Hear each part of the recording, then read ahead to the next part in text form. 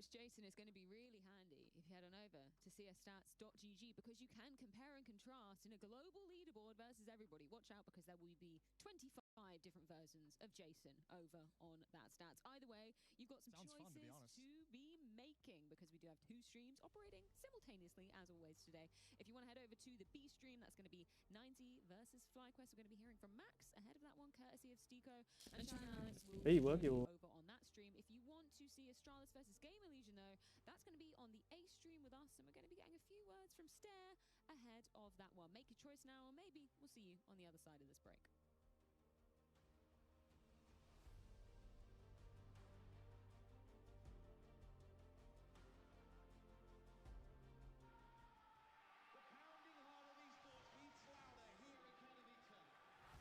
เดี๋ยวมาดูเคาน์เตอร์กันบ้างดีกว่าเขาเป็นการแข่งมีใครบ้างเนี่ยหลายคู่อยู่นะ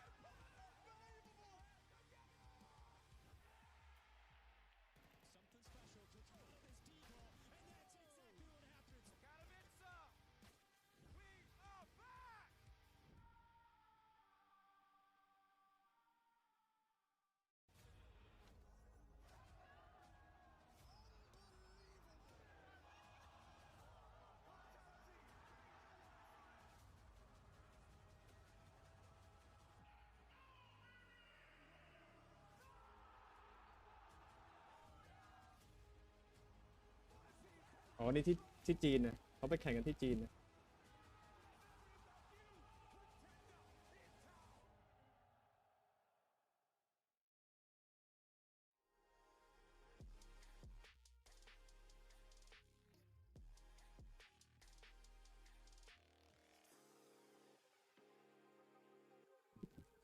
แต่ว่าน่าสนุกอยู่เหมือนกันนะให้ผมดูแล้วไม่กี่คู่เนี่ย1 2 3 4 คู่เลยล่ะมีใครบ้างเนี่ยอ๋อมีนายแซดกับFlyQuest อ่ะ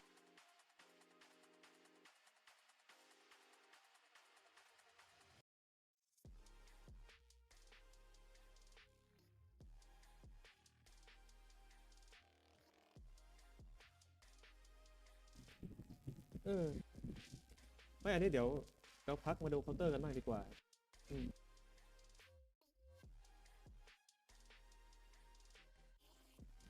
น่าสนุกอยู่นะวันนี้ไม่ได้ดูมาหลายวันผมดูแล้วแต่ว่าใช้คำว่าอะไรนะเหมือนกับ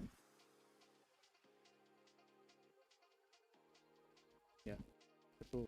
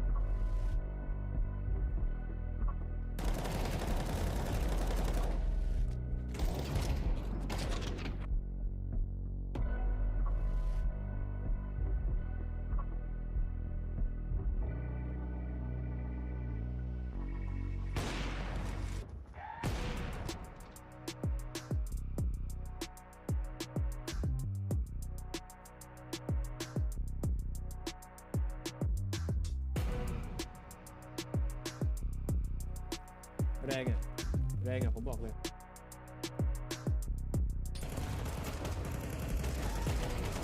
เรามาดูดีกว่ามั้ย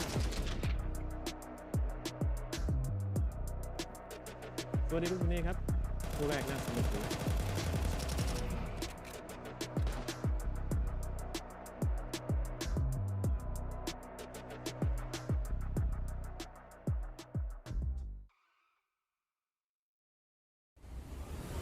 ลุ้นกันดีกว่า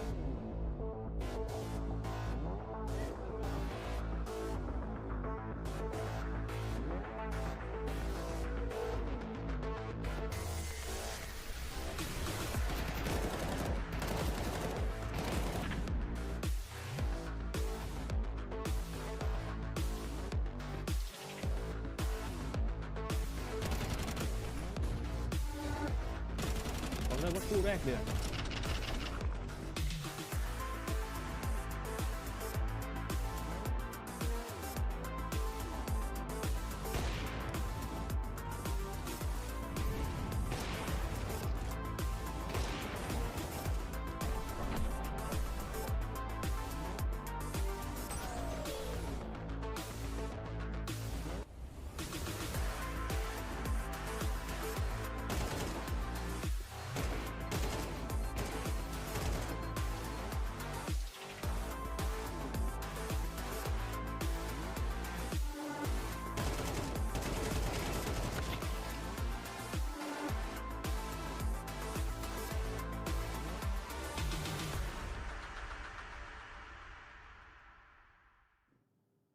Hey Max, can I grab you for a second? Yes, welcome, first of all, to the Cologne Major.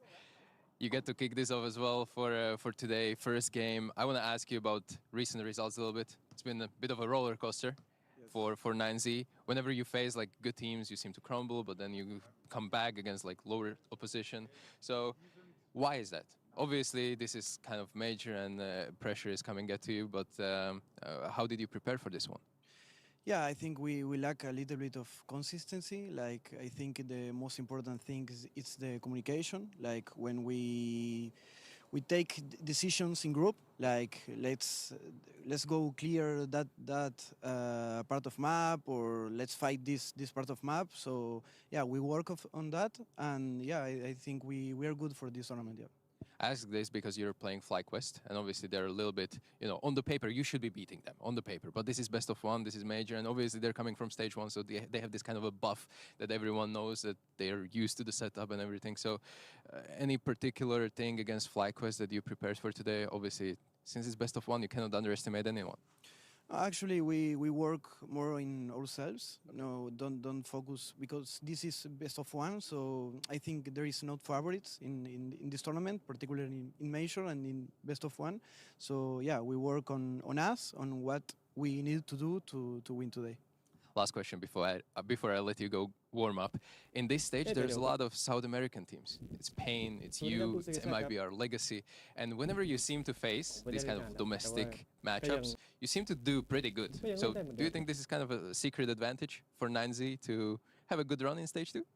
Oh, maybe. I don't think so, actually. But yeah, I hope all the Brazilian teams goes to the stage 3, because yeah, for me, the South American teams, I cheer for them. Yeah. So yeah, I hope they cheer for us as well. There would be a lot of slots for the next major for South America as well.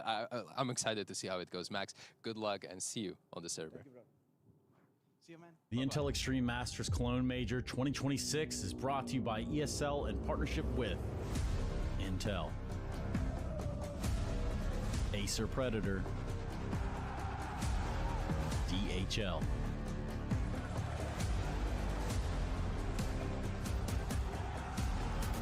Checks, and Zoe.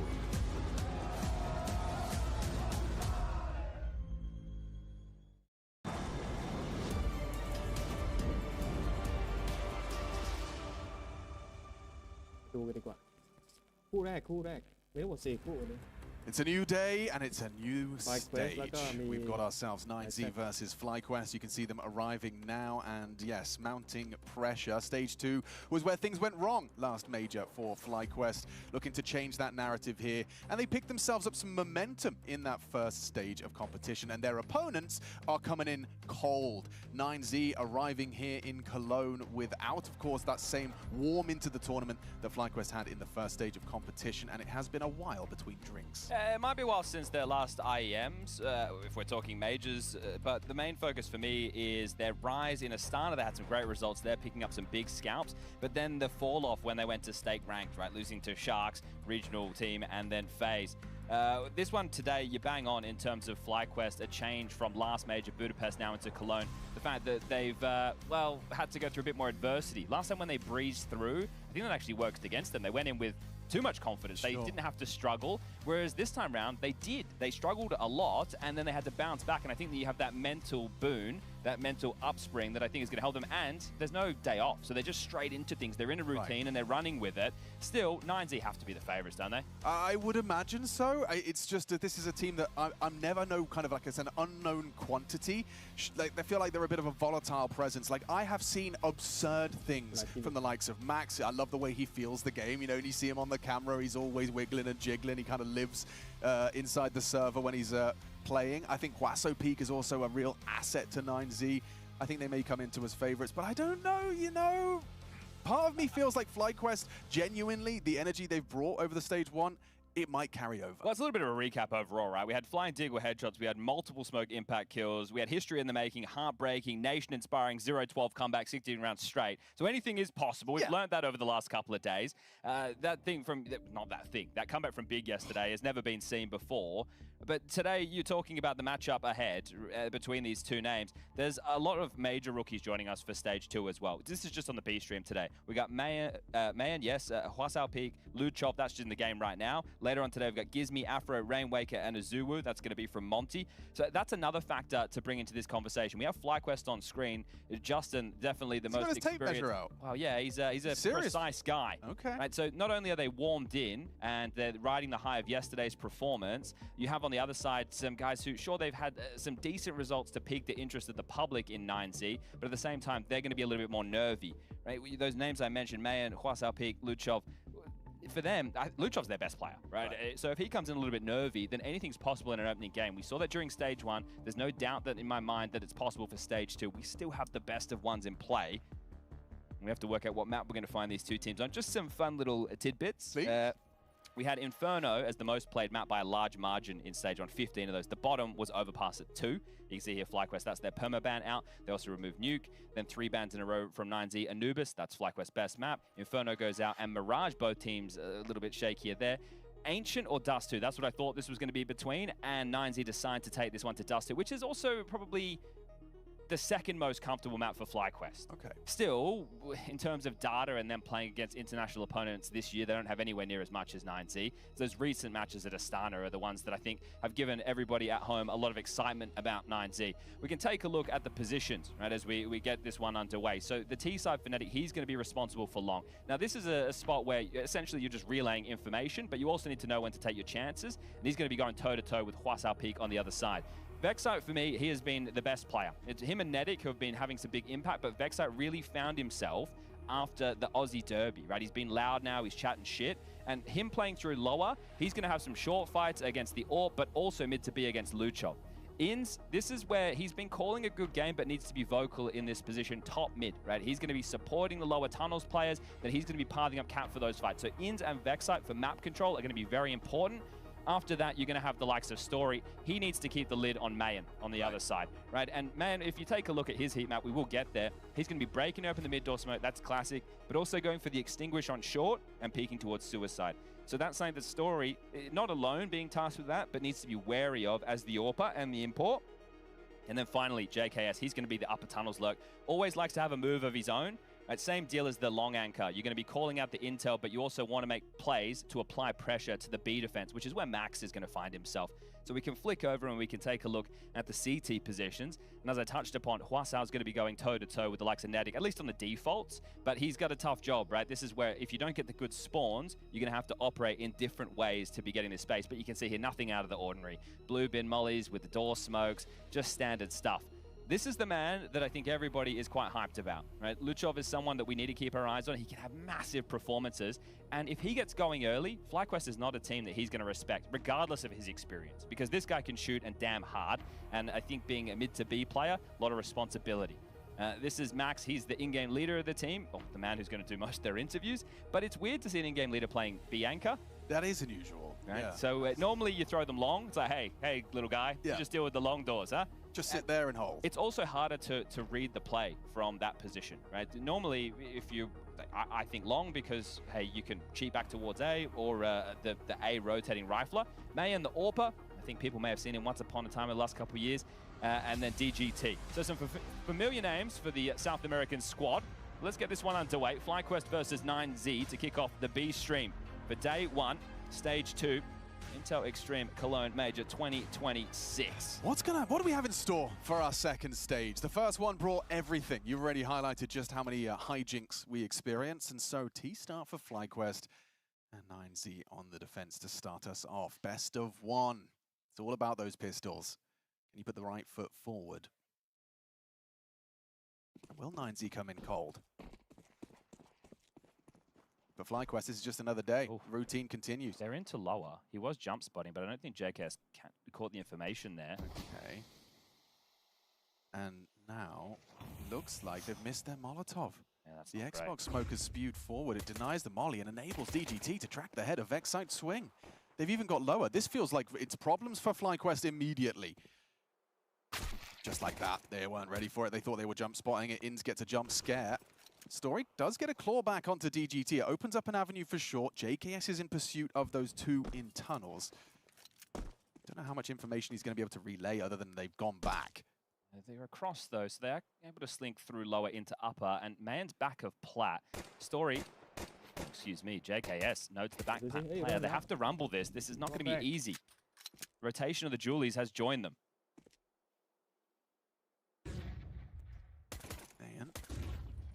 Turns the flashes, has support with the dual Berettas, and he's tapped the head off Kinetic. Really calm.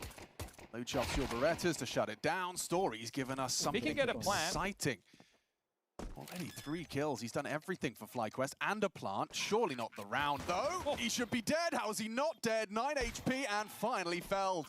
Considering everything that went wrong there for FlyQuest, the fact that they get a couple of kills and get the bomb down, at least they've salvaged something out of a poor situation. The jump spot doesn't see anybody going lower. Justin also misses the Molotov towards short. And those frustrations they need to try and avoid. You only are going to get so many chances to make those mistakes, and that is quite glaring early. Story, with the kills, the bomb plan, and the loss bonus coming into this, is going to be able to equip himself with an AK. So let's see if Max and the boys are able to keep tabs on that. But this is easy for DGT, right? No molly. It's meant to force that position back. They didn't have the intel on lower, and the kills just easy as you like. So on the board, 9Z, first round of the major.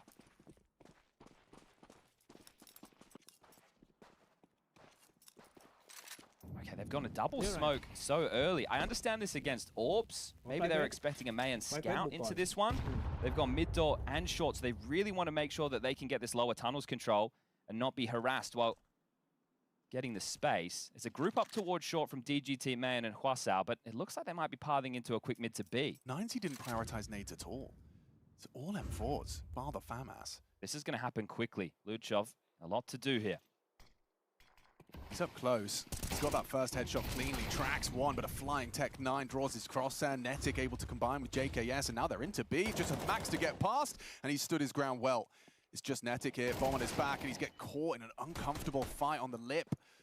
Lost his accuracy, and looks like they've lost the round as well. Needs to try and change things, does peek on out and remove Wasso, but at what cost? 4 HP, all he has to work with.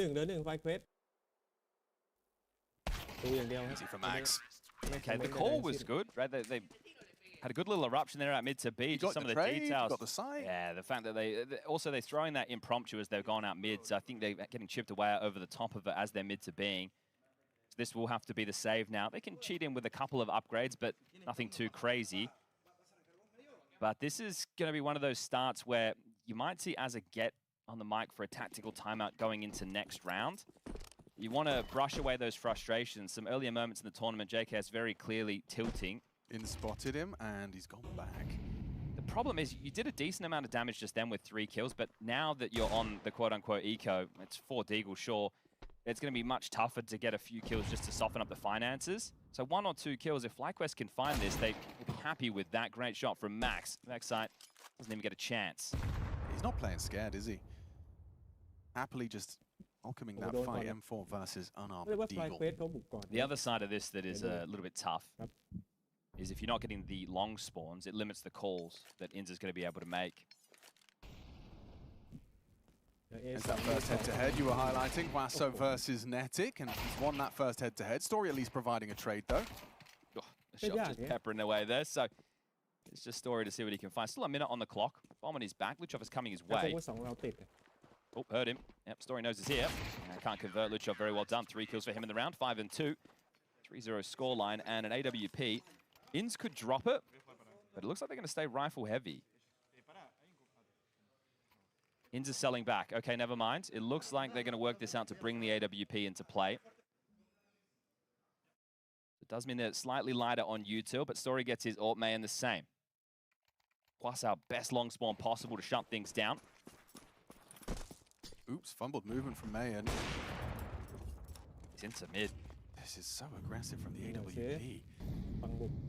How's the pathing? Is there going to be a flash from JKS?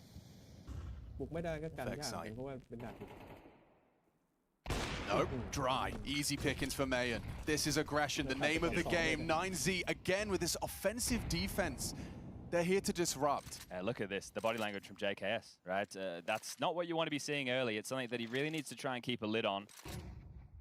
But in best of ones, it gets away from you damn quick. And 9Z playing their game immediately. And that's it. They don't respect FlyQuest. Why would they? The fact that they're here, they had to work hard.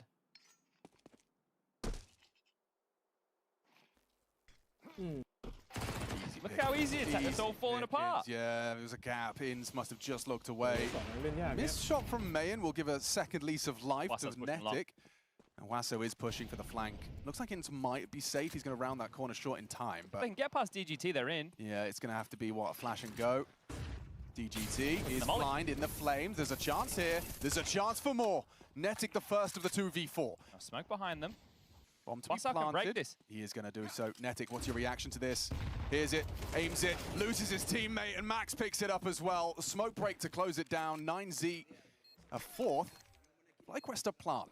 Non-stop pressure, right? In the early round, and then just the continued swings, the long push, the break on the smoke, they had everything. And that's what happens when these kills come in so early. So I know I said I was expecting a timeout going into the first rifle round. Well, maybe one going into the second. Because that bomb goes down, they get the cash injection, the loss bonus is there, and FlyQuest can buy again. But 3 kills with no resistance. Nice trade from Max. Timeout. Yet to be called. They're going to go for it. Okay. Still buying nades at the way out of spawn. We've got a long corner smoke in the air and a couple of flashes. Is Netic going to try and have a look and test Wasso here? They're on the edge of the smoke already. The flash is perfect. It does facilitate an opening kill. Long control gained. Mayan's attention drawn, and ooh, that's a beamer. Netic just blows the head off of Mayan. They know it's going to be A. Max has taken all the space over towards upper tunnels. Okay, DGT in this off angle nails his first headshot onto Vexi, just swinging through the smoke. Missing nades, looking clumsy. A bit hectic. DGT actually opts to drop. Both of those are subpar. He's already doing damage. In's down to 50. Another smoke break available. Thinks twice about it. Gets across with the bomb. Luchov concerned about that short look. Little does he know, 3 are on the ramp and 1 lingers long. A pause, a cut of noise, hoping for a reaction. Max is there behind long. He's hoping that that smoke will bait the push here from Max. Luchov's handled business though, finds 2 clean headshots. There's 2 back. JKS and Story with Max found. They don't have to worry about the flank so much. It is only DGT. They've got 30 seconds. They're using the entirety of the clock here, FlyQuest. And by cutting noise, he was so concerned about short. Smoke or fade should be clean for Story behind the car. Oof. And FlyQuest are on the board. Okay, so they get those long spawns. They use them to great success. Great stuff from Netic. And they get that round, even though it did look clunky at points. Double smoking. You can tell the comms are not clean for FlyQuest by any stretch. It was that second kill from Netic I'd love to see, because he just put Mayan in an early grave. You think the AWP has a favored fight there. And the Luchov double as well, right? Yeah. That resistance to make this one seem equal. That's quite the shot from Netic. Nice shots. Story going to use the long spawn. It's the AWP. Already across. So late to the party. 3 in upper tunnels.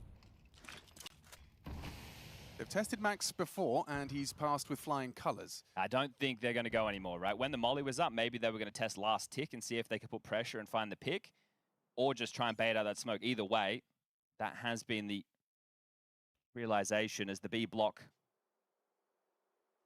holds FlyQuest in place. Now working on the mid control. Door smoke and molly short. DGT gravitating close to the smoke on the break. Story looks ready for this, but it's rifles. Not the orb, that's short, man. Arms back. Oh, exposed by the break. At least Inns keeps his level. Finds DGT exposed. Mayan's actually going to drop off the short line. And a lurk smoke's been thrown on B as well, so FlyQuest... That's a bad mid smoke. Oh yeah, you can see over the top of it. If Lutron's lucky, so can Story. Okay, so you know Max is the B defender, Wasau, the long anchor, and Mayan, the AWPer. You've taken down the two rotating pieces of Luchov and DGT, but they're going into the stack on A, and Mayan has this line. He can win the round on his own right here, right now. It's set to succeed, however, the well-placed flashbang will get them the info. 25. Force him off the line. They have to be quick about this. You still got pressure from JKS on the short side. Mayan's looking for him. Going through the flame, easy pickings for Mayan. Gets there in time for number 2. Jiggle bait. 15. Pulls the shot, smoke on the cross. They've got to be quick about this. Mayan can mantle up. Netic taking heavy flak from Wasau. Inns has provided onto Mayan. Oh, the bomb's loose. 7, 6, and that's round. 9Z have taken a 5th. The clock, the biggest enemy in that one from FlyQuest. They just didn't have enough time once they got out long. Okay, this is starting to fall apart quickly now. They have enough money to justify 2 AKs around the saved AWP. There's that break, right? It was a bad smoke in the first place. They were able to get a better in play.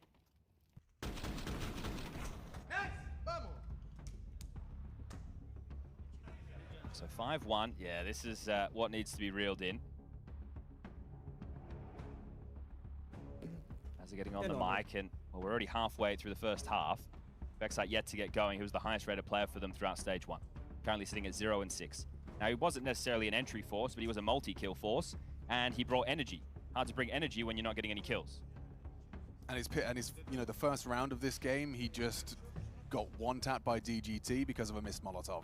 And then on the first gun round, he gets AWPed in lower tunnels. They didn't throw any util to deal with it, just dry, right? They didn't even give themselves an opportunity to take that fight.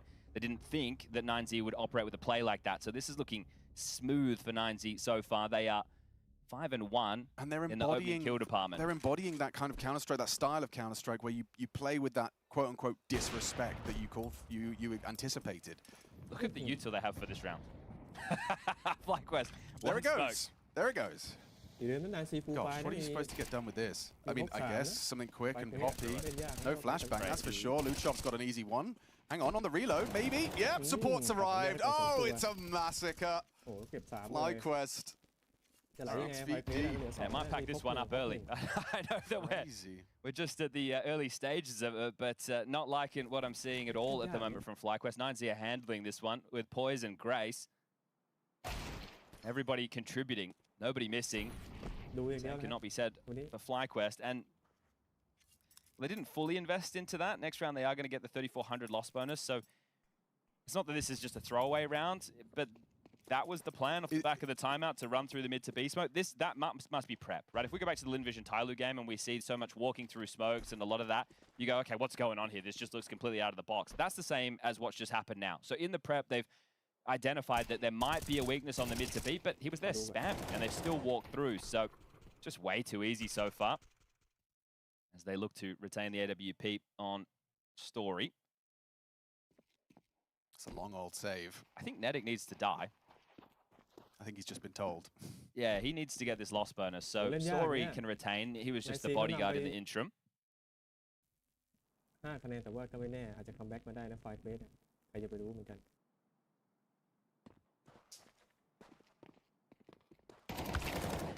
there you go. Okay, well, mission accomplished.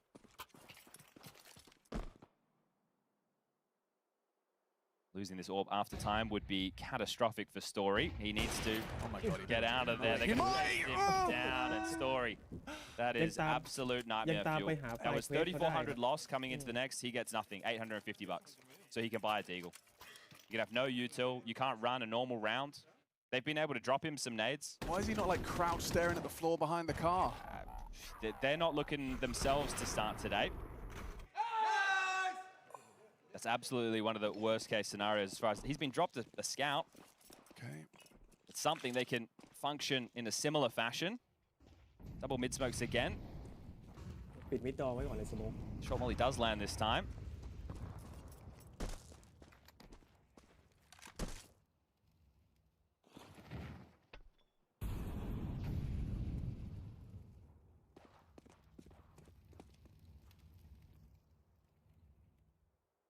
Luchov, is he going to find output once more? 10 kills deep already. It's very quiet.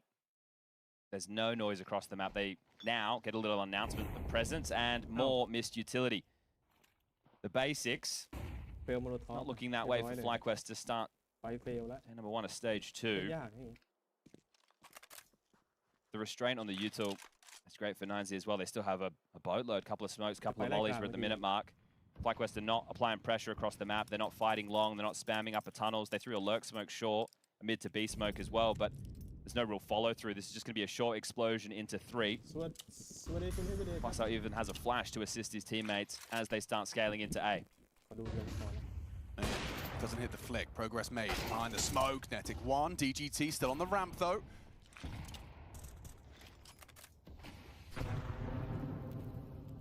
A rotating block smoke. Netic's going to throw out a break, but DGT just stays hidden, and now it's getting uncomfortable. 25. Yeah, they've got bodies here. Luchov, Wasso, everyone here. Clean headshot back. Netic, 1 to Luchov. There's JKS. In's down. 2v2. You got 18 seconds, boys. It's either frags or the plant. JKS Disconnected as JKS, arriving late short with no time to win the round. Not planted. It's a scout. It's not the weapon. It's not. Oh, he hit the first. Hit the wallbang headshot. Unable to find the follow-up. Clean trade. And another 9Z round.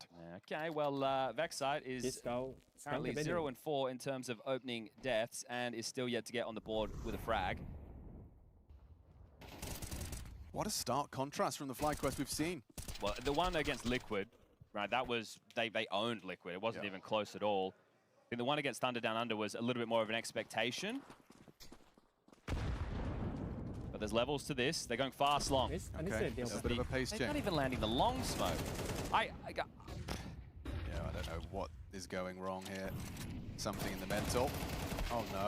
Oh no. Wasso gets Netic because the supporting flashes are there. And if you want to swing, you've got to get past the AWP. Vexite has provided his first kill. It's onto the AWP. Does it have any ramifications? It doesn't feel likely. 2 Galils and a Desert Eagle. Yeah, not many silver linings for FlyQuest right now. But Look at how Wasso's playing this. He's got 5 HP. He's just standing in the open. He fancies himself an AWP. That makes sense on the low HP.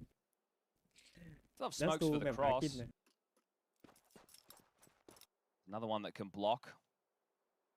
They really want to burn it now that they have this AWP in play. Sure, they're going to drop it out, milk a little bit more time. Max again with the upper tunnels push to make sure that isn't going to be the play towards B. Luchov was combining with him to clamp down on middle. But they have to go A. They don't know what's behind. FlyQuest have very limited options for this. Salvaging the half is very unlikely. In a round like this, it's going to come next into the guns.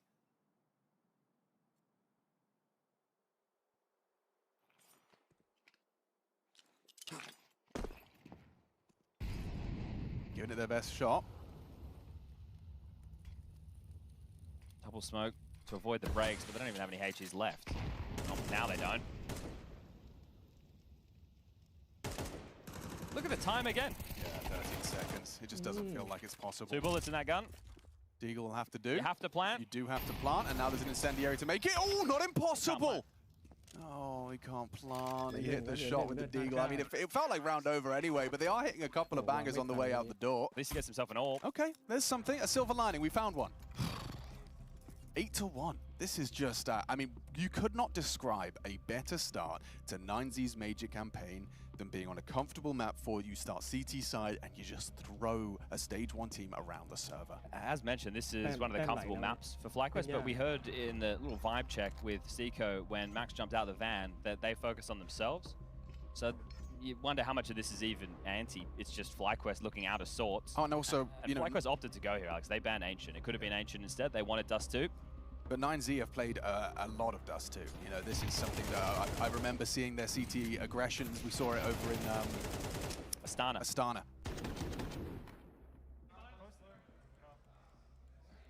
Is it past the point of no return? If they get 4, there's a conversation, okay. but it just looks so sloppy. An opening kill from Story would be a difference maker. He doesn't even fire on a lot of these. No. I guess he's waiting for the Mayan peak, right, to go head-to-head, but he's not even attempting to get the tags.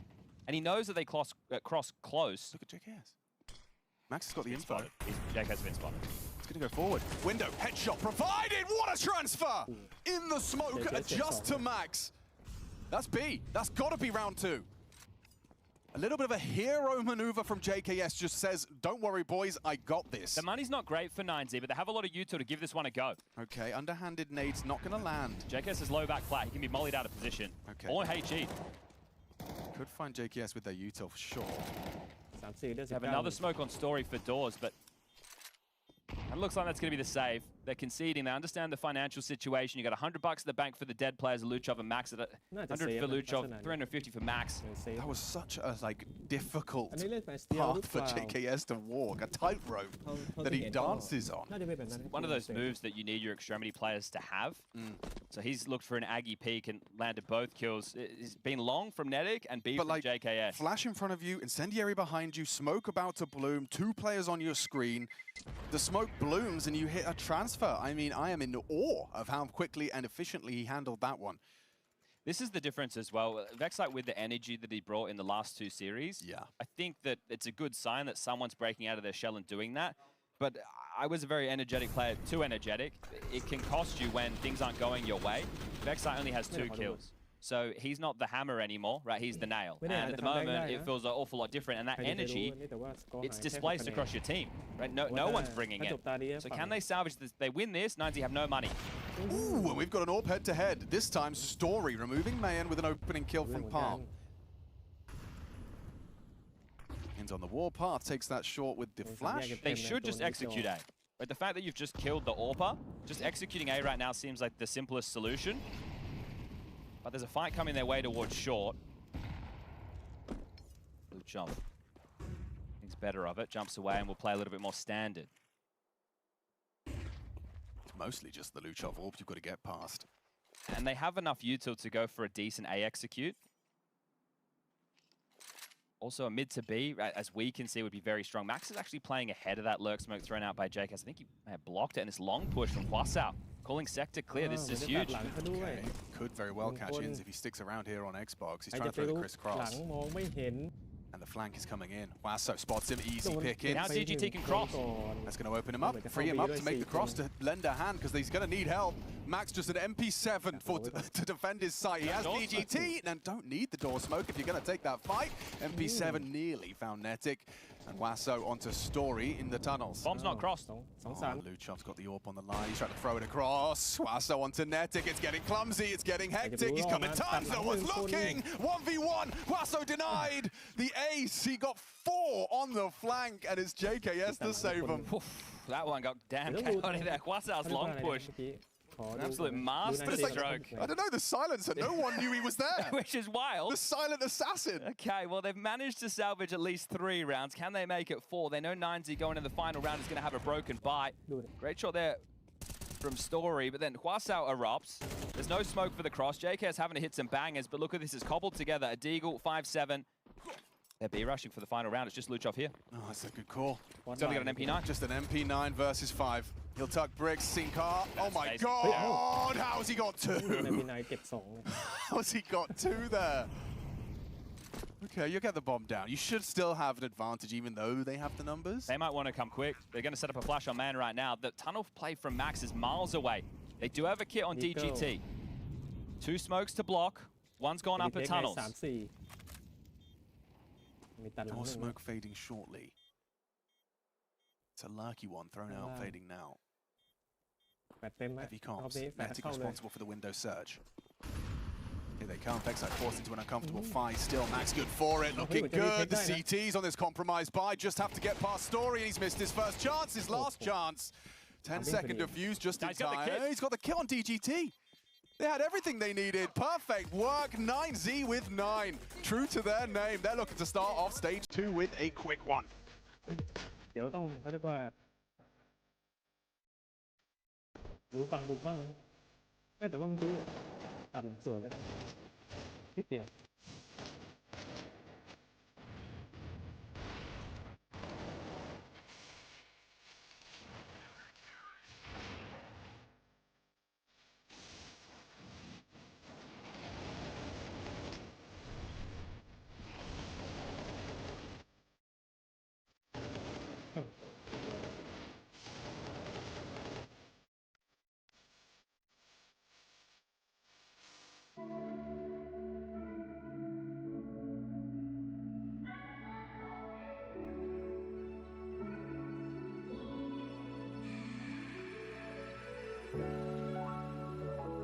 รอบนี้อยากจะบอกว่า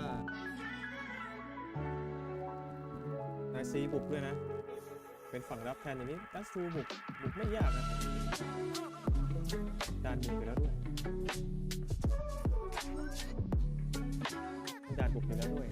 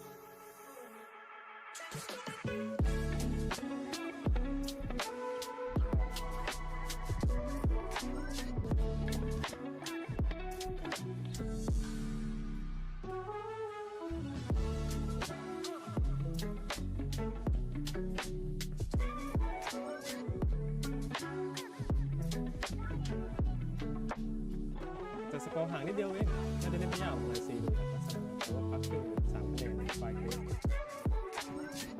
เราดูความรู้ว่าการจะบุกได้เปล่ากำลังรอดูแต่ไม่แน่ฝั่งกันอาจจะมีไม้เด็ดก็ได้ใครจะไปรู้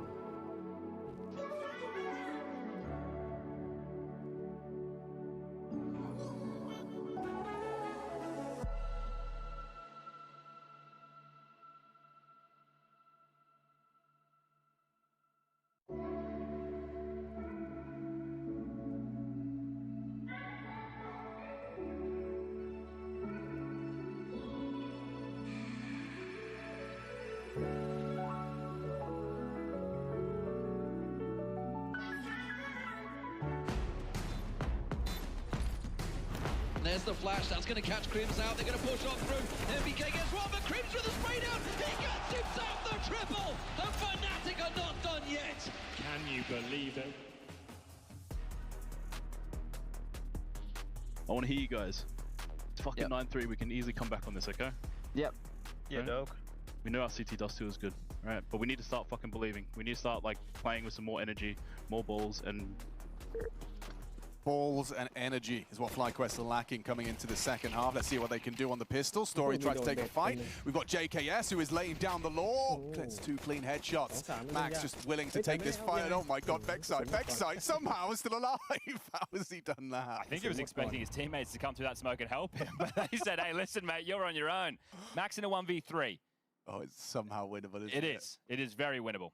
With the way the rounds have been going against FlyQuest and the missed utility, the lack of comms and energy as are highlighting there, Vexite, I like the play he's made. Not into B. Max might not even clear this. Oh, he's beautiful. 3 kills from Vexite. He's absolutely done him dirty there. I can't believe he doesn't go down. He's just looking the wrong way with his back turned to Max.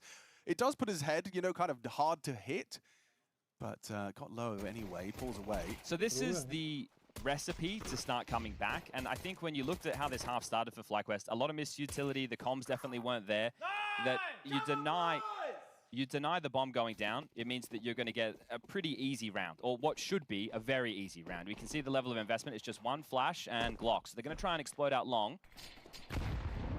It's Ins and Jake has to deal with this.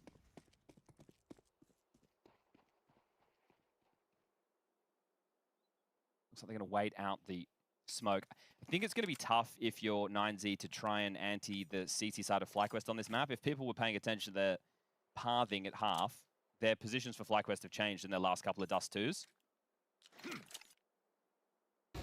Flash long, JKS blind, tucking back, playing it safe. We'll get the support of Ins. No smoke for the cross. This should still be a farm fest. They didn't get an opportunity to explode on a straggler. So a $200 investment and a move, but really it's going to be tough to get much done. Just allowing FlyQuest to siphon through what util they did have. It's just a handful of smokes and a flash remaining. Very standard stuff on the Eeks. And no rush. I think you've been controlling the tempo of the game very nicely. The only player who, as far as the scoreboard is concerned, who's not up to snuff at the moment is Mayan, just with 5. And that's the AWP. So maybe slightly concerning. But you have to see FlyQuest starting to bring this one back. XxWolverinexX, he would love a couple of eco bash kills for the confidence now. Blocks at range as he goes down 3. JKS combines and Story finishes off as we see ourselves heading into the first rifle round of play. A Galil for Max, AKs for the rest. Util is going to be light on for a few of the 9Z individuals. And their long spawns, not the best at all. So they're not going to be able to just give this one a go with pace. It's going to have to be something a little bit more standard. Long corner smoke lined up from Blue Chop to apply that pressure. What's the opener for FlyQuest? They're going to be starting 4 strong towards A. So expect a move here that might try and clamp down against the default. FlyQuest are feigning the long control.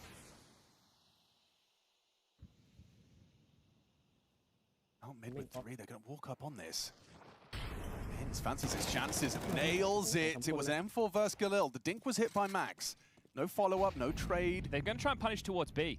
Netic, he's not playing sight right now. They're going to walk through this smoke. He's completely absent. He might be in the window as Wasso emerges from the smoke. Netic's got so much work to do. Underhands the smoke, going to play around it. Wasso caught with his Molotov out. Netic does well. He's delaying, buying time. Can he find another? Solid as a rock. The anchor delivers a double. There's more where that came from. Baxter turned. He might even find a third. Heavy damage dealt to Mayan. Not enough. And now a 9-5 with 4 on 1. Just DGT tucked on bricks. I think Netic's done enough. That's a huge hold from the New Zealander there. Under a lot of pressure considering the circumstance. The aggressive play. You can't be strong everywhere if you're making a move like that. And DGT, if you could just salvage the plant, but I don't think they're going to allow it. I thought he was going to get caught. If he lobs the molly window, fake plants, they all run indoors. Oh, didn't kill JKS. Had his chance. FlyQuest, they do pass the first. Okay, so just a slow start for the day, right? They definitely had the sleep in their eyes, but this is starting to look more like it. Netic, he's had a massive hold here. He's under. Look, the X-ray couldn't tell the story any better of how much pressure the kid's under. The cavalry was still in the stable, Chad. Hey, they were asleep. All right, well, light buy for 9Z now. No plant in this second half so far. Gonna long pop. Here it comes. Extinguish and go. Test for JKS. In the open. Gonna back away. They're all the way out of there. Ooh, gets his little fight with Wasso. Tech9 not great at that range. Look at XxWolverinexX getting ambitious with the push. He gets a quick reaction shot onto DGT Sui. So that's job done. They're blocked long.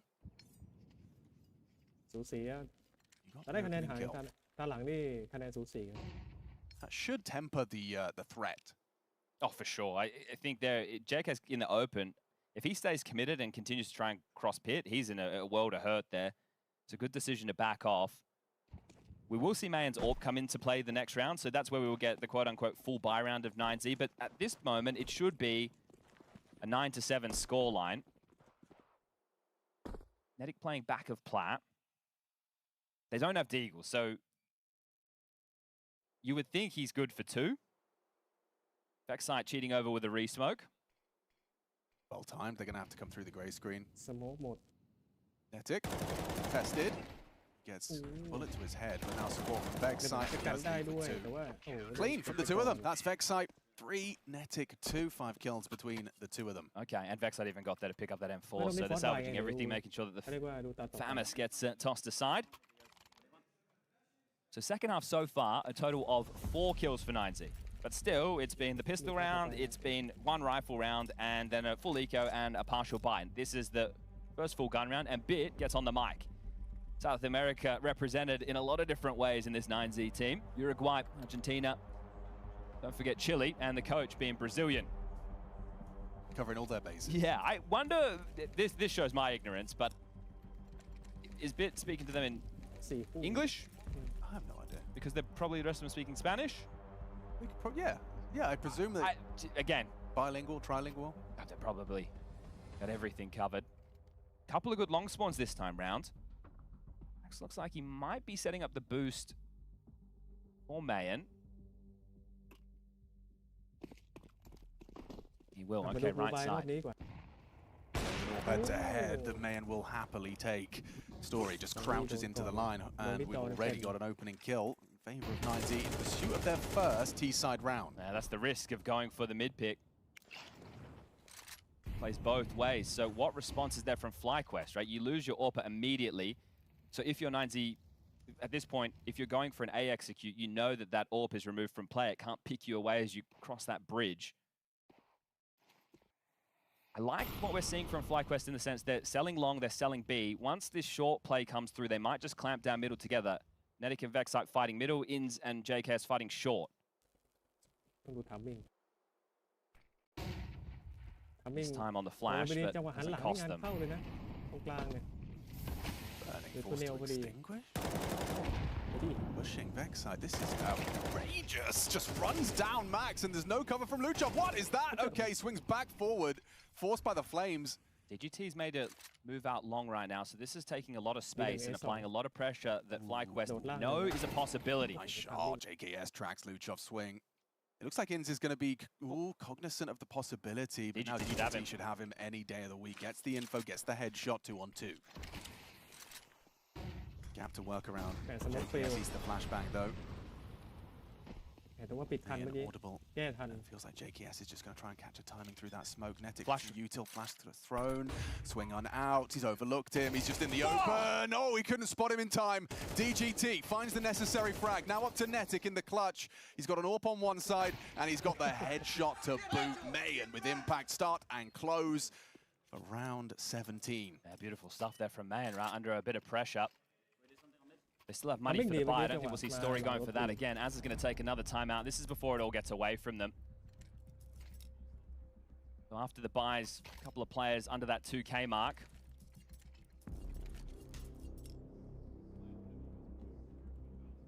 Second from Azza. Yeah, I think, again, it's just stabilizing before the cash goes away, right? Because at that point, if they lose this, it's going to be 11 rounds against them. At that point, loss bonus not there, and the game will just slide away. So whether it's, hey boys, if we are losing the scenario, let's go for the saves.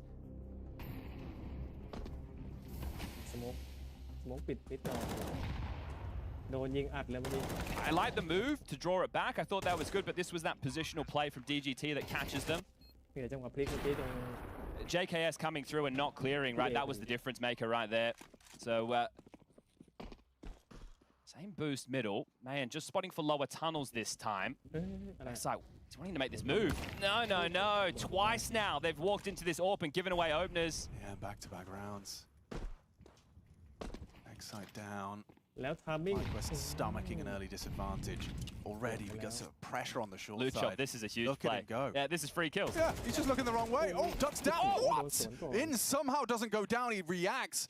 Goes full Neo in the Matrix. Just bullet time. Dodges the shot. Oh, I like this adjustment as well. There's no way you're expecting a boost over the top of the smoke. Mayan's caught Story, though. And that rival AWP head-to-head. DGT is anticipating something on the fade. Yeah, surely got into it. Yeah, especially if he's walking through the smoke like that. Easy pickings. JKS doesn't choose to spam. Hopes for that element of surprise, but now it's all onto JKS, and in quick succession he finds 2, equalizes. Wasso's the unknown entity. Look at the minimap. Death in middle. Now Wasso versus JKS in a battle of wits. Furrowed brow and full focus for Wasso. He's going to get a plant on B for free. JKS currently does not have a kit. He's there one to scoop up on his way, as you mentioned, all those bodies. There's one highlighter just in front of his nose. He's going to get the sound cue of that bomb going down. And then he's on the 40-second timer. There's the kit. Can he find the frag? Oh, just getting util. This is burning time against him here. It's a molly and a flash. The incendiary could prove useful. Hwasao has elected to play big box if JKS was to try and force that fight. He's going to make Hwasao a little more uncomfortable off the flash. Gets the info. JKS steps up. That's the impact. He's there to clutch, and he does what he's designed to do. Okay, that is not an easy round to win. When the bomb goes down the other side and you have no idea where the player can be, Hwasao had the same problem. He didn't know where JKS got off to, so after he plants, he doesn't want to move too far away in case he gets caught in transition. This is insane. I have no idea how Inter's won this fight. He's caught completely off guard. And you see, we weren't even on action, but FlyQuest keep over-peaking and giving away fights. In 2 consecutive rounds, they've just walked into the AWP. There, they continued to swing into the AWP after they drew it back. If they win this one, they can just make it a 1-round game. Will they concede an opening kill? Again. I think fortunately for them, man doesn't have an AWP. Yeah, that's a good point. Story does, though, and he's going to go sweeping through middle. Has to respect Molotov. Going through their protocols for some space. Looks like they're lining up a mid to B. It makes sense with the MAC-10 on Max. A little bit lighter weaponry. They're just feigning default control, but you can see bombing up the tunnels. It's Netic on his own, and he's already survived in one of these. To ask him to do it again is asking a lot from the young New Zealander. Yeah, what's his reaction to the lurk smoke? Classic incendiary behind it, just going to delay. I like the Vexite boost, but who's going to cross to help Netic? No one's going to get there in time.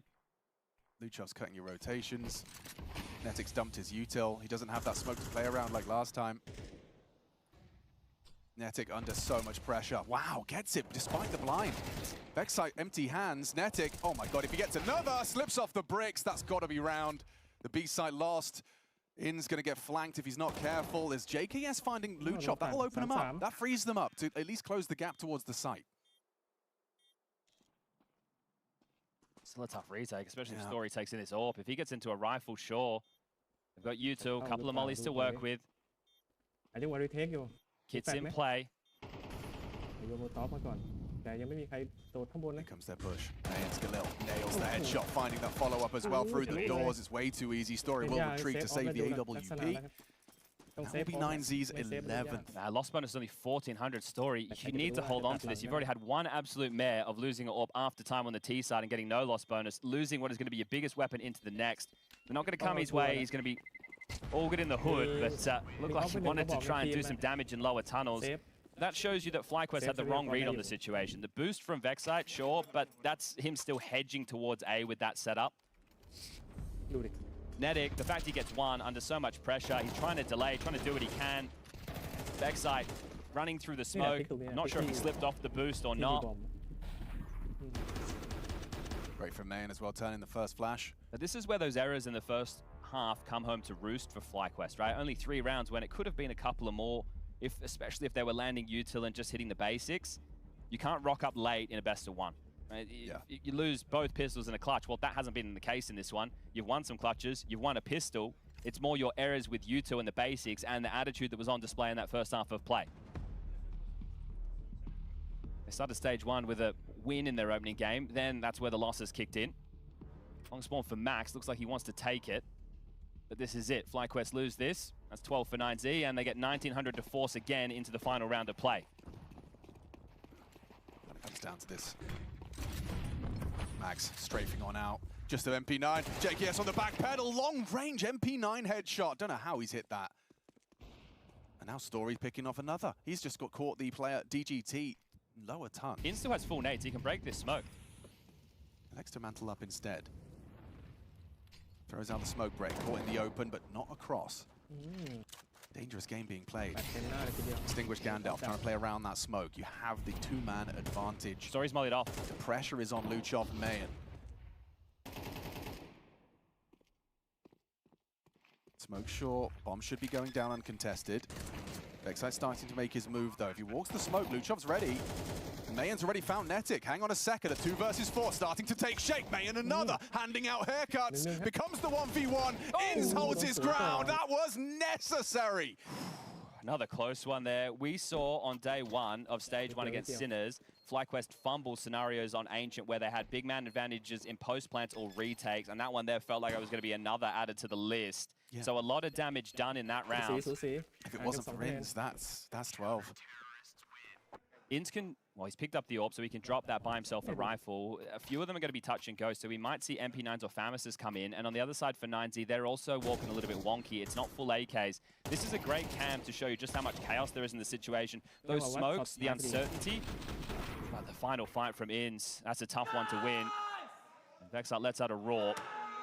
All right, never mind. They have been able to get M4s across the board. They've got one kit, though. So if we get into a post plant, we're going long again.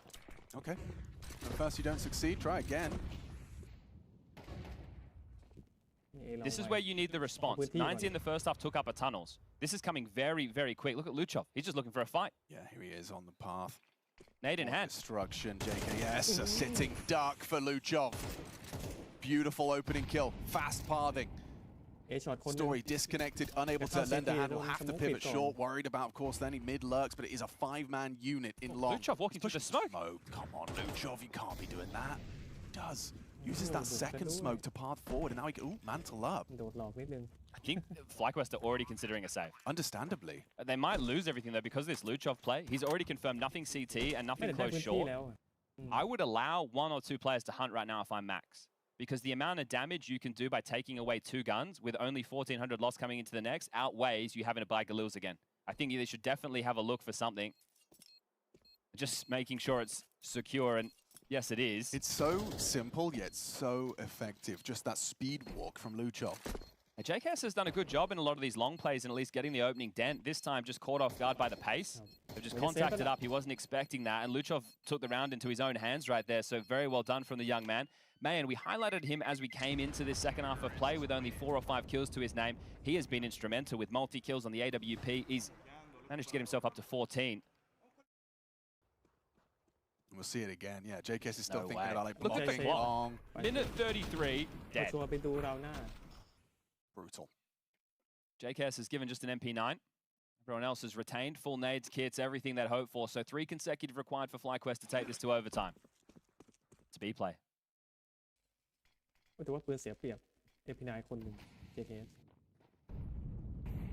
Last tick, potentially. Netic again with a lot of responsibility here. How does he react? Turns tail, hits the headshot again onto Hwasao. He's got support as well on the way. Story in the window. Firing off shots, trying to draw attention. They missed the molly. He could have peeked, but instead goes back. Smoke break on the doors, but 9Z are in. Inns goes down. Max has found him through the smoke. JKS quick through tunnels here. Bomb hasn't been planted, so they've responded to this swiftly. It's a 3-on-3. It's an MP9 at range. They're not going to be easy fights. Not at all. They need the util of Vexite and Story to facilitate this. Another block on the doors. Smoke on the bricks, not going to really affect them too much. Mayan's in this out off angle they seem to have a favor for. JKS has to play last. Here comes the util, here comes the go. JKS is on his way, backs a turn, DGT's not looking. JKS one, he needs to find all of them. He needs to find all of them, there's no chance, that's game! 9Z start as they mean to go on here at the major. FlyQuest fumbles in the first half, haunt them into the second. It gets close, and it's just a cosmetic comeback after all. Yeah, it's just a sleepy start when you take a look at some of those mistakes and their unforced errors. Util not landing, comms not looking on point, and 9Z the opposite. These boys were looking sharp. First shots being hit, and they were looking like they've been here all week long. There have been questions, right? Astana was good, state ranked was not. But coming into the major in a best of 1, Dust 2, and they've been able to take home the win. There'll be another game later today. It's going to be the 1-0 bucket. We've got games running simultaneously on the A and B streams all day long, but FlyQuest thrown down in the 0-1s, and they're going to have to shake this one off. That's not the start that they were looking for. Again, Mayan in the second half, very nice turnaround from him, and good impact too. Right? The fact that he's getting multi-kills, with the rifle, doing a good job with the AWP finding picks. It's one of those names that definitely gets a little bit of scrutiny in this 9Z jersey. Yeah, but I mean, look at the kill spread. I mean, Luchov, May, and DGT Wasso all within 1 kill of each other. Sure, Max, you know, he's calling the shots. He was a little further down on 12. But incredible team effort. It's exactly what you want to see. You know, not some sort of hero performance. I will say, you did get a little glimpse of what Luchov's capable of with some of those impact rounds towards the end there. But Mayan, as you highlighted, a slow first half, and he completely turned it around on the attack. They're going to have to prepare for their opponent later today, but it's going to be a while before they find out who that is. That's on both sides of the server. I think for 9Z, to be able to kick the campaign off with a win when you're one of the stage 2 teams coming in and you're rusty to the setup, right? You're not familiar with the environment. FlyQuest have been playing every day of the tournament so far, and these two also had no head-to-head. So that surprise factor you could have definitely put in FlyQuest corner after the Thunder Down Under and Liquid 2-0s. 9Z, their last result was a loss to FaZe, right? So them coming in, I think the problem is for FlyQuest, they know it was close. I understand it was a comeback in this second half to make it possible, but just some shaky moments in the first. We're going to go hear from the winners now. Max standing by. With a 1-0. So 9Z, sigh of relief, I think so, with a 1-0 start. Can you walk us a little bit through the game? Because I want to talk about, you know, especially the T side, when you it felt like you told me in the pre-match interview that you're focusing on yourself, not too much on the enemies. But it felt like you were kind of like anti-stratting them with all the long takes and the B-pops, and Netic was all the time alone on B. So can you walk us a little bit through that? Yeah, we knew that when we have force buy, they like to play on mid, like on short and close mid and on cave. So we focus on play on the large and B, and yeah, it works. I want to ask you because it started very, very good for you, but then it got a little bit closer, and especially like there was JKS 1v3. Did it a little bit? It was a little bit painful for your economy and for your mental, or did you feel like you shake it off really well and you just keep going? Because I think you guys were smiling throughout the whole game. Yeah, because we talk about that. Like when we lost a round that we don't like. Should have win. Yeah, we should win. We don't discuss on the round. We just keep going, focus on the next round, and yeah, that works for us. Yeah. Max, this is exactly what the doctor ordered, starting with the 1-0, and it's an annoying opponent, obviously, FlyQuest. So can you give us a little bit of a backstage insight of what is 9Z going to do now ahead of the next game? Are you going to be watching all the games because you don't know the opponent? No. Now we are gonna rest a little bit, eat, because we didn't get the launch, and yeah, and after that maybe see a little bit matches, and see which one is gonna be the next opponent. We will see you today one more time on the server. First of all, congratulations, welcome to Cologne one more time, and with the winning streak starting on, hopefully, and we will see you later on today. But now we have to go to the break.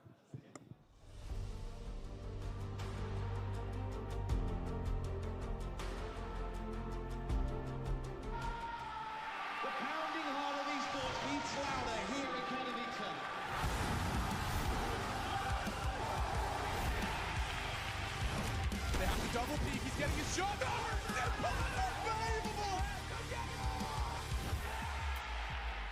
Something special to throw up his decoy, and that's exactly what happens. Katowice! We are back!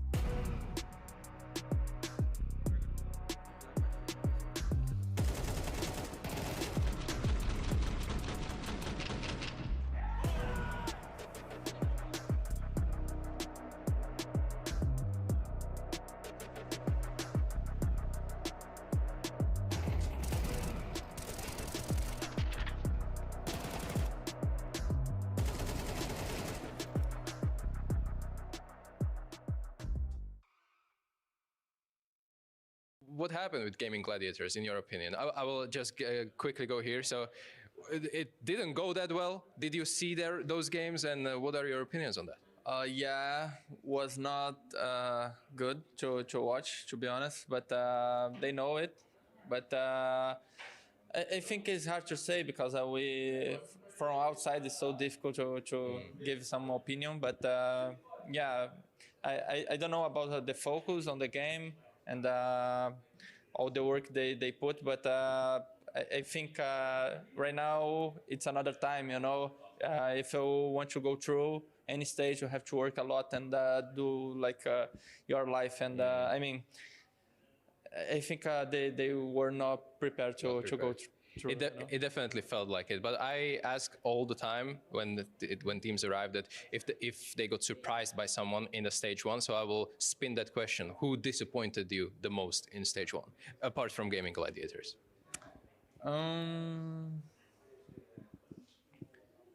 Liquid, maybe.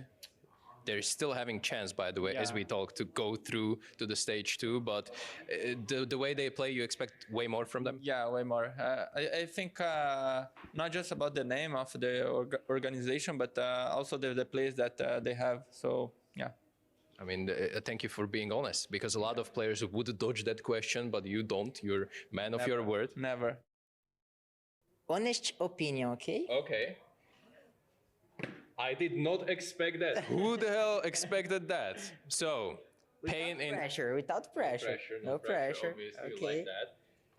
Another one. Okay, we're looking at the team spirit into 3-0. Do you think that these two are the best teams of stage 2? Yes, of course. Of course. G2. G2. Yeah. FUT. FUT. A lot of rookies on that team. Don't you think it's pretty dangerous to put them here? Yeah, maybe dangerous, but they play a really good Counter-Strike. We played against them in Atlanta, and it was a very hard game, bro. And Legacy, of course. Our Brazilian brothers. Yeah, of course. We have to support our Brazilian friends, bro. 9Z. Okay, 9Z. They don't have the hottest form lately, but you still believe that they're going to be making it through?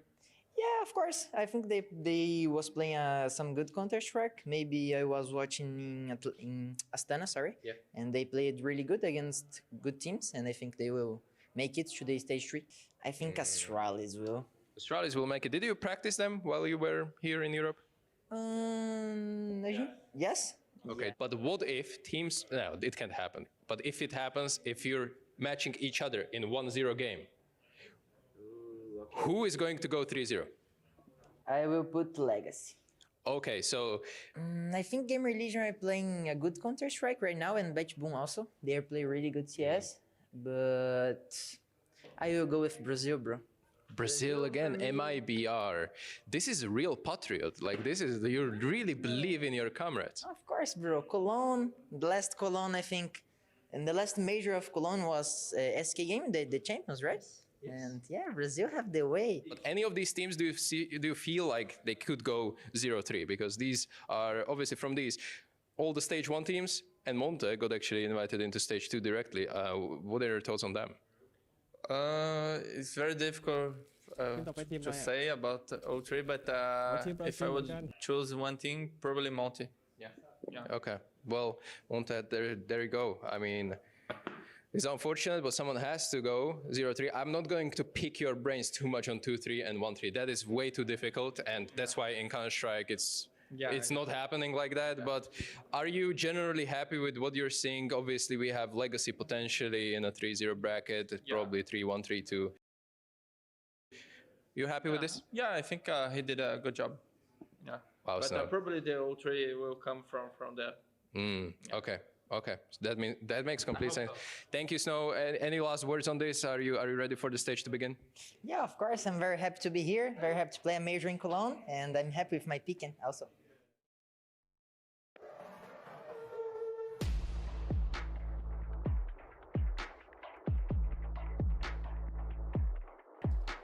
Oh, ไทรูเหรอ ไทรูได้ทีมจากจีนนะครับ ไทรูทีมจากไชน่า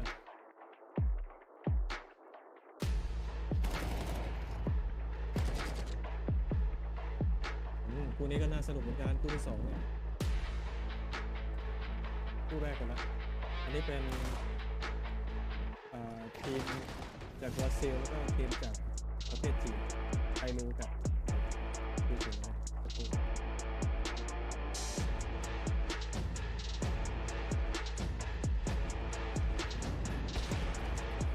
จีน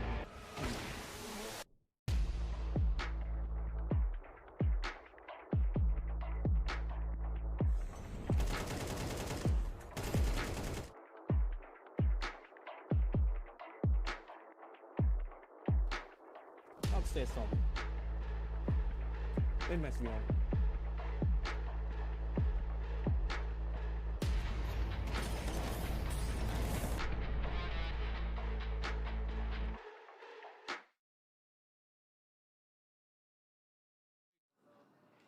Hey Vigazera, quick word with you. So, welcome first of all to the major. Tailu ahead of you, which I believe you beat at their home at CAC just recently. Are you happy with the draw that you're getting?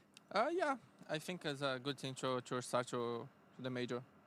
They recovered in stage 1 from 0-2 deficit. You probably watched their path. Are you even surprised they made it to the stage 2, or do you think that they're playing that well that they deserve to be here? Because you know, there were a lot of rumors and a lot of talks about their performances, but they're here. And what's your thoughts on them? Of course, they deserve it. I mean, they are a pretty good team. I think they have good players. They have a different play style from another teams. It's not exactly the same. It's a lot of stretch, but for me, they are a very good team, very strong, and the aim is sharp. Yeah. So sometimes it's difficult to shoot against them. But let's see.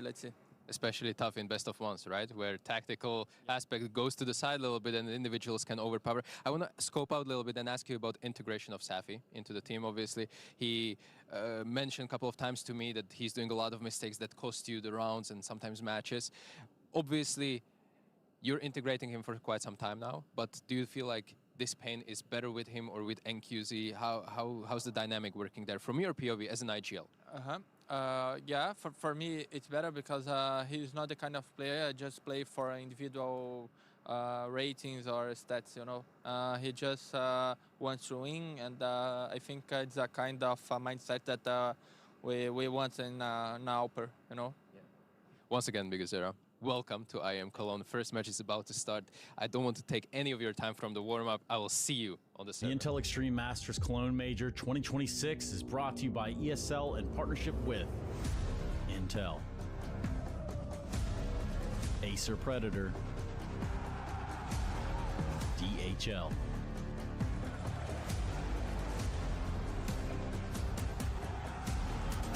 Checks, and Zoe.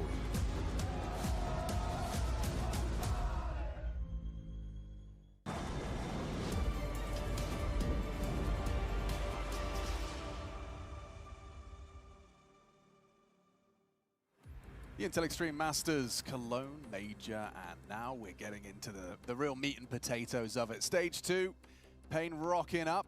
Going to be seeing how their opening affair goes. There has been some highs for sure, definitely a team to keep your eyes upon, and then they're clashing with Tailu. That's not the headline for me, it's this NQZ Safe scenario. Obviously, we know that Safe is here to play with the squad.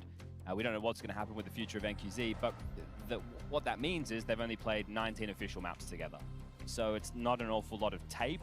It's also not a lot of official practice. I'm sure there will have been a lot of practice. These boys getting some practice in right in front of our very eyes from 0-2 to stage 2. Going to see if Tailu can continue to build upon that form. Zero, major rookie, like what we've been seeing from this man on our screen right here.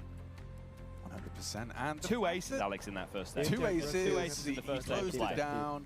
I think he even qualified with an ace. Yes, on Inferno, for sure. It's a 3-match win streak, right? They went down 0-2, and then they turned it around. Best of 3 merchants, we call them. Okay, so what happens now? The best of 1 against the team you just lost to recently? Yeah, that's the biggest issue, right, is the head-to-head. Pain, they have at least a leg up there, CAC, but I think use some of the same qualifiers we just had in the conversation with the FlyQuest versus 19 game. That'll be the case all day long with the teams who have qualified from stage 1 to stage 2 and the teams who are coming in a little bit rustier. So Tyloo should have the edge in terms of comfortability on the environment. And Payne, again, right, the lack of officials with Safe, we'll see how much that comes back to haunt them here today. I do like watching Safe play, though. He feels like a very safe pair. Oh, I wasn't pun absolutely not intended, but he is a safe pair of hands. Feels like he's gonna hit the ones he has to.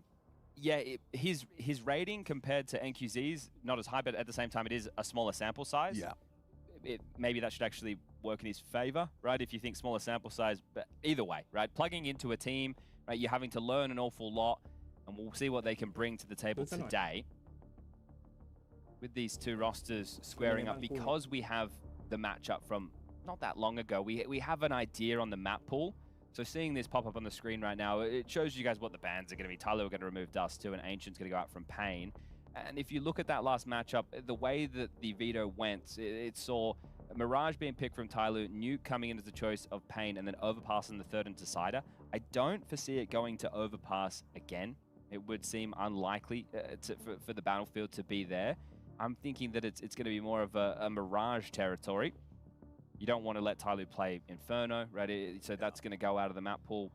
Payne, I think because of that result on Mirage last time, I'm happy to play there again. But I think for Tyloo, that's not traditionally how well they perform, right? I think we can get a little bit more out of Tyloo on that very map. Also safe to assume that, you've got recent game experience on that map versus is Mirage. Okay, so Mirage is going to be our battleground, but you've already seen the tape. You probably scrubbed through that demo, seen some shortcomings, seen some of the approach that Payne are going to be utilizing here. I highly doubt that Payne are going to be able to completely reinvent the wheel. It's interesting that Payne are the ones who have removed Overpass in this situation. I think that maybe there's a scenario of which side would they be starting on, or sure, best of one. But either way, it being Nuke and Mirage, the two maps that started off last head-to-heads veto. We get to take a look here at the pathing of these teams and what to expect in the first 30 seconds of their rifle rounds. We had a very odd game from Tyloo versus Linvision, and it wasn't odd because of Tyloo, it was odd because of Linvision. It felt like they over-prepped and they were in their head, and they were making some decisions that looked awfully baffling from our side of the fence. If you sit there and you go, they're looking at the tendencies and how much they played against one another, it could play in a little bit more, but some of the plays just felt inexplicable. It's a good word for it. I think we're going to get that flavor out of Tyloo because they back their individuals an awful lot, right? And there's no reason that's going to stop right now. And the fact that they're warmed into this scenario, they also get to set the tone by starting on the T side. So we'll see what type of pace they want to operate with. It's this CT side where Safe getting plugged in as the AWP, nothing changes for your extremity players or your connector or your short player. It's all very similar, right? The AWP is going to get up to the same antics regardless if it's NQZ or Safe. Which does, I'd imagine, accelerate your integration, right? Like it's not going to feel as much of a obstacle to overcome. I think that the question mark is what type of fights does NQZ like going for that Safe doesn't, and vice versa, right? Because that's what you need to try and facilitate. Valid. There might be one that NQZ like to take that allowed you as a rifler to get away with a certain play that maybe now you can't. You see VSM on our screens. He's going to be the short player. Yeah, he is. Here we go. He's Safe. So they haven't got too much tape together. They've only played this map twice. Right? I said 19 officials, so only 2 Mirages. So not really too much to be able to glean from this. One of the coolest names in Counter-Strike, Rodrigo. Well, you think he should change his alias to Rodrigo? Honestly, we need a Rodrigo. Hey, Rodrigo. Big as there is Big Rod. Nothing on Rod. But yeah, we've got, of course, the young gun Snow. Somehow, he's a beacon of sunlight, isn't he? Isn't Just when you hear him talking, he could light up a room. Enthusiastic, young man. Absolutely. And 4th major. I mean, fair play. He's been farming. He's been ticking along very nicely. Pyria is a player that I think we need to keep our eyes on. Problem for him, he's going to have to be this B anchor. But this man, he's got some sharp aim, good output. But let's get things underway. You know what that music means. Second best of 1 for the day on the B stream. CT side start for Payne. And just to reiterate, last time, very recently, last month they played Mirage. It was a 35 in their best of 3. Payne winning that one convincingly. Chad doesn't seem to believe that it's going to be a similar result as far as such a dominant win for Payne. Likely Tyloo going to be coming in hot. 3 best of 3s off the trot to secure stage 2. Now back to the best of ones, though. This is a 50-50 for me. Okay. Right, based off the fact that Tyloo have had the reps in here throughout stage 1 and Pain coming in cold. And I've thrown that head-to-head, not out the window, but do they knife each other in spawn, or? 2 players. Oh, yeah. Lost a couple of points of health. All right. Play with happiness, says Snow. Oh. It's been 10 years since there was a major in Cologne. We have the chance to play it. He's right. And that's a nice opening. Onto Snow. Oh, back turn. Down, yeah, it's hard shots to hit. G just about face, finds the headshots. It's a brawl, and Tyler were coming out on top. It gets weird for Zero now. With the bomb down, but he doesn't want to try and take a 1v2 on his own. Mercury scampering over to Blender. Hand and a headshot from Zero. He doesn't need any help. Just safe up against the world. He's been pressured from every angle. Does track the 2 headshot. It would be the ace from Safe. This new pickup denied by Jam Young. 13 HP in it. It's Safe that feels unlucky. Oh, a golden opportunity for a real fire starter in the pistol. Wow, that just turned into an absolute brawl. More of that, please. What a battle that was. I can't believe they're taking the fight to aimers like Tyloo. That's the shot G hit was not an easy one as well. He's got USPs chasing him down. Long-range Glock headshot. Ooh. Incredible shooting from the USP. Jam Young does save Tyloo. Ooh, fuck off. He's hit him with the bow.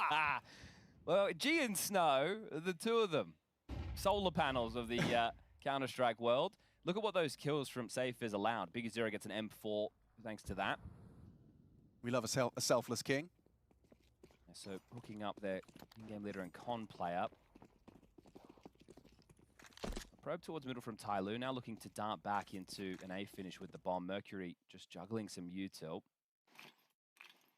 Playing retake A, Safe's over towards Ticket, so nobody burrowed in sandwich or balcony or site. So the A execute should be very strong unless Big Zero can play ahead of the util.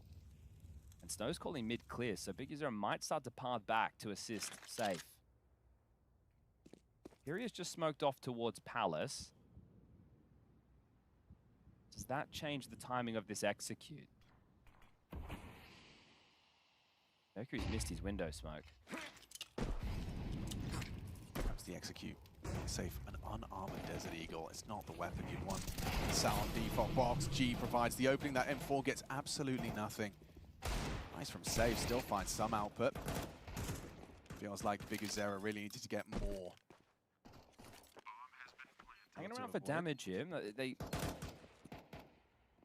The flank, the flash! No! Gets them both! Imperia in unison onto Zero. Suddenly looking good for Pain. A second round forced by 1 kill away. You've got to get past Jam Young, and that's easier said than done! Around the corner and swings into Snow. Whew. Snow does it all. That flash. Bro, he took his sweet old time, didn't he? But 2 of them just clustered around Tetris with absolutely no idea. That is an insane round to win, especially with how close that pistol got. Snow. Easy. Jam Young knew he could have won that as well. He dodges the spam, steps out, and Snow still gets him done. What a start to this map. Yeah, what a start. I see on the radar 2 players pathing back. Someone's going to look at Snow, but it's that flash that couldn't have been better timed for the kid. It's just, I mean, you couldn't believe it. You're around the corner, you've got 2 Ts not looking at you blind. And he closes it down versus Jam Young. Okay, well, they're going to force buy back the other way. Tyloo. I mean, don't forget, it came down to a 1v1 in the pistol. It's not like they've got extra cash. Safe does, though. AWP, round 3. Swinging middle. Piria maybe not anticipating such early progressions. Con, yeah, Jam Young's now revealed. Piria, an exposed head. Now pressure from Mercury as well. This is up for debate. Back from G's Deagle. Snow and VSM are doing well. Knocking it down. Down goes VSM. Yeah, he's done well with the Tech 9 as well. So your bomb's planted. It's a 2-on-2. Safe is begging them to overextend CT. And he gets what he wanted. A second, perhaps. Zero denies. A missed shot from the AWP puts it all onto Piria. Zero's anticipated this perfectly. Crosshair's not on the money, but he controls it perfectly. Start to this game. Back and forth, tit for tat. AWP falls into Tyloo's hands. Okay, this is an electric start. This is what you want to see in best of 1 Counter-Strike. Tyloo, you out the gates there. They do a top cat smoke so they can path through it to get close con. They've done the deep con smoke out of spawn, and they're immediately taking that fight. So Jam Young, straight in their face. I don't know how Mercury gets a kill on short, And this is G's Deagle kill onto A to help alleviate a bit of pressure. Seeing Zero in the clutch, I want to remind people, nobody even knew this guy's name before 2026. Major rookie and clutching on the big stage. Massive Stage impact 2. throughout. He got them to stage 2. Now he's going to try and put them further. And he's noted the push. He was just motor mouth right there. The fact that they pushed 2 into Palace, he's just going to back off completely. The rest of his team are not there for support. They've taken mid control. They're looking for underpass control. And Snow continues to push. Could be an easy pick. Look at the angle he's on. That's enough from Snow. His position and whereabouts noted. Is there a reaction? It seems like Snow and Viria will completely back away back onto site. Mid-util dropped. If Tyloo want to go back to A, which it appears they do, you will have to consider the idea somebody in Palace the entire time. So if you are able to get out to Tetris, someone will need to stay there, or you're going to need to smoke or molly it off while you plant. Because it would be strange for Pain, even though they were noted, to give up such strong territory. And that's what's facilitated them to cheat a couple of extra numbers over towards B in the interim. Here they come. They have to know this is a possibility. Center Snow could be there. G has had his bell rung by Imperius M4. They mollied it off, but they haven't planted just yet. Snow, he's not looking to activate. He's playing late.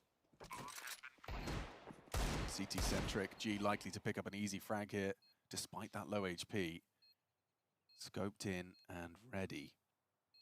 Util might catch him. Incendiary makes life awkward for Jamyang, forced to relocate. Doesn't hit the first shot on that AWP, but Mosier's there onto VSM.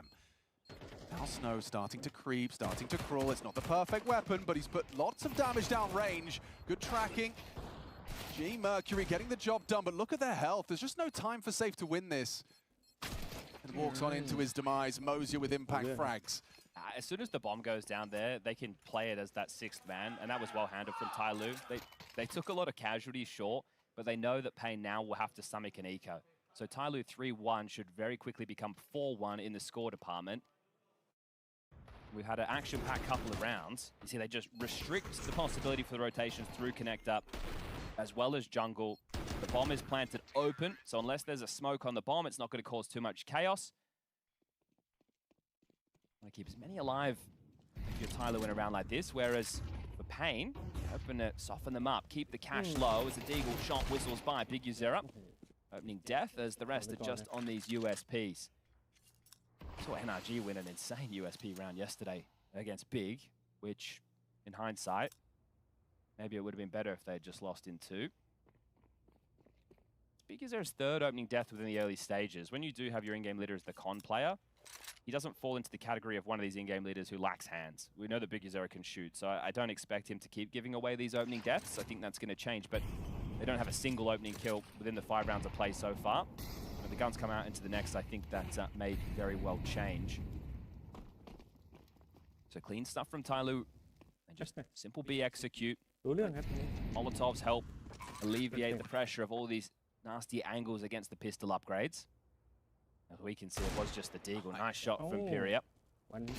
Given an opportunity for another one there. G walks on in. Mercury, he can just hold this line and they can look to exit elsewhere. But Mosier or Zero, they're going to have to make the space for G to get out. So do they want to try it through market? They want to try and pipe through short. You do want to hold on to these guns. You don't want to give anything else over. He's going to have to stand and fight this now, and will win the duel. Should be able to find that gun and get out of there. Piping through the murder hole. Zero. Protect the president of the AWP, and that'll be that. Just Snow surviving. Mercury goes down with the ship, and Mosier takes down Snow over towards A. So job done, 4-1, and now we get the buy. Safe can glass cannon. And he will. So immediately invested upon. He had 4.9k. Gives himself 9.5, excuse me. He gets himself a flash and the orb. No defuse kit for Pain. And Riggs on the mic with the tactical timeout. One of the problems if you get into a force buy war early, especially on the CT side, and you don't come out on top, because it does have some really big flow-on effects to the finances. It's unfolded perfectly for everybody to see in this game, right? You are going to chase the dragon of the force buy wars. Okay, you are able to win back in the second. You lose the third. Well, of course we're force buying, right? We want to win out this war of attrition financially, but if you lose it, it means that even your first rifle round is imperfect. And it limits your opportunities and options, and I think that's why Riggs wants to get on the bike now to make sure that they have a very good game plan of how they want to approach round number 6. Yeah, and the economy of your util. น่าจะอยู่ที่แผนการเล่นซะ Every ส่วนใหญ่ day นะ calculated. Can't be throwing anything willy-nilly. เป็นส่วนเสริมให้ดีนะ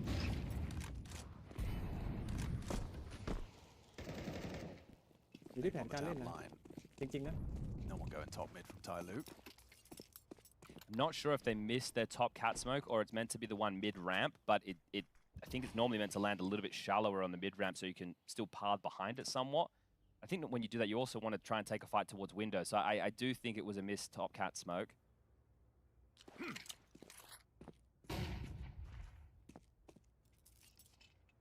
Regardless, they get this mid control. Con smoke, window, molly. Underpass waiting for HEs in response.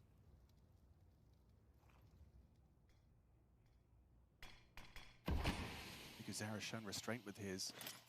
Throw it out now. It does find a little bit of chip damage. โดนนิดเดียว They forced away by the flame. Does give off the sound cue. Curious push B. It.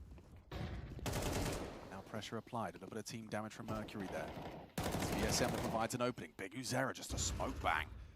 Jamyan bang. Catches short. Oh, they're going up short. B's open. B's open. Wide open, just around the corner in time. Big Uzera's going to scamper over towards the market, but that's the bomb now lost. An important find from Pyria. Now back turn. Mercury finds. They can go away now. They can pivot. 25 seconds. What's the go? What's the go? Snow's going to be starting to hear this now in jungle. Might be a little bit late. Jamyoung gets a cross. Just about 18 points of health. Jamyoung safe passage for the bomb. Has to plan safe. Mercury CT.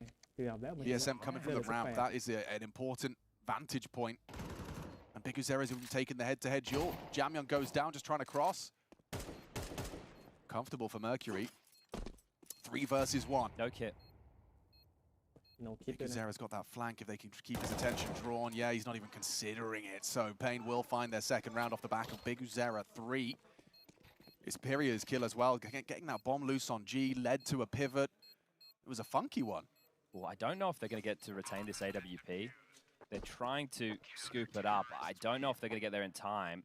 They're a little bit late to that. Oh, there, they get that kill. Nobody started darting for the AWP immediately. So that's unfortunate from Pain. They should have been on that a little bit more. They had a 10-second defuse. I think they were just making sure they guaranteed the round. They do have the AKs at least carried over, but Safe is going to have to get dropped something here. Yeah, maybe Safe's not quite as Monacy coded, where Monacy is just yelling screaming, op. They might have that comeback to cost them. Money already. Run dry. Tyloo. They still are able to get out the AKs for 4. A Galil for Mercury. Oh no, Zero's been told he needs some util, so he's gone into a Galil as well. And VSM with that signature cheeky smile. I think he's going to be a funny character on VSM. That's CSGO tap representing.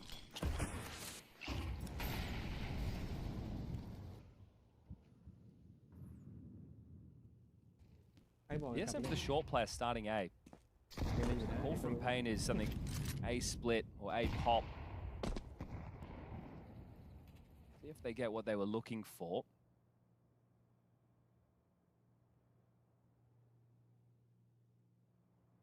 Island box taken by Jamyoung. Mercury top cat. Mosier in the underpass. 0 apps and G ready to go ramp. That pays off. Mosier's caught on his progression. I mentioned Big Zero was 0 and 3 in that department. Now he's found his first opener. Thank you very much to Safe, propping him up.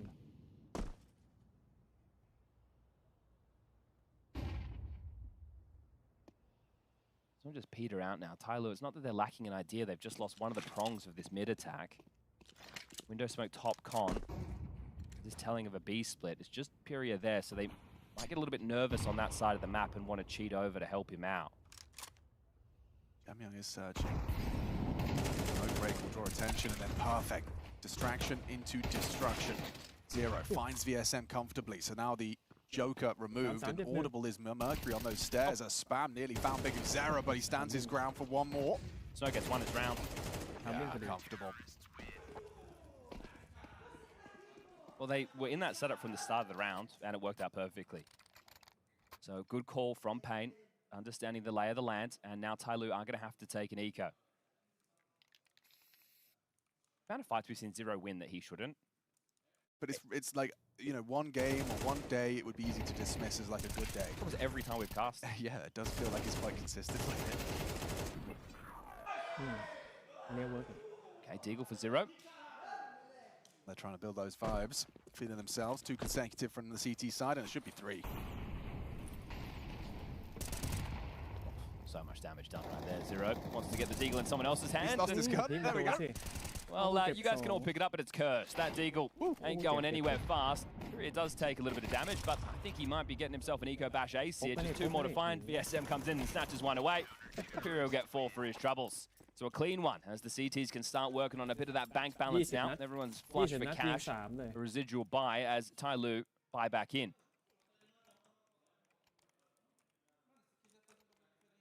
I wonder if Mercury just calls them into something direct again. It was very hurry up and wait in their previous rifle round once they had the space, and then they got picked apart.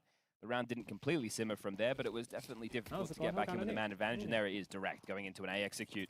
It's just safe. I was going to say on A, sorry, Snow on A. He's starting over towards stairs on his lonesome. So they are preparing for a mid-take, currently, Payne. Does he play to disrupt? Well, he has a HE. He can break the smokes on the way in. So actually gets vision on Zero, puts him down half. Doesn't stop his flight path. Breaker exposed. Mosier booked by Snow. There's another one. Keep harassing. Bomb being planted. You've got Zero across CT. Spam back. Has safe on 40. Zero playing on the fade here. Trying to be a disruptive force, a disruptive presence. He does manage to get the 1 and done. Big Uzera again with impact in the feed, his 9th kill. Jamyoung back from Palace, over the top. G catches the stairs player easy. Ilu, this post plant forward. Oh, he's not ready for this. G in his blind spot just getting walked on. Should be pickings for Pyria. Still Mercury can clutch this as low HP. Snow can't handle it. Well played from Mercury. Safe pair of hands for the close. Yeah, the time was definitely starting to run thin there for Payne. I thought they might call it off and go for the save, but fancied their chance in that one. I think Jamyoung's just supportive frags as well from the Palace position. He gets 2 there. And it's all the timing on the breaks, right? So Tyler, they're aware that that possibility is going to come in, especially once it's identified that it's a retake setup. But if you get caught in the open, you get caught in the open, right? You don't know when they're going to use it, and you're pathing into the side. You have to clear sandwich, under Bauk, everything in sight. There's a lot to worry about. So Tyler were quite fortunate they didn't lose more casualties in the throes of that as we get the second tactical timeout and double AWPs.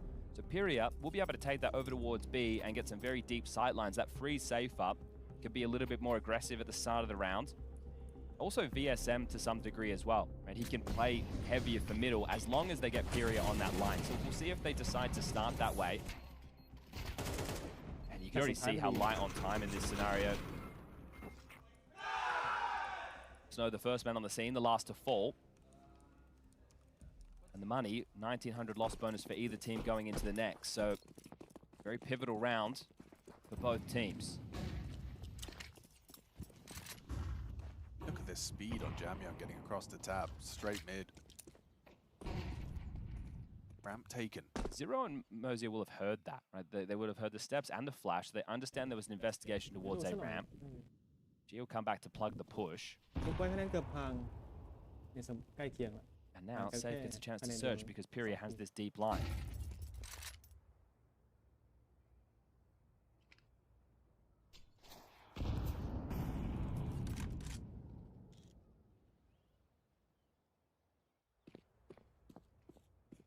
Snow is in a tough spot here. Jiggle block A ramp, and they're going to come up through Con and Waterfall out Palace. Here they come. Safe's dead. So dead. How is he not? Okay, Mercury gets it done. He was full flashed.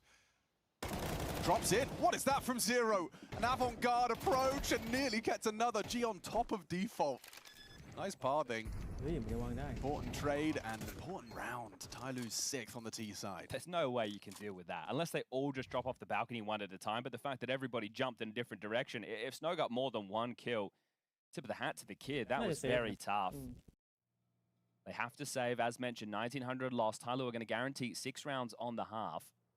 It's already a whole lot better than it was at CAC. And that's the thing. Like, I understand Payne having the veto go down to Nuke and Mirage. They must have known it was going to be Mirage. So they're feeling that comfort from the last head-to-head. but also Tyloo are the ones who have the bigger learnings, right? We say it's not a loss, it's a learning. And looking at the way that went down, that was actually 9 CT rounds from Pain. Not going to be the case here. Before, you also had the buffer of the best of 3. Yeah, true. So this time in the best of 1 environment, it's going to get a little bit tougher. So behind the saves, they're going to fully equip themselves. Hamas has joined the fray. Still the double orbs in play.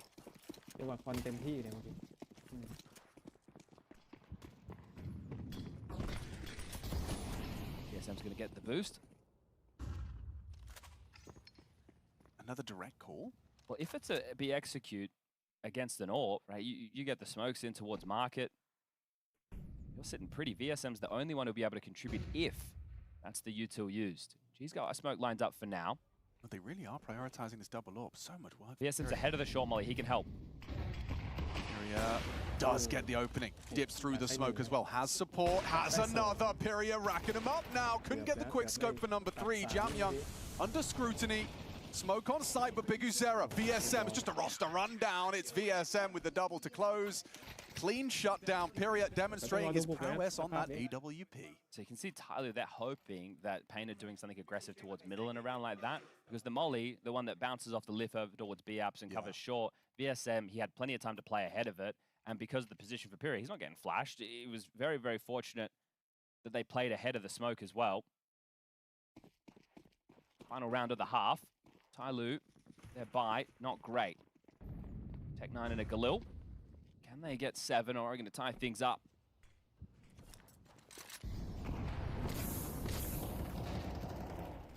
Forced away by the flame.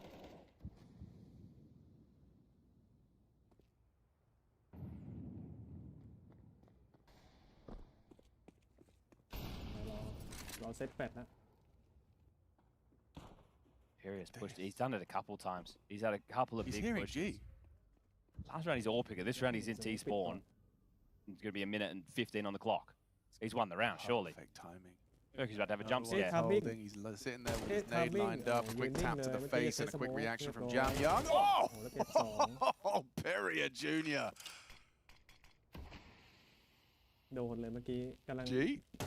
Over the top of the smoke. Okay, good clawback.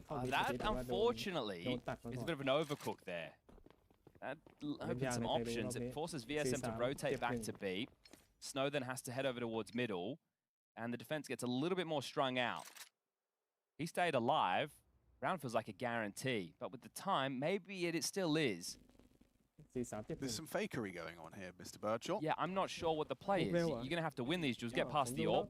Is there a balcony? Can you get past the AWP line? You can't. 0 down. VSM's not moving on B. That's what we like to see.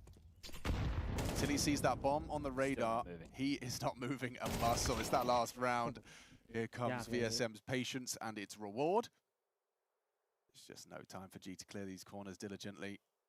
And that's 6. Okay, dead even on the half. It's a whole lot more competitive than the last time they had this head-to-head, but who's going to start off stage 2 with the win?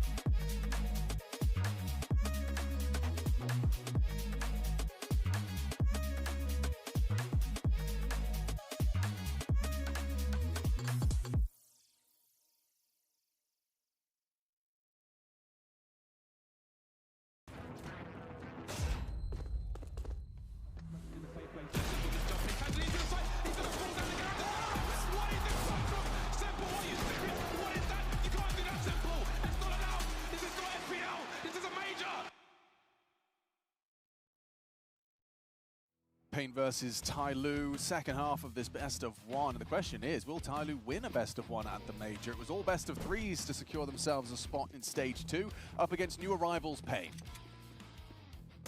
He has opened up the account, Piria. Who was shooting damn hard in the first half. He was a big reason they closed the gap. It was Tyloo in the lead. Pain have managed to tie things up at 6 each. Okay, that's come way too easy. So now this is a 4v5 for Pain to overcome. You are limping. Are they going to be execute? You can see the position from Jam Young here. This is very cheeky on the balk. So when the smokes come over, Mercury will flash. Oh, he's misthrown the flash there. Yeah, it was a bit early as well. Now Jamio's going to have to try and do it on his own. Ooh, still gets one. Quick trade from Big Uzera, gets in for 1-2B. Spots out 2 and pathing forward. BSM good for it. There's G. God, just destruction on the USP. It's G. Nutty start to the second half. The first one comes easy, but he makes the rest look the same. I'm glad Mercury can keep a smile on his face right there, because if that round went wrong, you would have been feeling quite sour. I'm impressed Jam Young even gets a kill there, but this is some very nice shooting from the Orpa and Tyloo. The thing is, you know it isn't, he doesn't even mean it in a mean way. Like, he's not even trolling. He's like, hey, you guys do that. Like, it's kind of a fun thing. I want to do it too. Exactly. All right, well, the eco for Pain, they're not going to get involved in the Force by Wars this time round. So both pistols going in favor of Tyloo and all the clutches. In the first half, we were equal in terms of rounds and opening kills. It was the Force by Wars that was the better of rounds, and this one will just be farmed up. Tyloo will be getting this 8th round. Don't you worry about that. 0 under a little bit of pressure, but the dual Berettas get a goosh, and the cavalry has arrived. 5-man shutout against the eco, now the guns.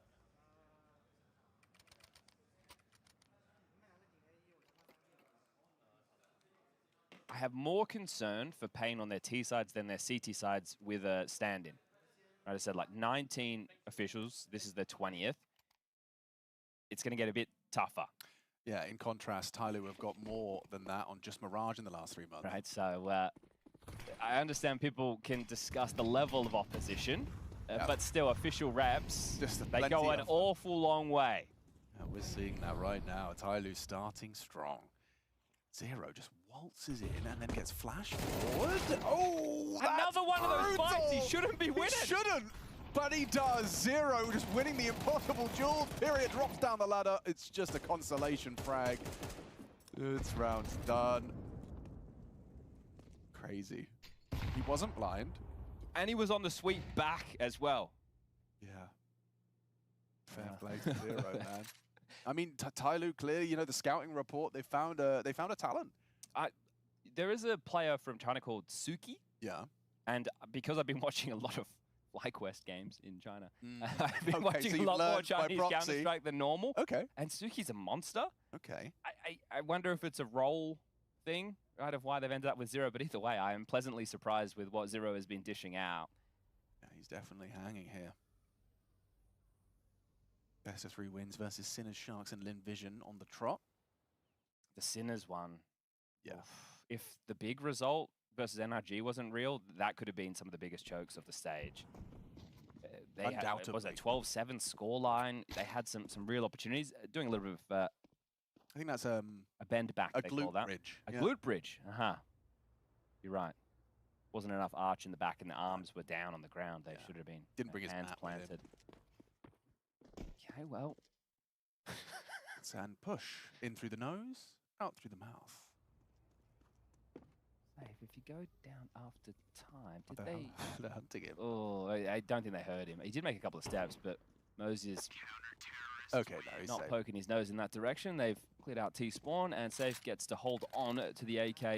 The light smattering of U2. It will have to be a partial buy behind this. Lost bonus for them next round, 3,400. So, for Safe's case, you would like it if Big Zero would call around where the bomb can get planted. And I know that's like, oh, isn't that the objective of every round? Well, not if you just go mid and try and brawl, right? If you do like an execute and you can force them into a retake or guarantee a site take, that extra $600 will go a long way for Safe having a full buy next round. So there you go. They're going into an A piece. And this is still potent. Tech 9's run and gun. G ticket, 0 tucked in. And here's the go. Zero and G, first men on the scene. Spotted towards Ticket. Zero will activate. Gets himself set up, transfers into Big Zera. It's not enough because VSM's done well. His Tech 9 connects, no HE for the smoke break. Just smoke spams, not quite connecting. So now bomb planted still, the job not done. Mosier hoping to be overlooked on this staircase. They're masked by the smoke and they're lining up for him. Quick double kill out of Mosier, and that is all you get. A couple of kills and a plant. Very threatening for a moment there. He's making him giggle. How's your Mandarin? It's terrible.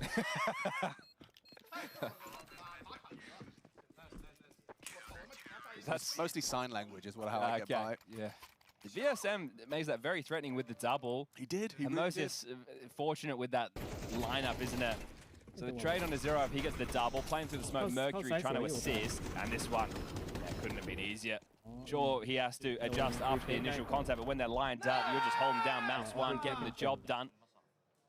Safe gets his AWP, but running out of rounds now. 10-6, 4-round gap. Palace push from G with the AWP.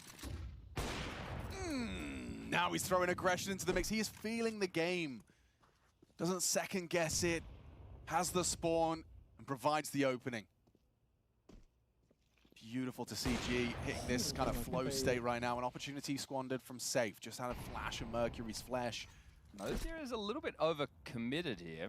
Yeah, he's on the wall, hugging it. And now with that smoke up, he's on high alert. Dumps his util. Zero wants to play through. They want to fight for mid control. Jamyoung's coming over to mid as well. They're going to brawl this. Boost up for Jamyoung. Seen this work out before.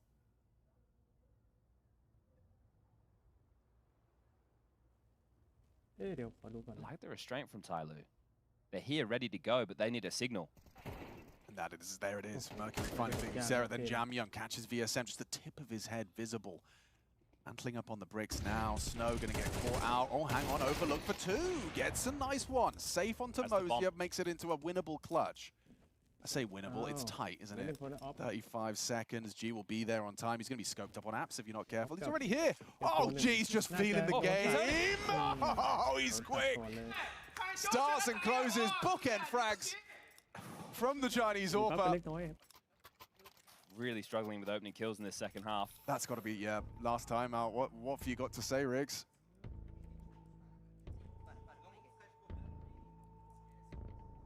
Snow's brought in immediately, as we can see. I'm not sure if that's going to be the follow-through. It might be a couple of upgrades, but still making sure next round's your full buy, but then that means you need to win 6 consecutive rounds just to take it to overtime. So your choice is, do we want to fully invest right now? Do we have like a pocket strat that we know can be brawly? Or do we half buy, we give them 12, and then we play for overtime? I mean, that's the choice. You got close with your half buy last time. Yeah. It was simple A execute, wasn't it? And Zero doesn't get 2 like that every day of the week. Great from G, using his spawn, and no chance. He did go further than I expected. Like, because Safe's hearing him at that point, right? It's like, I know he's there. He's just quicker. Okay, so Snow in with the AK. He's still got 900 bucks, so with max loss coming through, he's going to be able to buy. This one is not looking to be execute heavy. Missed time there. Safe will flash in the face. Not looking well polished, a pain.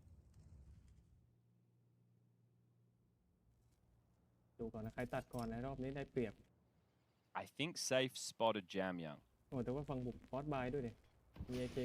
with that info. Maybe Mercury just walks in this one. Oh, he does. Snow still can't hack it. How has Mercury done that? He was caught off guard, just quick reactions. So Snow's gone, and yeah, it feels like the round is going down as well. Everything's so well ironed out by Tyloo, not letting that Mirage slip through their fingers.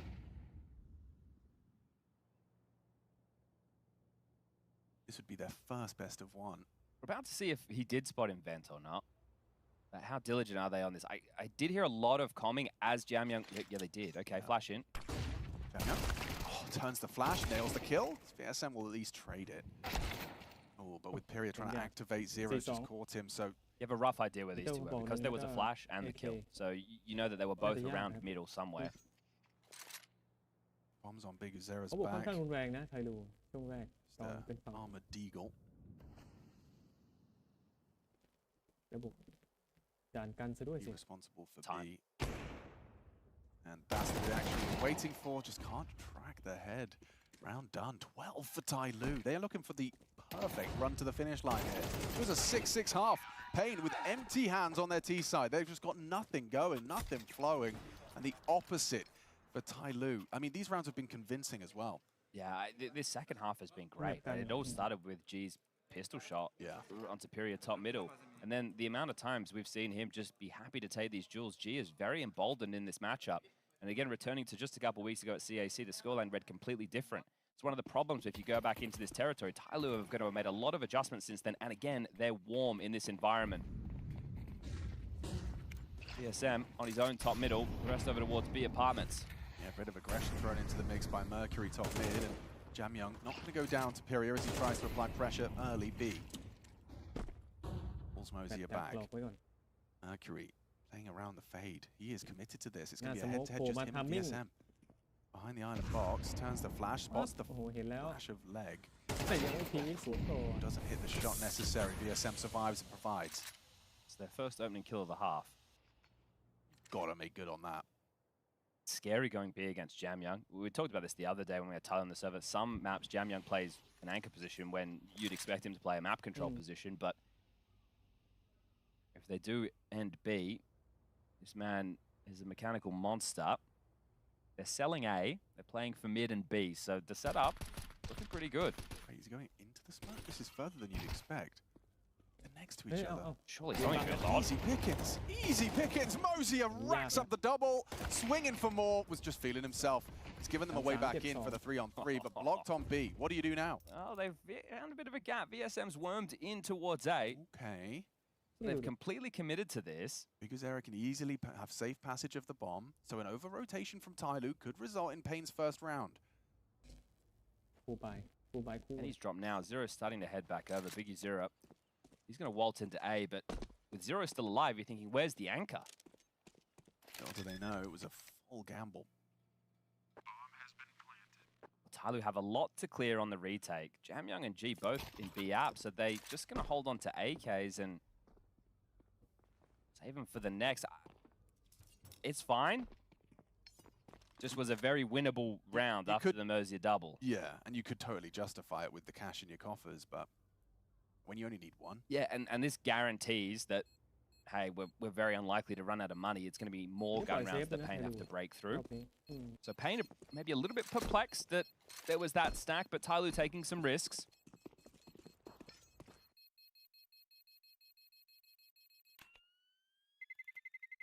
Finally, the streak has come to an end. 6 straight on this CT side for Tai Lu. Not everybody can do their best big impression. 16 straight rounds. Well, guess what? They're coming up next. Big versus Monty. That didn't inspire to run a mile. I don't know what did.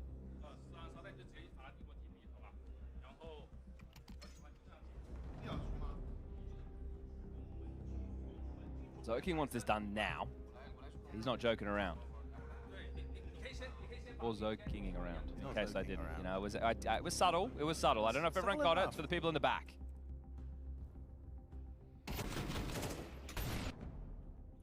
Crazy. I mean, I imagine incredibly crazy. Pyria has had some crazy deaths in this second half, excuse me. Like, he's been AWP'd by G, he's been USP'd by G, he's just been caught out by a very aggressive smoke push of Mosier. So that's just the first of what needs to be many. They're pushing mid. They smoked top mid, they're fighting this. They want full control. Mosier and Mercury in limbo top mid. Makes no secret of it.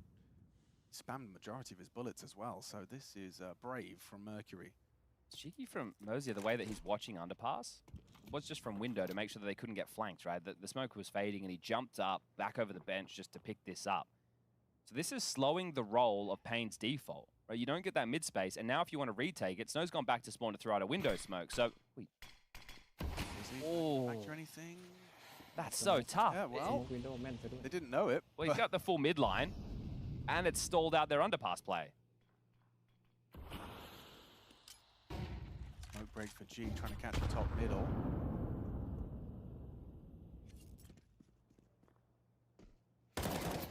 confirmation they are going mid after this delay. XxWolverinexX just walking through Con. Opportunity to disrupt jungle. There's going to be a back turned here. Mosier so distracted, so focused on something else. Now trigger discipline being exercised here by XxWolverinexX. The sound cue, can hear another as well. Jamyoung just the one and done. Snow on into B. G to react though. He has got the AWP on the line. This could be good, and he's nailed the first. An equalizing frag takes Tyloo closer to closing it here and now. Swing through, sweep with the angle. Saves found zero. Where's that bomb going? It's just Pyria, he needs help. G's hiding out on the site. And just enough time. Safe will catch G. Pain find 2 consecutive, and they need a whole lot more of that. Awkward round for both. I like the move from Tyloo, take the fight to them, restrict the default play. Then the fact that that smoke didn't actually get blocked and just dumped down to overpass, I think XxWolverinexX is saying it hasn't landed perfectly. They can spot you from window. It just was a little bit clunky both ways, but then XxWolverinexX makes the play, finds the gap, and then this becomes chaos, right? At that moment, just the eruption. You know there's money for the buy. Just a 4-round game if Pain want to bring this back to OT, and they're lining up for an A execute. Short player, Mosier joining 0 on A. So a good read of the situation. They keep floating G's AWP towards the B side. There's a Joker in the mix.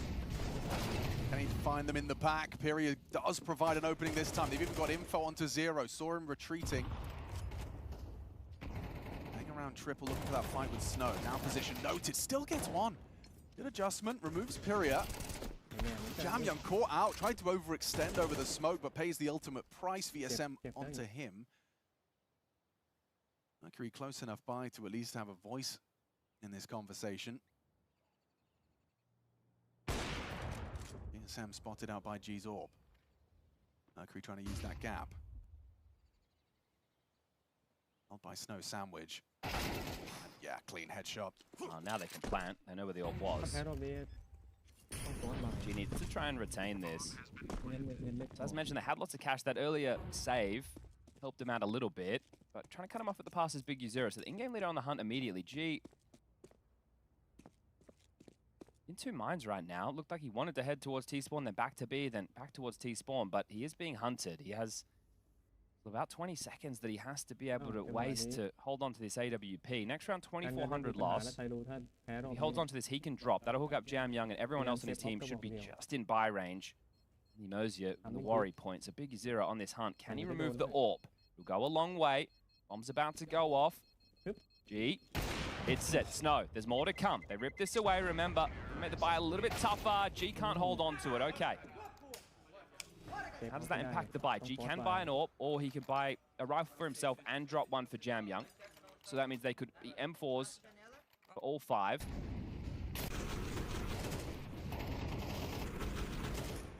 From the complexion of what they're looking for. So, okay, Jamyoung's going to go down to an MP9, and G will be allowed to wield the AWP. So the difference, well, they've made it work, never mind. Yeah, just last second swapped it out. It comes at the cost of nades. Yeah, well, they're selling A again. Here we go. 0. What have you got for us? Respects the smoke. HE from Mercury for a smoke break. Oh, wait, never mind. Just goes swinging. I think he assumed to be a second smoke there. It's just the stairs piece. So caught in the open. Didn't expect it. XxWolverinexX profits. G catches VSM trying to take that CT control. It's going to open it up for Jamyoung. Bomb goes down default. 4 on 4. Tyloo on this way back in. Smoked on Palace's Pyria. Taken out of the play. Snow catching flak from the HE down to just 19. Trying to delay them with the last pieces of their util. That is the last piece. Snow spotted. 0 executes him. Gives him the advantage. Time is ticking in favor of Pain. G's got the kit. He's going to get up close to the gap towards the side. Easy pickings for Mosier. Just jumps in, looking good. Just safe remains. They just have to stop the defuse, but there's so much cover. Mosier should have him dead to right. They're on the defuse in time. Tyloo secure the best of 1. 13-9. G lets out a roar, and he tops the tables here. 17 frags for him in this one, alongside of 0-21. The two of them delivering impact throughout, but Pain, they start their IEM Cologne major campaign with a loss in the best of 1s. CAC, that was a different time here in Germany. Chinese get the better of the Brazilians. We never thought it was going to be easy, right? We know Tyloo hit hard. It's the best of threes, but they've been doing their better work.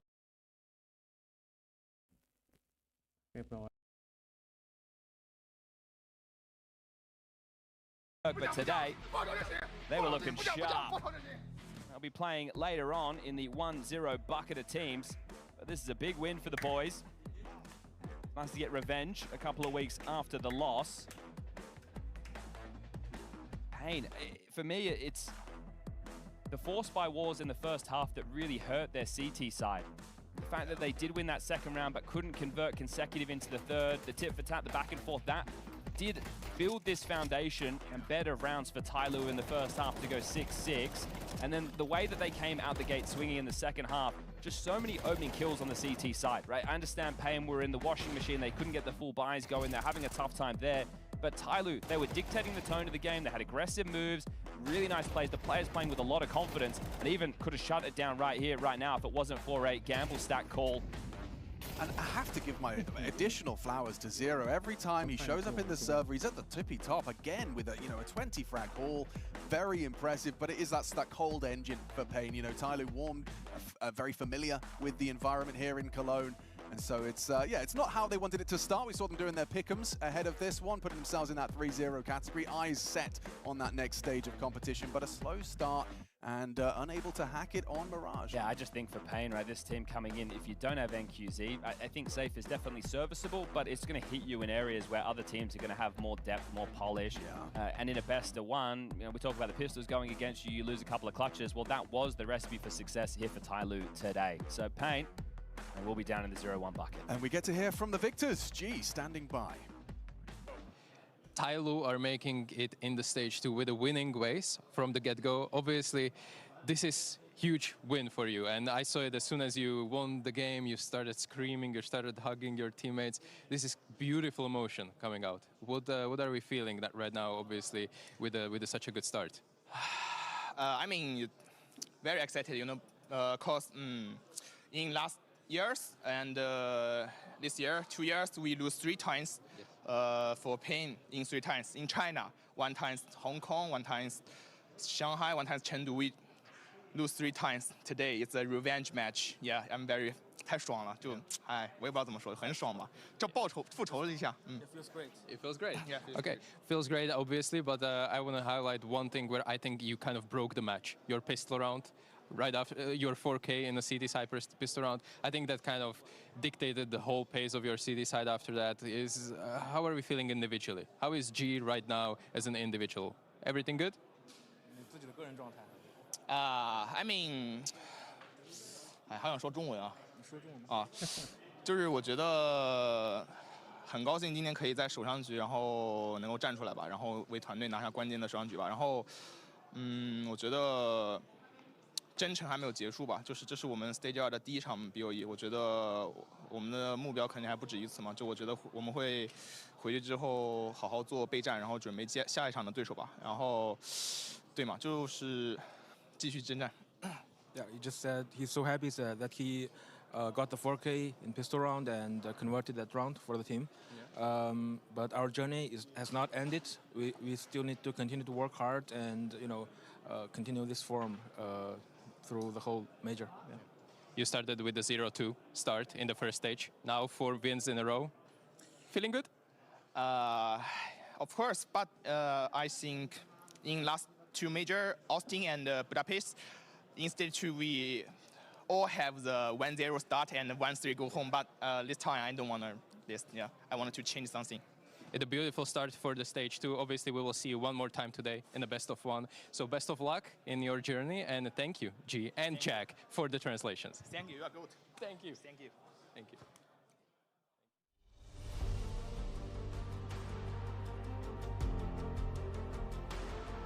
Next stage.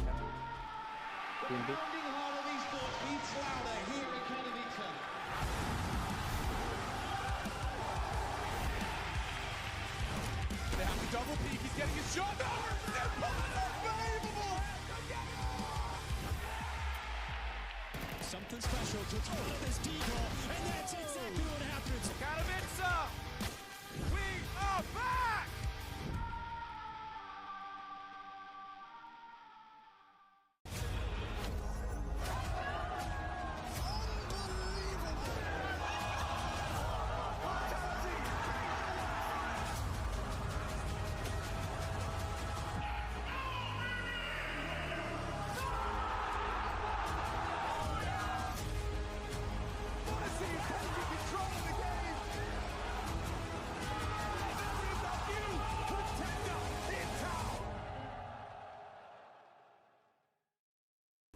Yes sir.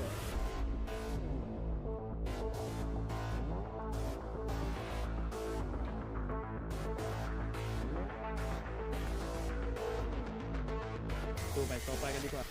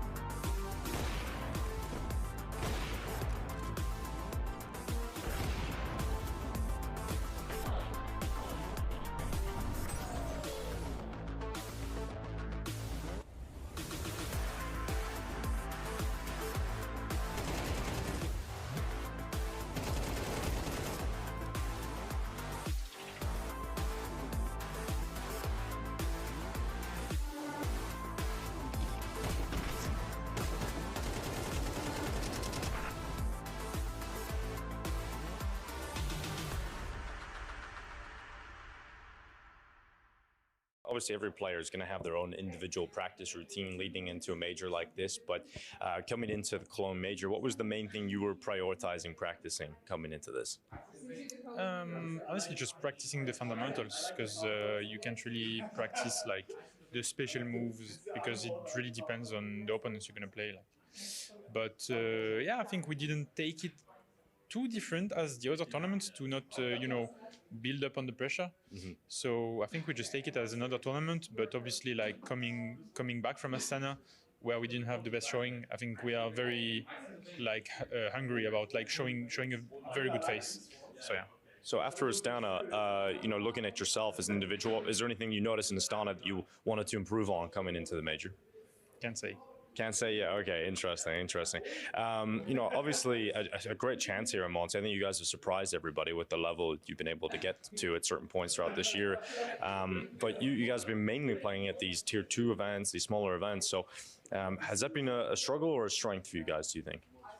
I mean, playing the tier 2 tournaments obviously gives you a lot of experience because you play a lot of games, as Kekafu said, I've heard, and it's very nice also because the tier 2 tournaments are evolving a lot. So now it's like almost tier 1 environment. So obviously, you get used to the pressure, get used to the environment, which is good, and also the only thing very different in tier 1 tournaments is obviously you play against tier 1 teams, tier 1 coaches, tier 1 analysts. So it's a bit harder to play your own system, your own things, because then obviously they understand very well how to counter what you do.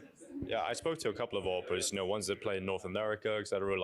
And they were talking about how when they're playing in their own regions or against these weaker teams, they don't get punished as much for playing common angles. So for you, when you go from the tier 2 tournaments to playing the tier 1 events, is there anything different specifically for the AWP?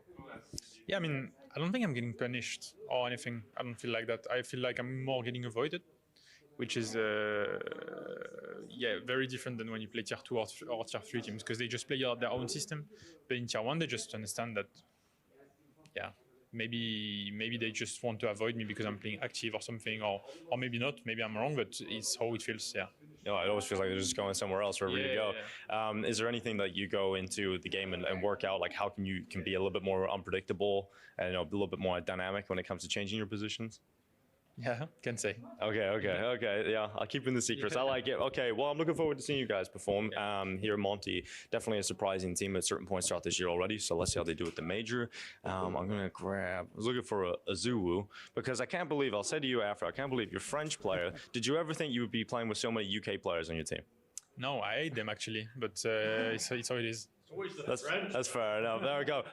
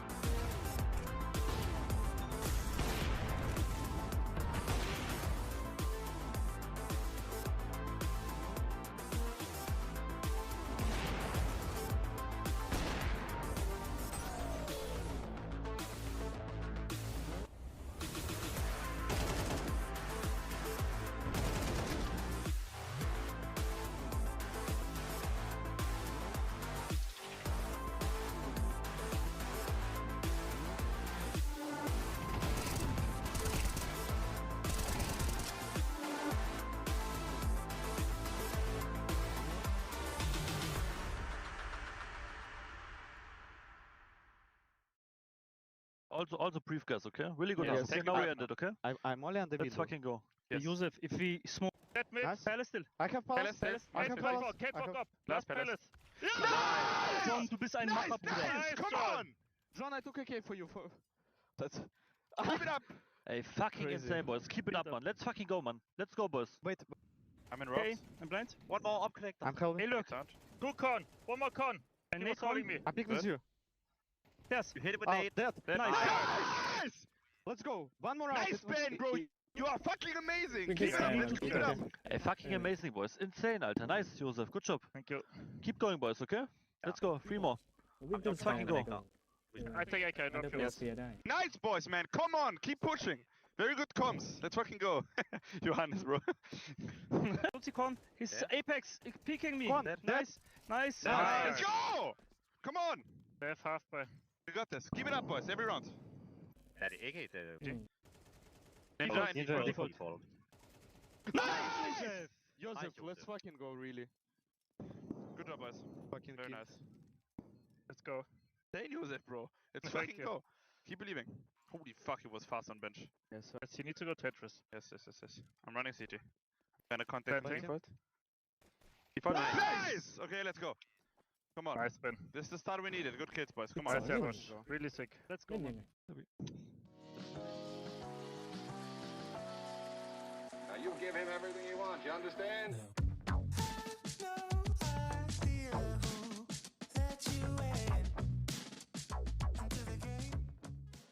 I'm here with BMS from Monty, returned to Cologne after 4 years, returned to the major after 5 years. For the first time you have in-game sticker. Tell me about a little bit of an emotions. What's going on in your head? The emotions were crazy when I first opened my game and I saw my sticker in the game. It's something that I think every player wishes, and it's a total dream come true. I've been dreaming about this for 10, 15 years, I don't know, ever since I was a kid. So, yeah, it's crazy.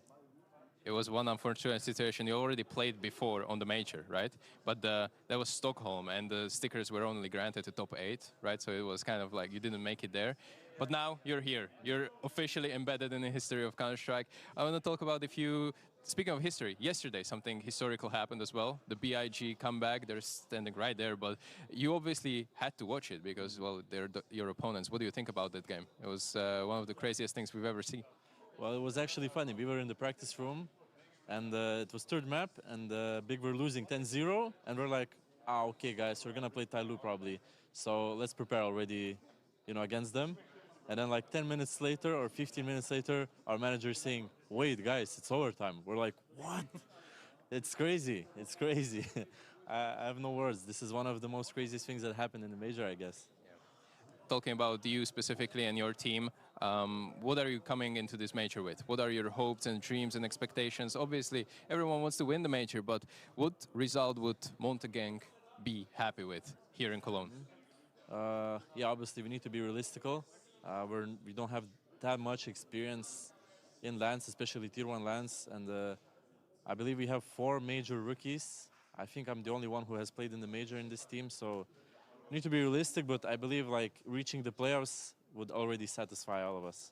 So you're like a dad of the group, like you know what's going on already. I'm an Ankh at 22. Well, welcome to the Ankh status. So we will see how it goes. Obviously, good luck in the best of 1, and welcome to the major one more time. Thank you very much. The Intel Extreme Masters Cologne Major 2026 is brought to you by ESL in partnership with Intel, Acer Predator, DHL,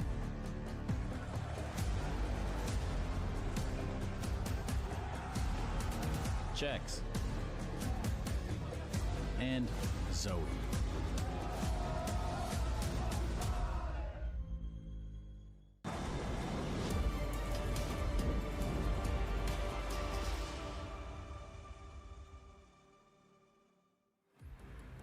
So now it's time for us to study and experiment of momentum in Counter-Strike. Big Clan were 12-0 down and came back up against a Monty who are fresh-faced. You know, they've just rocked up, looking to start off with a bang here in Stage 2, but they're up against a team that caught fire and turned heads yesterday. history being made yesterday. Insane comeback. Like, well, obviously, we had the jumping dig from Ultimate. We had the 2 smoke impact kills. That's already crazy enough. But never in my life have I seen a 12-0, a 15-0, especially in the context of a major. The mental that Big had to dig deep to yesterday to put them in the position to even make it remotely possible was insane. And Faven, a big part of that as well. Keep your eyes on him if he can keep that up today. Clashing with Monty. Now, technically, you know, world rank-wise, Monty are higher ranked than Big Clan, but I imagine they're still going to be framed as an underdog, even though they're the Stage 2 team. How are we framing this? This, for me, is a 50-50 game. Okay. I think that there's a bunch of European teams who have eked in here who don't have the best records against big names. I say the best records, just tape, right? That was the conversation around Big during Stage 1. It's like, well, let's see what we can get. And the fact that they were able to pull that game out yesterday, that's massive.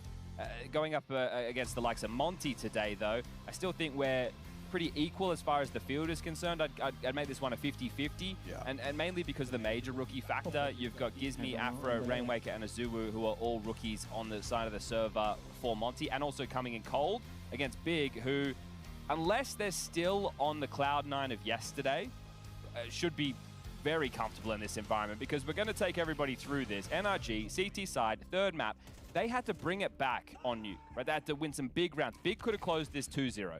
Then we go into Mirage, and they are just getting flatlined. I think it's like a 15-minute first half of Counter-Strike. I think it's done, right? It's the end of the campaign, the German squad getting sent home early with their bags packed, and then round after round, clutch after clutch, they started to piece this comeback together, and nothing like this has happened at a major before. I mean, to get 16-0'd in CS2, it's just phenomenal. Yeah, words cannot describe. And there's two sides to this. There's the one that is the mental required for Big to be able to bring this back. JDC, a huge part of that. The other is for NRG, and that's something, rounds like this, it's something that they will never forget on the other side. When you have that 12-0 buffer, you're going to take risks and chances in the early stages that maybe you wouldn't otherwise. And then when the game gets close, you can see insane. One T-side round one in the entire game is the final round of the game. I've never seen anything like this. It was an insane comeback. You hear there from Bemis in the interview saying, yeah, you know, our manager came back and said, hold up, boys, that the comeback's on. I heard Astralis just down the hall from me. Their door open. I think the rooms get a bit sweaty. They're hooting and hollering, going crazy as the comeback's on. My door's closed. I'm watching it on my telly as well, and they're going nuts. It just, the Counter-Strike world... It stopped. Everyone stood up and took attention to that one yesterday. 100%. And I'm just so curious to see if it's going to be... It is. The same.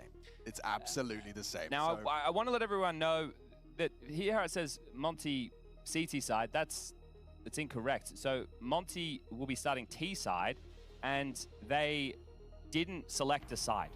So... How does that work? Well, it's done digitally. Yeah. And that means whoever's doing the veto did not select a side. Yes. So that's a mistake on their behalf, which means you just put Big back on the CT side where they have all the confidence in the world. You were auto-assigned their side. That's bizarre. Right, so a little bit of a mistake there for Monty kicking off their campaign before they've even played around a Counter-Strike. Yeah, and you've got a lot of interesting characters. You've got some UK representation, of course, on Monty. I'm always going to have a soft spot when I see Azuwu and Gizmi in the Monty jersey, at a major, no less.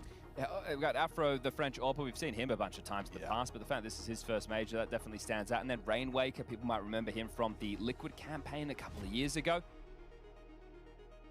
Round this one out with your Bemis. Aurimas, that's what he's got. He's done well there. I thought it was funny in the interview with Steve. I was like, yeah, no, we'll be pretty happy with the playoffs. Sorry. Did I hear you correctly? Let's start with a win. Let's get a dub. Let's start with a win, and then we'll go from there.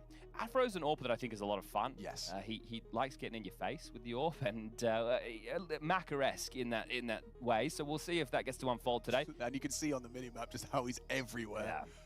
Yeah. On the other side, obviously Grix. He's one of the other major rookies we have on the B stream today, but he started to definitely warm in some of their matches, being very impactful. But yeah, for me, this is a 50-50 match. I have a hard time drawing the line because there's no head-to-head between these two. I'll give Big the same edge that I've just given Tyloo and I've given FlyQuest. They are familiar with the environment, and they just had a bit of a belter. So those three teams coming through today off the highs of wins. Yeah, like I said, I think this is going to be a case study in momentum, because nothing is going to give you more momentum than thinking you're out of the major on home soil at 12-0 and then clawing 16 consecutive rounds back. Insane. That is it doesn't make sense. Define.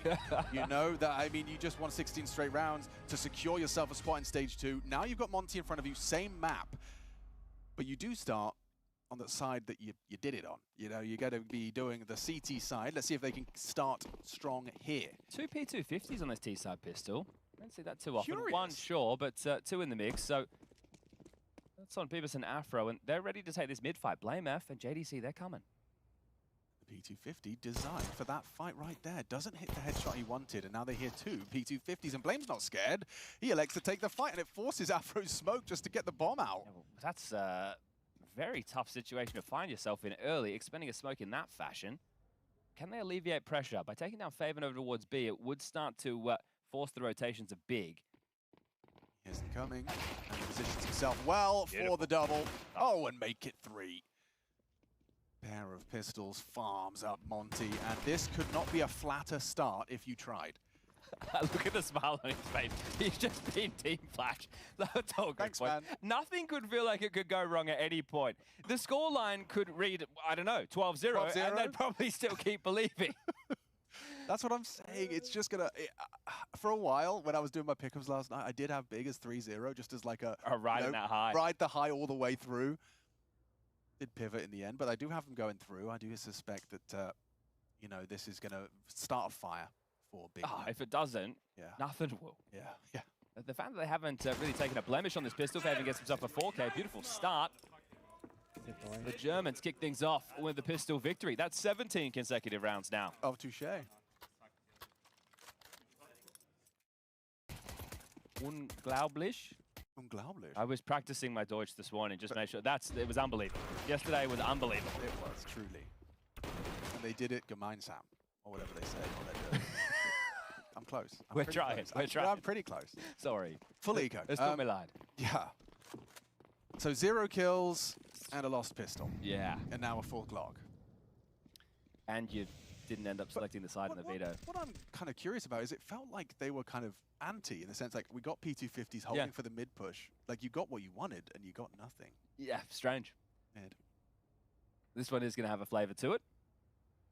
Obviously, there's Kaka for the coach of Monty, once upon a time, donning the Big jersey. So he has a relationship with some of these players over at Big. So they do know one another somewhat. I hadn't thought about that. However, it is also where it has the possibility of thinking you know what they're going to do. Sure. You know, thinking what you know the players inside and out, and it not meeting your expectations. I think there's the difference being that Blame F's team game leader now. This is his team, run his way. So their approach to the game is going to be somewhat different, because once upon a time we were like, oh, Big, they've got geeky nades. Remember that was the conversation around Big. These days, 18 rounds and counting. There we go. Hey, we've got someone on the tally chart. We'll see how long that can last. So 2-0, clean and easy for Big against the Eco. Now the guns come out. 5 AK-47s invested upon for Monty, leaving them a little bit lighter on the U2. Lining up the insta window, top cap. And they're going to have the nerves on 4 of these 5 youngsters. Beavis as well. It's been a while since we've really had to take notice of this gentleman. Smolly top mid there from JDC. That's an air ball. But a tempered start. Evan tucks into the same position he was on the pistol. Who gets the mid space, and getting back towards the spawn is Afro with the bomb. It looks like this will be the A finish. They just have a handful of smokes, a couple of mollies, and a flash for the finish. He's me trying to call them into position. Tabson tucked in sandwich. Grix over towards Ticket. Blame F connector, and JDC can even chip him from jungle. The setup looks very good for Big right now.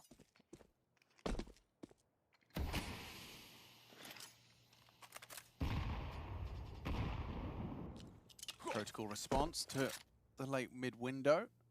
2 HEs thrown by Blame and JDC with no targets. Look at Rainwaker just walking out. Contact out Palace. Now the info. Penny drops. Easy swing. Bomb spotted. Tabson's down. Grix, however, quick on the follow-up. And they're just hitting their shots. Beamus has found a lovely double entry. Kept at bay by the flame, but they've got the space. Bomb needs to be scooped up. Azubu disconnected, and oh wow, Faven commits to the fight. The bomb. So it's a one and done from him. I'm still worried about this lurk. He's been here the whole time. He's gonna walk into this. Yeah, I think you're right. โอ้ทำมิ่งหันไป Blame just looked away. Yo! Gizmy reacts! Blame overlooked it, didn't expect him to just keep on walking. And so the streak, air quotes, could be brought down in round 3. That's a crazy play from Gizmy. I guess he's thinking, I want to connect with my teammate and at least give some trade potential, but he dies there, bomb lose. Blamef can just start hightailing it away and towards A. That's very fortunate for Gizmy. I'm sure that's, I mean, half the reason Blame's not looking is because he's not thinking that anyone's crazy enough to just walk stairs. All right, well, Grix has his AWP. Monty on the board. Money can be broken for Big if they lose this one, so a very important round for the Germans. Oh, Bumble. One more time. Yeah, there we go. A third time for Charm. I am baffled that he's taken that peak after messing up the boost twice, but confidence goes a long way. Afro on the other side of this. You do not want to be losing the bomb. No, especially with him on his lonesome. Slow and steady wins the race, apparently, from Monty. Very tempered tone. Be fake from Afro. Grix calls it clear. That does nothing. It achieves absolutely nothing. Don't get your reaction, but you do get your boost through window. Faven down. And now you can really clamp into A if you wanted to. Afro's, of course, got to bring the bomb through, and oh, that's nice from tabseN. By bringing the fight, relieves the pressure of Palace. Pulls them back into an equal 4-on-4. Bomb maneuvering back. Actually, Afro is going to return to Palace. Taking some risks with that bomb. Blame same position. Will it be a same result? One and done. Beamer's good for a second. His Galil has been feasting. Already with control jungle, and now the bomb just walks out Palace. JDC's on this. Ooh, not anymore. Afro, tabseN's around it somewhere. free aim, and they're looking for tabseN. Time. That's the flash, and now gets the bomb on the floor. Gets really awkward if they don't find this kill quickly, but Bemis is good for it. He's doing everything right now. Winnable for Griggs. Not anymore. Azubu puts him on the floor. Okay, first kill for Azubu there, very important one, and that is going to break the money of Big in the early stages of this. 2-2, all tied up, but they will have to take the eco. I mean, a lot of credit has to go to Bemis as well. Some really important follow-up kills and trades. Curious tone as well from Monty, right, in terms of the pace there. They didn't give away that they were going for that control through underpass, and they faked B. The fake didn't count for anything, but they didn't give away any smokes or mollies to tell that we're going mid-space. So they still got the jump with that window boost. Big have Blame, who wanted to play through the window, looking for a fight on the eco. Deagle tags away, but just one. Oh, no.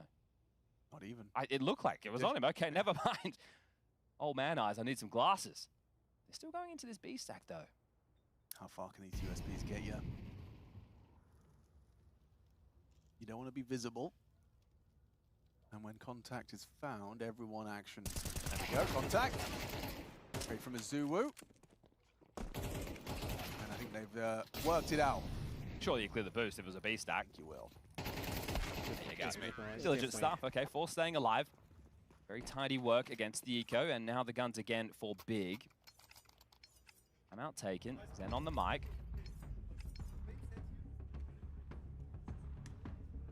Maybe this was the recipe that NRG should have gone for. Hey, let's actually start on the T side.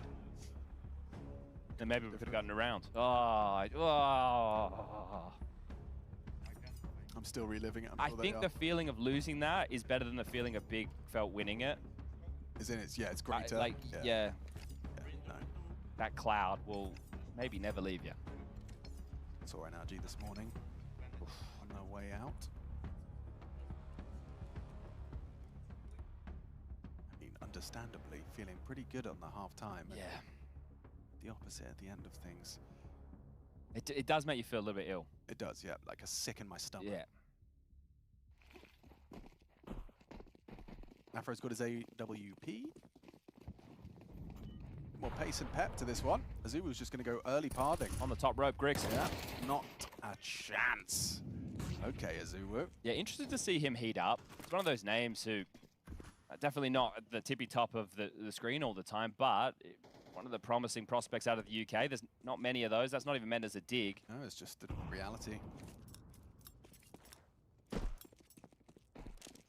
So a very easy opening pick coming their way. Normally they've been waiting very slowly with this broad net for Big to reaggress. Now they're allowing them to clear out middle. They've completely evacuated. We get the kill, we evacuate, Big come, they search, they find nothing. And then they go back and they take the space. Perfectly timed from Gizmi. Exactly what Gizmi wanted. You could see he was like motor mouth talking this one through. He's got a good read of his opponent, understands what their protocols may be. Windows smoked, but Faven also blocks Con. Tabson versus Rainwaker in this standoff. Fade, it's a dink exchange. AK reigns supreme. Flame still in his signature position on the staircase, down after one. It's an XxWolv double. He's done very well to start us off. JDC ticket, looks like you're going to be completely nullified. Faven can't do a thing. JDC flushed out, still manages to remove Rainwaker and put the bomb down, but with the trade from AfroZorb, that should signal another Monty round. Okay, well, plant open.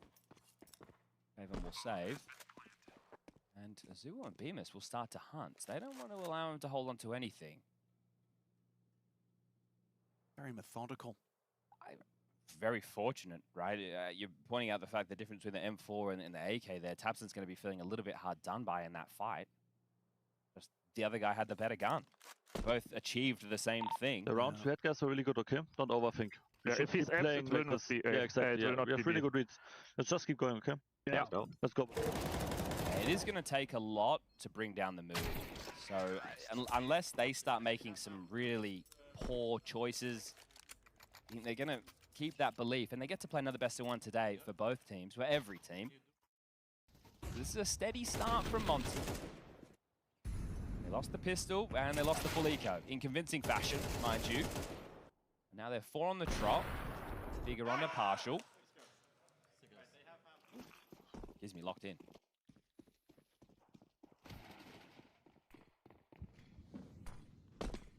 Okay, JDC. Love a little aggressive maneuver. His flash does connect, but he's got support. Gizmi backs away, even throws a molly to try and keep him at bay. But I mean, there's more where that came from. Interesting approach. So 2 push apps. It was Blame and Faven.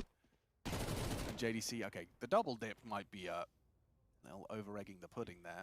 Especially because he got left on his lonesome after that. Blame darted away. Can understand if they wanted to group up and really try and to cause a bit of a kerfuffle, but maybe JDC was expecting his presence to be respected a little bit more. Either way, it is just a partial, and if you don't cause the chaos in the early stages, well, now you have to do it in the late. Window boosting, it's the Mac 10, and if this was an AK, I would have greater concern. Juicy little slip here for Gizmi as he's tucked in, and the rest of his team start to pile up through connector. Make it that late piece again. Faven's actually going to have a really good timing here. Keep going. Rainwaker down. This is big. This is big. Yeah, gets it. The flank from Faven. Beautiful side of the head. Afro combat AWP to respond. A quick scope. Fires off another shot. Deagle overlooked. Grix hits his shots. It's a one-on-one. Ouch! Afro's Tech 9 on the drive-by. Saves Monty from red faces. I thought Faven's play could have done a whole lot more. Oh, that one got out of control damn quick. Okay, I thought after that opening kill on a JDC, it was looking easy. I understand that we're going in towards the stack there, but Rainwaker gets nothing as the extremity player, playing a little bit earlier than the rest of his team. It's a difficult balance in that role, but second tactical timeout called. 5-2, and the same in terms of opening duels. 5 in favor of Monty so far. 5 straight run. Grix's AWP comes into the mix. Plenty of kids, plenty of Yuto. Everything big desire to start whirring this CT campaign into action.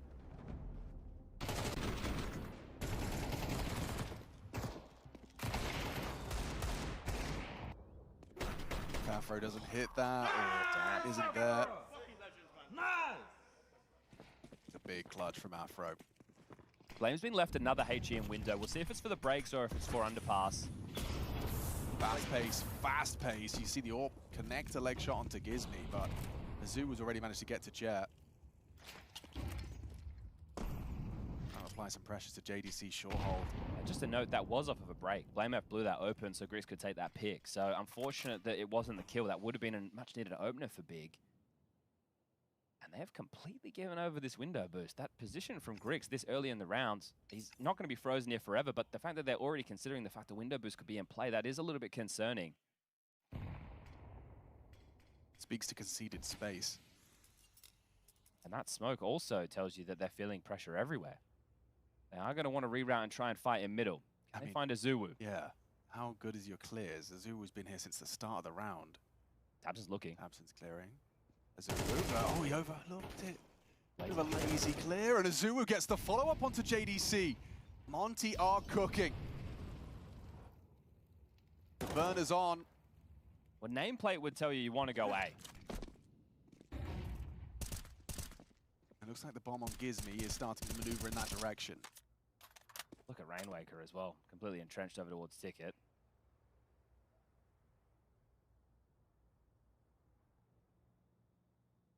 Respect XxWolv does just stay there. But they've got them trapped. Yep. Right? They're like, well, we have a rough idea of where they are, so if they want to get it, come and find it. If I don't move, he won't move. So bomb's going to get planned to default. Rainwaker has that CT control, and I think they really just want to turn the knife into Big right now. They're not going to allow them to walk away with ease. Blame's found a little bit of a gap that's not being considered. Grix goes down in the interim. Blame has a safe haven, sure. Faven between a rock and a hard place goes down to Bemis, and now it's just Blame looking to hold on to this M4. Max loss bonus into the next means it's probably a partial. This could go a long way, and I would expect Blame to try something a little bit more aggressive next round if it is a partial behind it. See if he can insert himself in the play and find an opening pick. But the detail there of just that, it's not even a missed shot from Grix. It's just not lethal. And they still have 5 alive at the end of it. Yeah, this is... 4 alive at the end of it. Sorry, Gizmy. Yeah, so as you said, lazy clear from Tabson. It looked like he was pre-aiming, and then kind of just second-guessed it. Second-guessed it, worried about top mid. Well, XxWolv is currently 3-0 in opening, so he's doing a very good job in that department. Oh my giddy aunt. Junge, was ist das? Das ist zu viel. In 1,5. Scheiße, Jungs.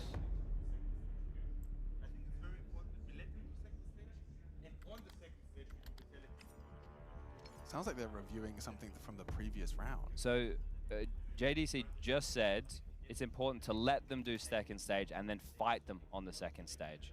So at the moment, they're getting first stage, and then Big are the ones who are coming back in for the clear, and they're just waiting. Right? The fact that Zoo is a tap there, he was at Delpan. It's showing that essentially what JDC is saying is, can we let them actually try and take somewhere on the map before we take the fight to them? Right? That's the... Because it does feel silly when you're on the defensive side and you're kind of giving them what they desperately need, kills. So this is where Kakafu might turn them into a bit of a more fast-paced poppy team, because he's going to be discussing their adjustment, right? Or what are they likely to do? And then now if you go for an execute, you could find yourself in a strong position. So the game plan for Monty so far has been brilliant. We'll see how they adapt. This one I'm not too concerned about because they know they're up against another partial. The next gun round is the key. Obviously they have to get past this one, but it's more the tone of the remainder of the half. Oh, big nade. Huge nade. Chunks. Combination down to 30. Rainwaker and Tabson are about to clash, and it's easy pickings for the AK-47. Important one, Rainwaker, I wouldn't say struggling, but he was 2-7 before that. He's had a couple of missed fights. On his extremity timings. Zoo has removed Blame from the pack, and it's a nice one back. Faven's deagled there, and Grix hoping to punish Rainwaker. Afro's really, really low. I think Faven's caught him, clipped him. Now we're getting clips out of Grix. How's he hit both in quick succession? You ain't clutching this one, Afro. It's completely out of the realms of possibility. This is Big Plan's round, and a helpless Tech9 spam really does embody just how little chance he has. Wow. The Desert Eagle. Deadly in the hands of Grix. Tip of the head. This shot, opportunity squandered. Just want to run at him, surely. You have to hold yourself back. The temptation. JDC and Faven just want to get stuck in. Well, they want the clock to go. I mean, you could kill him after time. He's going to have to run at you. Yep. kill me. Afro's just begging, kill me, please, kill me. Ah, he tries to throw his orb out of bounds. All right, well, they will get Grix's AWP, and he earns it with those Deagle kills. Let's catch that in the replay, please. Yes, please.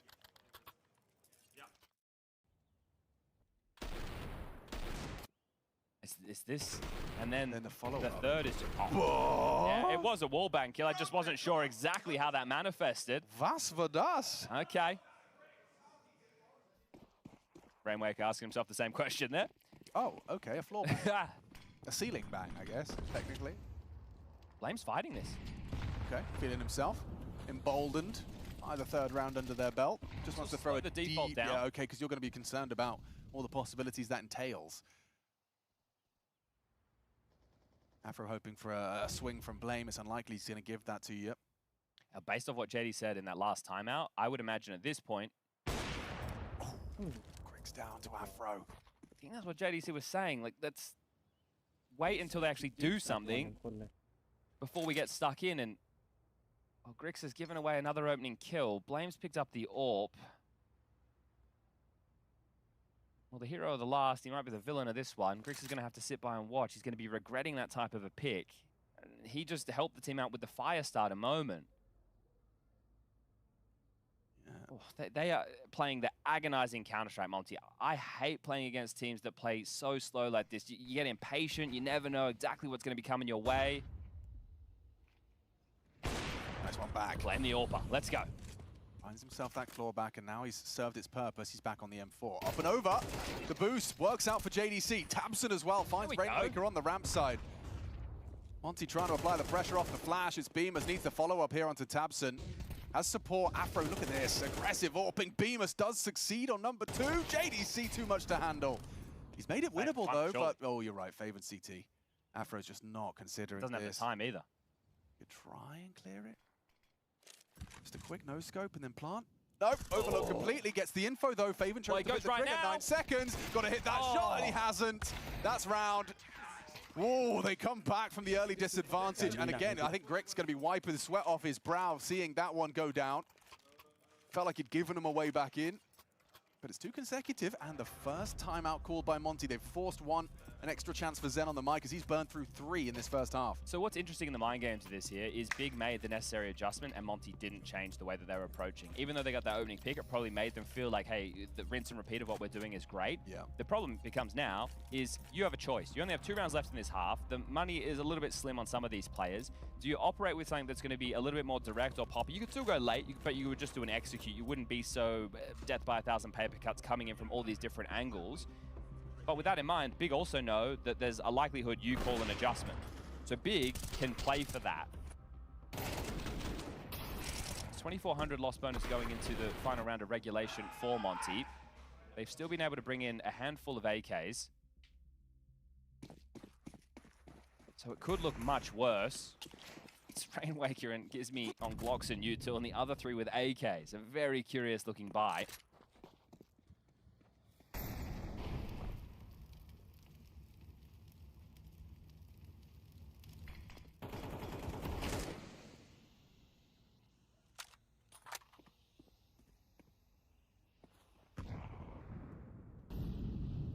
Looking to try and punish Faven on B. He started things off with a massive pistol round on the dual Berettas. So as soon as this smoke fades, JDC Short is the only man that can help him. The rotation from the other 3, significant time away. JDC has good util to help. No incendiary, but a smoke and a HE. Gonna try and sell A is Rainwaker. Faven readies his aim. 1 and away is perfect. Exactly what he's looking for. And instead, it's a clean headshot. All on JDC. Beamers. Just JDC tugged. Rotation's on its way from Blame. JDC trying to delay. Swing again. Beamers handles it. Double entry. Now up to Blame F. Can't transfer. It's Afro that picks up the pieces. And a well-constructed round with just 3 rifles, 2 Glocks. Thompson's running away to save. Grix, you might want to do the same. Final round of the half coming up next, and you're going to get yourself 2,400 loss bonus, which will... And Grix can drop a gun for Blame, and everyone else would be good. So I mean, come on, Beamers. Beamers is putting in a shift. He's hitting hard, right? For this kid, I think it's definitely, there's an interview on HLTV, but it would have definitely been a tough couple of years because you got a taste of what top-tier Counter-Strike was like in the big orgs. 5 years later. Yeah, it's a drought, and you think, well, what did I do wrong? Sometimes it's not even you. Exactly, and he's not squandering the opportunity at all. He is hitting hard today. Shout out to Bemis. All right, well, 5 in a best-of-1 on the CT side. It's not great, but it's not the end of the world. Swap halves, you win the pistol, you get it flowing. The problem is yesterday they did only win 1 T-sided round, so we'll have to wait and see how deep the playbook runs. But the mental, we know it's there. There is absolutely no doubt about that. The remedy in the final round of the half to this slow crawl appears to be double AWPs. That means they can channel the util elsewhere. Blame like the way it felt for that moment. Throw across to Tap, hoping to catch it overextending JDC, which he is there. He is. Oh, and Afro provides. Opening kill goes Monty's way. Yeah, and that's been a common theme, Alex. They only managed the first 2 opening kills of the whole half. That's it. I like the reaction. It's information. Tamsin's clearing procedurally. They always look prepared for it, don't they, Monty? Like it appears to me the game plan is after we get some territory, we expect big to move. And that's what's been happening throughout. And you have to do it, especially when you lose the opening fight. It kind of forces your hand. It makes you make a play.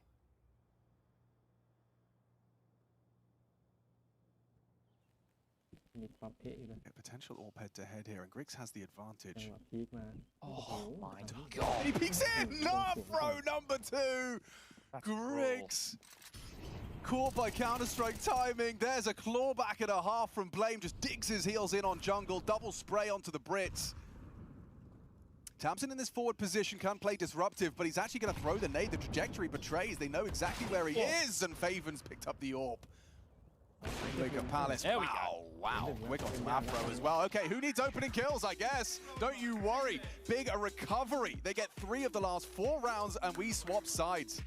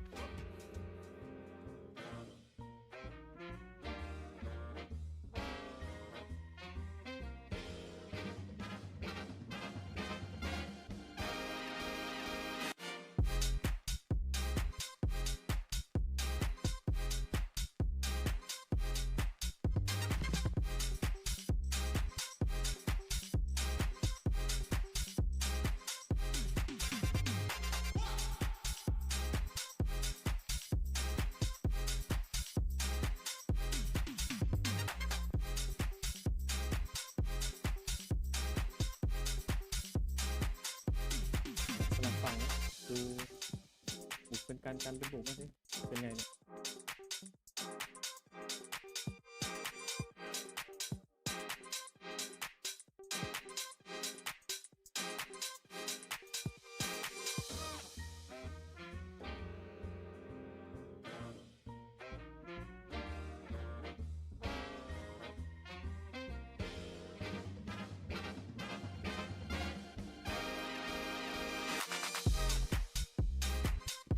Video.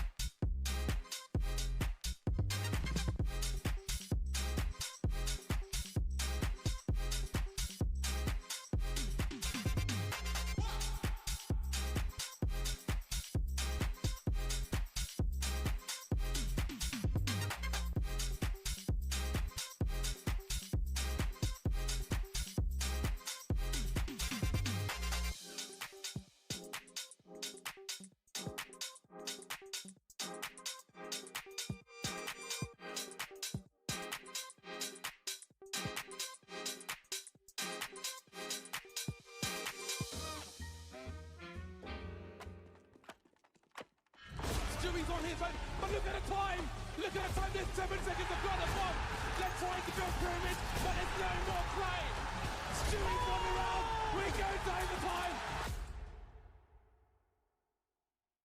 Close. I can tilt smoke on for you if you need. Yeah, do. Only Con, short. left side, con. One more con. Morning short. It's going up. Left side up con. It's ace bit. And Palace one. Palace one. One I bench. smoked myself.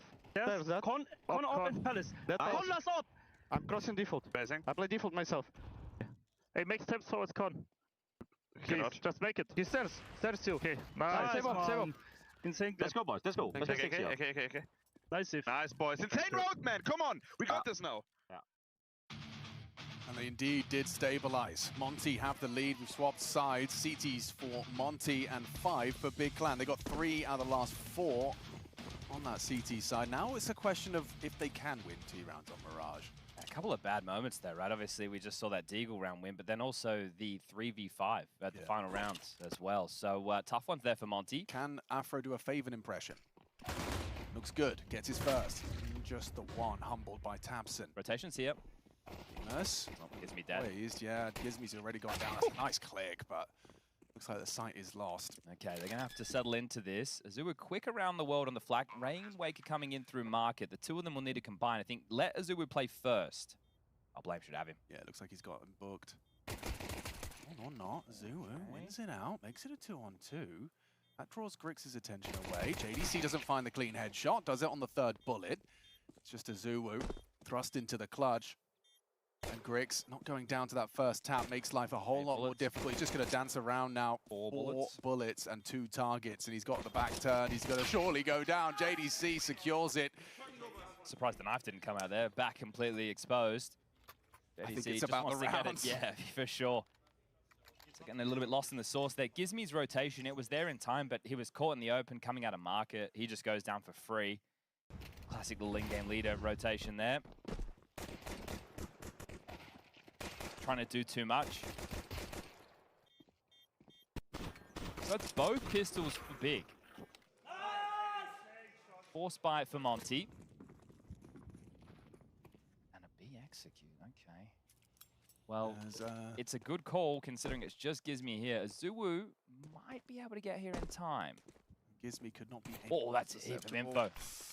Okay. Smoke to delay. HE as well. Does it deter? Still going. They are still going. 3 here. Beamer's joining the party. Barrage of flashes. Azuu finishes off the first. Taps are going down. Oh my god, Gizmy's Deagle takes down 2. Spotted the head of Afro as well as he scavenges away a Mac 10. They've already set themselves up for success. They still have 5 alive, and Big Clan with the pistol under their belt unable to convert versus the force buy. Greg's tagged. Even worse now. Afro's put him low. You are just in the hurt locker here. Bemis will finish off the job as he turns onto Gizmy, and Bemis will close it down with a quick MP9 burst. After Gizmy spotted them early, I'm surprised they didn't cancel. It's similar to the Thunder Down Under out of apps on Inferno type of play. You got spotted early and you still follow through. Or was that FlyQuest? No, it was Liaz and Ace. Yeah, it was. Yeah, but so it was Thunder Down Under. It's not only just you get spotted with the bomb and a lot of numbers, but you also but you also like there was a HE from someone else. Like it felt you knew there were multiple bodies, yeah. And you did have time to call it off, and you still had more nades after that. It's not like you were doing that in the last 30 seconds of the round. It is going to be a force back. It's not a full force. They've left a little bit of extra cash on a couple of their players. Grix makes sense. He wants to get out the AWP, but this one was void of an idea, right? It's like when I see Deagles, it's normally let's just search and see if we can find a couple of players overstepping the mark. Yeah, like Grix. Could you just do that again on the T side now? Get 3 kills. He does it, Eagle. ADC doing an awful lot of talking. Run boost out. He will try and bait the space, and he's been spotted. Now this is where just Counter-Strike fundamentals come into play. There's absolutely, I was going to say, no need to fight them, but if you fight them together, Monty strong, as Bemis does go down to Faven's Deagle. So just one little chip in, as when Rainwaker brought down to 60-ish points of health.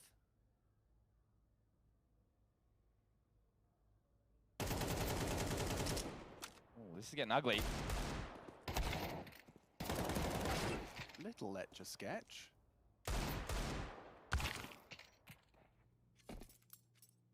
So Blame has a good idea on all three players. He took the fight with the Zuo in window. He understands that Gizmi just killed one over towards short, and Afro was over towards A on ticket, but it looks like he's going to take the safest option and hold on to the AK. So at least he can wield this into the next. He can drop his pistol to somebody else, and they can still stay threatening. But unfortunately for Big, Monty are about to secure their 9th round of play. So 9-6, the score will read, with them going into what is essentially an eco with this saved AK.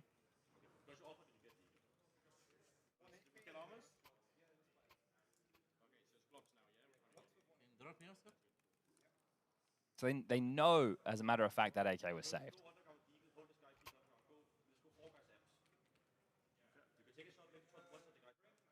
Okay. Flame wants 4 guys apps.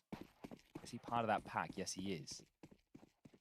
Marvin is a late piece on this.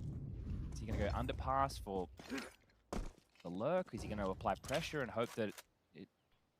Don't mind this call. Rainwaker, I'm not trying to signal him out here, but he hasn't looked the cleanest in the aim department. He has looked rough around the edges, to say the least. And it's a lot of responsibility on his shoulders right now. Yeah, I could see him getting overrun. Fortunately, Afro's support is here with more than enough time. Right. Okay, this fills me with a bit more confidence that you could just get that M4 spray down as they try and flood out the smoke.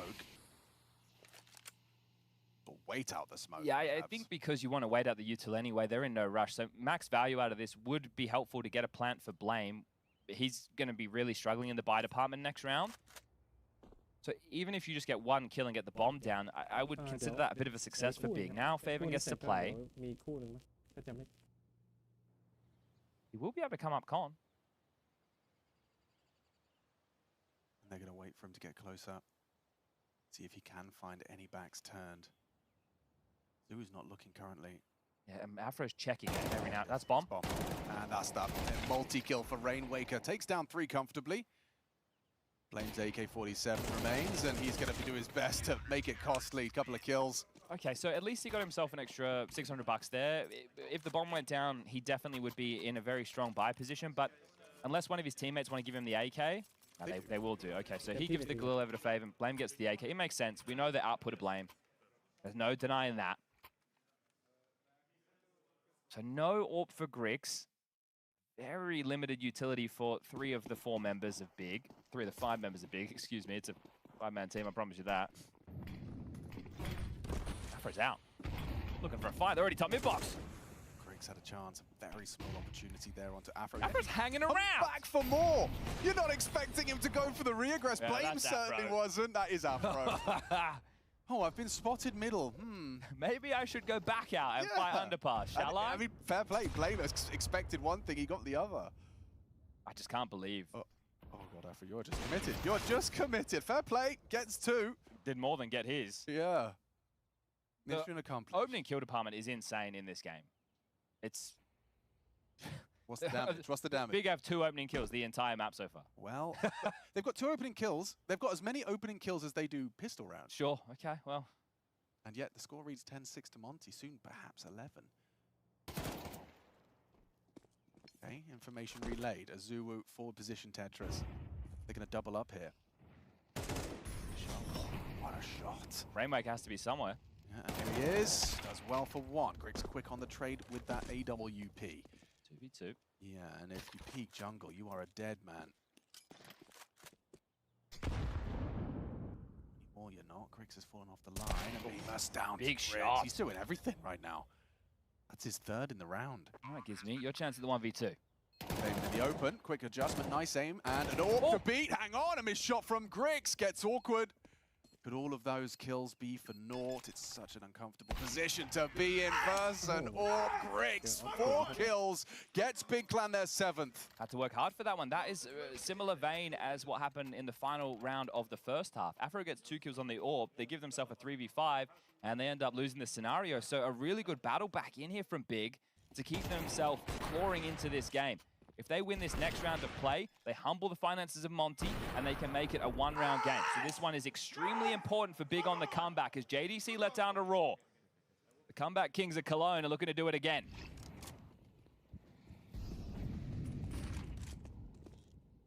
Yeah, it was Griggs' interview that just said that game is going to change me. Be easier to believe when you've got some evidence. This time, no Afro audaciousness.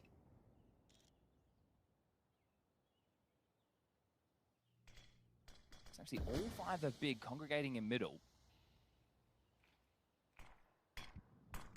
That's the reaction. That is exactly what they were setting Grix up for. A little bit of a jiggle for info from XxWolverinexX, and you're down to the sniper. That's their third opening kill. So, okay. You know, it's late, but it's there. Bemis has been boosted, but they're ready for it. Well, they know where two players are now. That could be enough info to make the finish. Okay, Afro on to blame.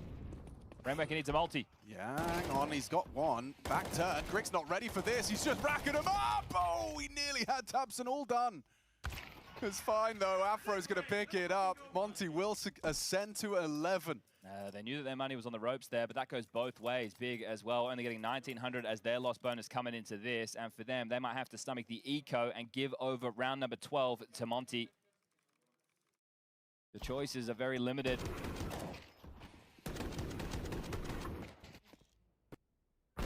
It's a bit clumsy.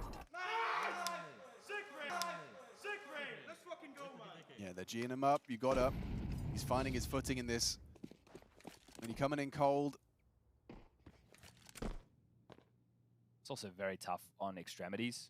Right? When you're like A-lurks, if you're, well, they were getting rounds, right? But they were getting the rounds, and then they just kind of had all the space. But there were some fights that felt like they were a little cause for concern.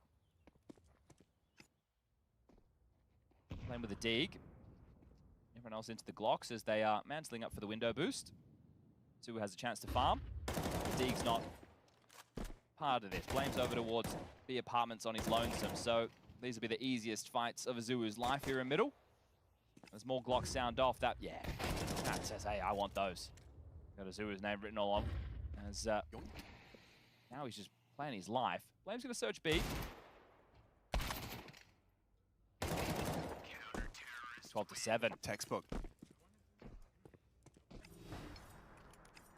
Okay, now you know what that number means. Big Clan, you've seen 12 against you. now we believe. Now you can play. Does have to be on the harder side though. T side is a different kettle of fish. Kakavu taking the timeout. So either he didn't like the opening that was being called from Monty, or just wanted to. It's curious when Big Clan have none left. You know, you're giving them 30 seconds to organize themselves. Especially for a team that thrive with all their additional time. This is looking like we're going to keep it as the teams who are just appearing here for stage 2, other than Pain, with a bit of a spotless record so far. We've had Astralis over Gamer Legion, 9Z over FlyQuest, Foot over Bait. It was Tyloo toppling Pain. We've got M80 versus G2 currently raging on the A stream with Moses and Dinko. One round left in this one, potentially. And then coming up next here on the B stream will be Legacy taking on MIBR. Just the final round for Big on their opening game of stage 2. Let's find out.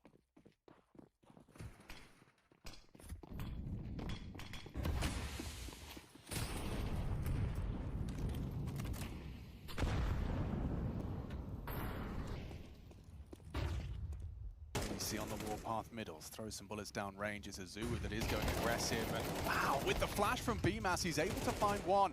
JDC catches Afro on the short side, gives Big Clan a necessary leg up. You've got the advantage. Izmi's getting pushy. BlameF's anticipating this kind of reaction. They're very aware of it as Blame. Izmi playing to contain. If he tucks, that's great. It's huge to play to contain in this situation. He has more than enough information now. If they finish short to B, he's in a strong spot. If they head back B apartments, he should be good for at least one. And Big, they call the freeze. They know they have the advantage. They know that Monty has to play. Right now, the cluster of Bemis and Rainwake around jungle and windows just chilling. Same for Gizmi. They got a buffer of rounds. They can take a few more chances.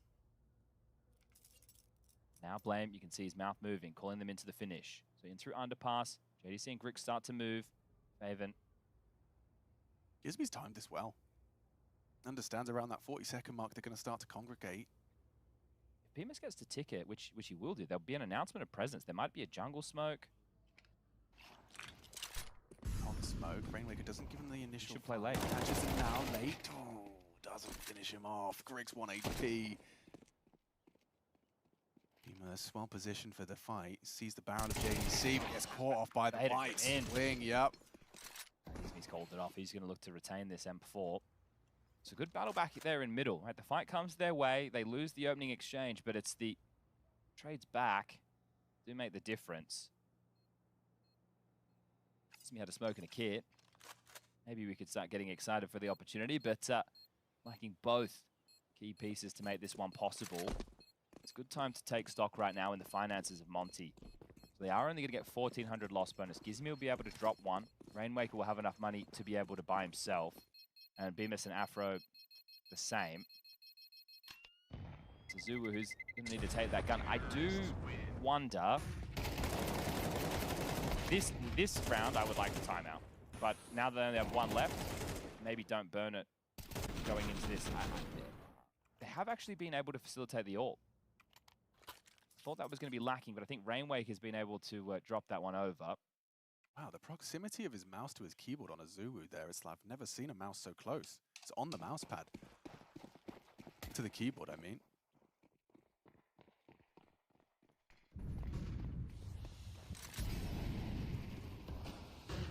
JDC eats the flash. Afro, yeah, he's going to be in this blind spot. Afro has no idea. He gets the flick down. JDC, a hectic spray. Didn't go for the instant tap. Just commits, loses vision, loses life. Big clan.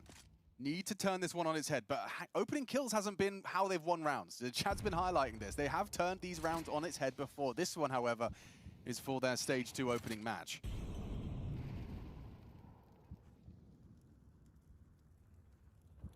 Griggs, somewhat of a win condition. He has the bomb on his back, responsibility. He's not being offered anything right now. He's going to have to force a fight. Doesn't want to lose the bomb if he rounds that corner, though, so we'll back away. 2 audible ramp. It's Tabson and Faven kicking up a stink. Molly, oh, that's going to be info. Coordinates. FlameF and Griggs through Con. They know there's someone close jungle. They heard him. Will Afro give him the fight? FlameF going to give him the wide swing. Oh, and he tracks it. 5 on 3. Monty to start off their major with a huge win. Instead, Faven and Griggs putting up a bit of a fight here, a bit of resistance. They've only got 25 seconds, though. And with 2 CT, Bemis can be Con in a blink of an eye. Griggs demands, Faven gets the bomb down. Takes. Oh, Faven gets enough, just enough. He clears out CT with a quick follow-up onto Azuwu. Has he got another clutch in him? Fresh bullets up against Beamer, swings, and that's it, Monty. Heavy start to the major, one hell of a start. Going in, messing up the veto, not selecting a side, not going to cause them any worries whatsoever. Big. Yesterday was a fairy tale. Today, you've been brought back to reality. That's a big win. Kakafu making sure the defuse comes through before he has the celebration, just in case the keyboard got disconnected. But 20 kills for Bemis there, 17 for Afro, 19 for Azuwu. That was the engine of this team. They all had some really big moments. And then Gizmi and Rainwaker, as the extremity players, did what they needed to do. It was a well-called game. I really like the game plan that we saw in the first half. Take stage 1, wait, big reaggress, you delete them. And Monty, they handled themselves 4 major rookies in the server to kick this off for them, and they pick up the victory here today. Yeah, you've got to admire that. I mean, especially when you consider the fact that Big would have had so much momentum coming into the same map as well. You thought it would just be a rinse and repeat, but far from it. And you highlighted it as well. It was that agonizing pace on their T side as well. I think that's going to serve Monty very well. I can see a world where that's going to be catching another team off in a best of 1. If they can keep pulling it off, the individuals are hanging. You really, it's not much you can say that's negative about Monty and their debut game here at the Cologne Major. Again, we had no head-to-head between these 2 teams, and I put your Montys, your Sinners, your Bigs, and probably a couple of other names from Europe in a bucket where we want to see them locking horns against some of the bigger names to see what type of Counter-Strike they can really offer up. 13-8 scoreline, and one that had some highlight moments. Afro still doing Afro things, right? It's been a while since we've had him on the big screen, but it's been great to see. He's a thorn in the side. He's a stubborn AWPer, right? He's not going to back down. He's happy to play around the cows and always back. He's aiming for the belly, mate. He just knows that one bullet, you're done and dusted. So big game there from Monty. Big, they joined the 0-1 bucket, starting to fill out nicely. We've got Gamer Legion down there, FlyQuest, Bay, and Pain. A couple of more names to add to that list before we get the redraw. Monty do kind of stick out as a sore thumb a little bit as well when you look at that 1-0 bucket. Your Astralis, Foot, G2, Tyloo, 9Z, and now Monty. Now we've got the interview standing by. Let's throw it down to hear from the victors. Monty takes it over the line, and obviously Bimas is here with me. I spoke with you before the match as well, so I kind of want to pick your brain on what just happened, because this is as good as it gets, start to the tournament, but talk me through it a little bit, because you made them burn like 3 timeouts in the first 6 rounds of the T side. I just heard Kakafu, actually, your coach, talking that he's a little bit tilted about the T side. Do you know why is that? I have no clue. In the game, everyone was positive about the T side. To be honest, like, we lost the pistol, we lost the second round, and we still got 7 rounds on T side. This is crazy, you know? Like, look what happened yesterday. Yes. None of the teams got T rounds, you know? And we just showed a really insane T side, thanks to Jack's calling, thanks to Kakafu's also coach call. And yeah, everyone did their part good. And yeah, I'm happy. You were performing extremely well, but I wanted to ask you, was this due to, let's say, preparation or just mid-round calling from Jag, or was it everything tied together with the cherry on the top that you were just fragging out of your mind? I don't want to jinx myself, you know how it can go. Do it. What I did is I changed my crosshair after 5 years. Maybe that helped a bit. Yeah, I've been feeling really good lately in practice games, so I was only praying that I also show it in officials, and well, first official, I've been feeling crisp, so I'm very happy. Maybe it's the crosshair. Maybe it's the crosshair. You have to post on Twitter the code after, okay? It's Don Crosshair. Of course it's Don Crosshair. Everyone is using Don Crosshair. I don't want to grill you too much, because obviously you will have another best of 1 later on today. But how are you feeling on this setup in general? Obviously you won and you must be feeling good, but give me like your more honest opinion, because this was the B stream, and you probably want to play on the A stream as well, where we have a different setup. So are you excited to just be here and have a good time and obviously start with the winning ways? Oh, for sure, I'm excited. And with this setup, like, it's perfect. It's like, this is as good as it can get, you know? We've seen everything. This Monty roster, we've been in every kind of a tournament. I even had to play with a box under my elbow, with chairs with no armrest, so this is top level.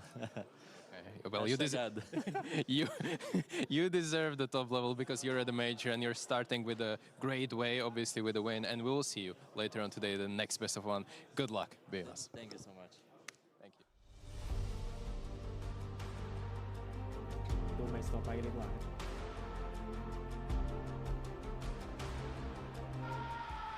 The pounding heart of esports beats louder here in Katowice.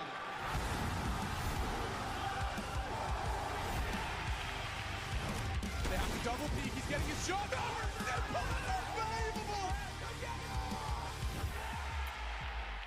Something special to throw up his decoy, and that's exactly what happens. Katowice!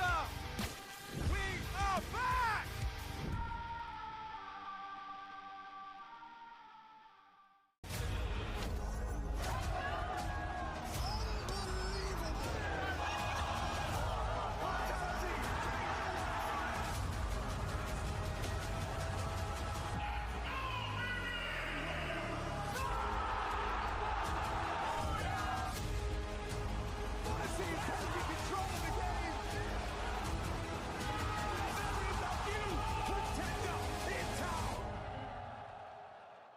สวยงามครับคู่สุดท้ายดีกว่าน่าสนุก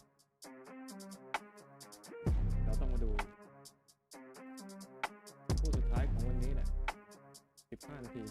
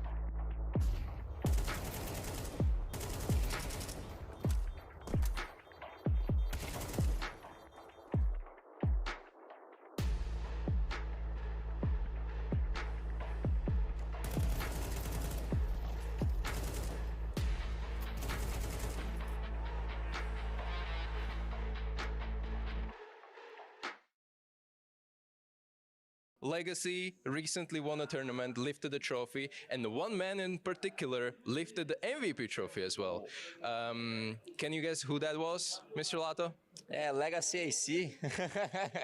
This is magic tournament for you. Back-to-back wins in China out of nowhere. When you were coming into the tournament, I was secretly cheering for you because I like you guys. Yeah. But I didn't think that you would pull such a feat that what you did last year as well. What is happening with Legacy in China? Why are you playing so good there? Yeah, I don't know. It's magic, I think. But it's amazing playing China, and I don't know, the team coming to go to the China, and before that we have the game Atlanta, and we play well in the Atlanta, so we go more confident to China. And I think we in this tournament we are not the favorites. I think it's Falcons, but yeah, we played well and we won. Falcons in the final. How did you guys prepare for it? Because obviously Falcons are known for the final disaster classes. So did you have that in mind as well? Like, guys, like, let's just play our game. And I know it's Falcons, but this is grand final. It's a curse for them so far. What was the mentality going into that? I'm just curious. What were you thinking? Because clearly you came into the final as a heavy underdog. Yeah, we lost to them in the group stage. Yeah. And when we play in the finals against them, we only said, guys, let's play our game. The pressure it's in the Falcons, so let's play our game. If it's to win, we will win. So that's it, and enjoy the game. It's only these are mindset, I think. Overall, any team that surprised you or a player that surprised you in stage one? Yeah, before I said League Vision, but they are 2-2.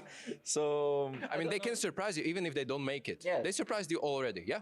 Yeah. I think they played well in the stage one, and maybe they can go through stage two. But I'm cheering to Tailu because I like to talk with G. He's very friendly, and yeah, I think they are doing a good job. Okay, G in particular, I mean, it makes sense that you love Chinese teams because you love China, because you're just going there, grab the trophy, grab the MVP, have a good time, obviously winning, and now you're here in Cologne in Major. Any thoughts about that? I actually wonder, how many majors did you play before? I think it's five majors. 5 majors already. Is this the absolute, like, the best form you're coming into the major? Yeah, I think it's the best form. In Austin, we almost go to the playoffs. Yep.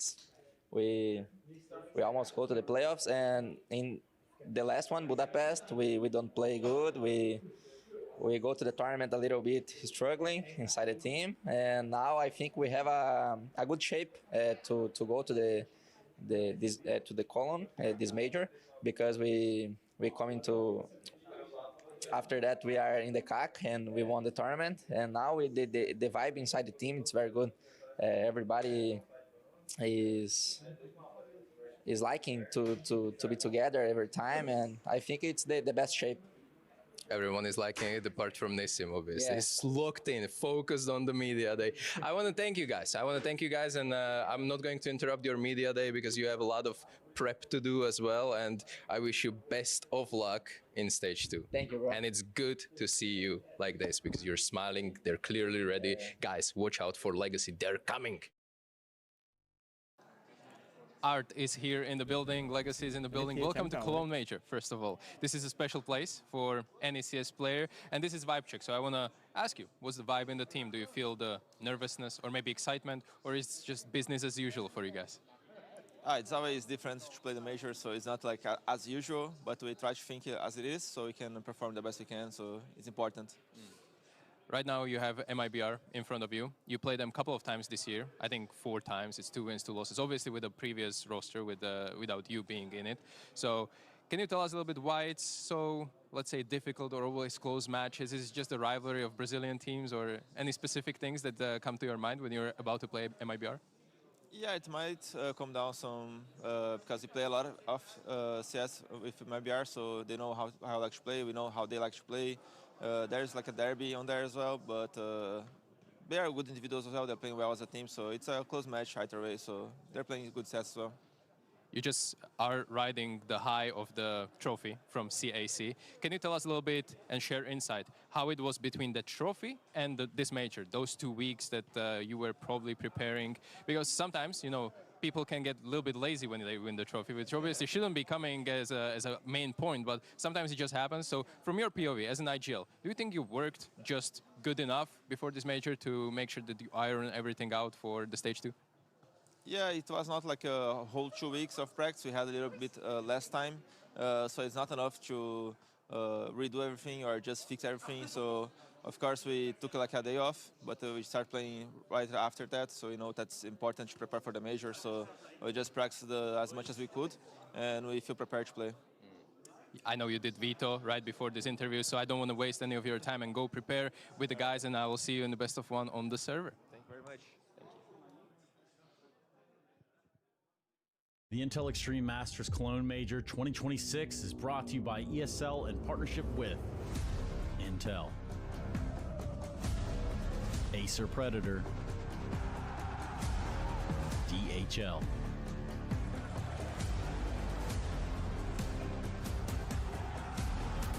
Checks, and Zoe.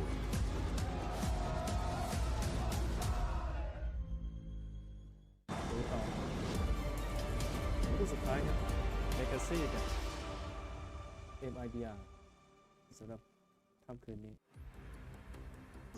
Legacy taking on MIBR as we get themselves situated to start off stage 2.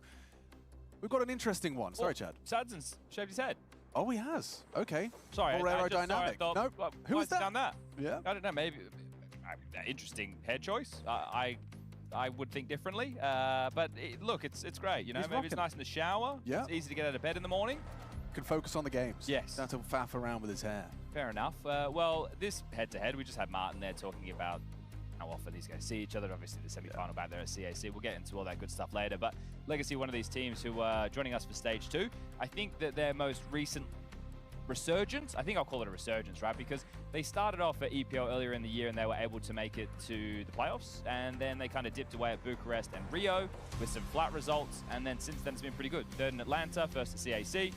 So not too shabby whatsoever. I don't envy anybody that has to go up against an art team. No, especially in a best of 1. You know, like I understand that perhaps it's a little different, as Art highlighted in his interview with Martin there, just that there is, you know, we know each other very well, we know their tendencies. Because I would feel like I'd give Legacy more of an advantage if they were going up against a team that there's 0 head-to-head against. I see what you're saying. Just because they're a team that can be very explosive, can be very difficult to read, and can exploit gaps in your communication that I don't know if it's going to exist in MIBR, even though it is this kind of, you know, Furia-esque blend of Brazilian talent and then imports. I think for them, the engine of the team obviously needs to be Insani and Klim. Yes. And then if it's Venom Zero chipping after that, we'll have to wait and see. What you're talking about in terms of getting caught off guard, everybody has a good idea that Legacy like to do things out of the box and aggressively. It's about blending that style with more traditional Counter-Strike, right? And that's the balance that Legacy have been hoping to find. And they found it at the right time. Here we go. This is the semi-final clash we were talking about at CAC just a couple of weeks ago. And Legacy, wow, 13-5, 16-12, obviously. Mirage getting close there, but still a 2-0. So they have the confidence coming to this one. And I would consider them right now, well, I was going to say the best Brazilian team, but we have to make sure we respect Furia, right? Obviously, the stage 3 Brazilian's going to be rocking up in a couple of days' time. But Legacy, based off their results, you could make that argument, right? And I would like to see the 2 of them clash, actually, Furia versus Legacy. Let's get that head-to-head at the major, shall we? Yeah, that would bang. Now, we obviously have some imports on the MIBR side of the server. You mentioned trying to do that with Furia move. Klim, he's a talented prospect for the future as an AWPer, right? You get to see it on display today. And, of course, LNZ, the Swede, the in-game leader, having to call the shots at this point because they played so many officials with each other. I'm not going to use language as an excuse for anybody, right? They've been playing together all year. They were doing a lot of farming of domestic tournaments in Brazil earlier in the year, and now they're a little bit more settled in and trying to get those international reps. Obviously, one of the stage 1 teams who've progressed to this point. Taking a look at the map pool right here, you can see MIBR will be removing Dust 2, and likely, well, this is it with Legacy, right? I feel that there's some teams who do try to. I always have a hard time with this. They try and flex this whole 7-map pool thing. They clearly have. They have technically played every map. Yeah, it's the same with Big to a degree. Right. But in a best of one, we're going to simmer down to some middle ground. So we might see one of the 2 maps that we saw in their head-to-head last time round. But it depends on, well, the prep, right? Do MIBR feel a little bit more comfortable coming into something that maybe last time they banned? We'll get the video up on screen right now. So there's that Dust 2 getting removed. Inferno followed up. We're going to see Anubis go out, which I would say is Legacy's ban. Ancient and then Overpass. So it's going to leave us between a Nuke and... Okay, it's going to be Nuke. So MIBR had the choice here. They decided to take it to the territory of Nuke. That gives Legacy the opportunity to start on the CT side. And that's where I'm probably the most concerned. I understand that LNZ and his boys are warmed into things, but the tone of which the fight can come your way in a CT side Nuke versus Legacy, the half can get away from you before we even get going. We're going to take a look right now at the pathing in the first 30 seconds on their rifle rounds. You have this combination of Lado and Dumao as your top defenders. The 2 of them are going to be key to shutting down A and going to be quite aggressive towards Hart and Squeaky. Sadzin, your AWPer. So this is your rotating piece. He can start staunch outside to shut things down, but he also needs to cheat over towards ramp to assist that of Nissim, up heaven, right? Breaking the smoke walls, trying to get the information for his team. One of the most important positions, other than the outside rifler, which is Art. So if you see these boys lose a pistol and they get a couple of kills, Art might just call for a drop them 4 and everyone else is eco, right? You're going to see those crazy buys. Yes, those crazy buys that drive Yanko insane.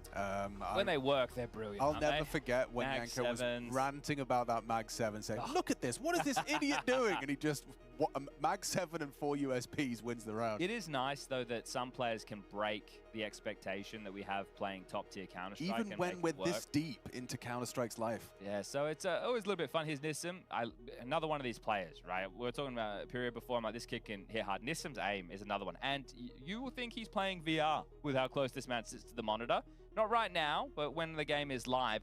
On the other side, it's a few more fresh faces. We'll just call him Venom. We could do the 0 if we want, but I think it's just a suffix. Yeah, exactly. Your Zeras.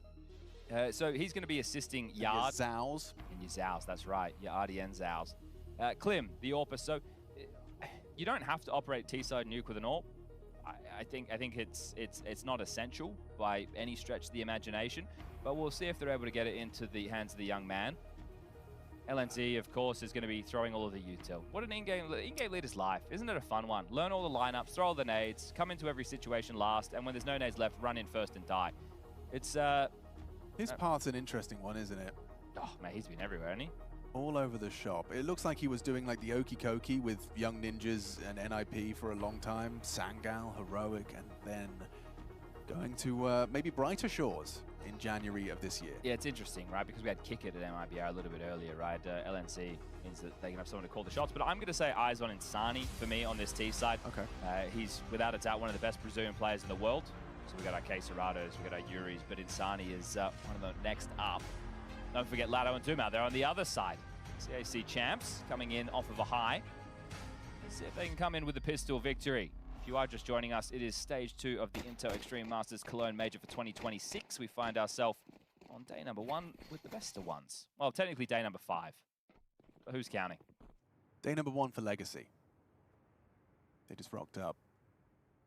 2-man ramp setup is with the HE from Art. So Nissim takes contact, nade comes in. It's a top fake. Art's not moving a muscle. HE. Tracking. Combination with the dual Berettas. Klim, an important trade provided. Awkward flash makes things really ugly. Look at the health now remaining on MIBR. It's getting worse, but still Insani stands his ground versus Art. Oh, Insani! How have they bailed out of this one? It's just Dumao. They are low, though. He could find Insani here. Oh, bloody hell! Bloody smirk on his face as well. That dude was low HP for all 3. Yeah, drop the I, change it to an E, right? This guy, we get to see him. It's such a fun player. Yeah. He's a bit of a monster. Like in his peripheral vision for half a second before he hits the flick. I mean, rapid. Yeah, change the I for an E. I like that, because this is a crazy... All right. Little smirk at the camera. All right, well, they kick it off with the pistol in. Now they just need to steady the ship against the force. You win this, you force Legacy down to an eco. And the setup of the pistol from Legacy, right? They knew it was going to be some type of a ramp pop. Just couldn't get them stuffed in that choke point, so... It was an important kill from Klim. You know, Insani's going to steal all the attention, but he was the one that stopped that from spiraling with the dual Berettas. Nissim and Lato already started down B, but they were tending to secret early. They can cheat back over, and you've also got a rotation from Art down the vent.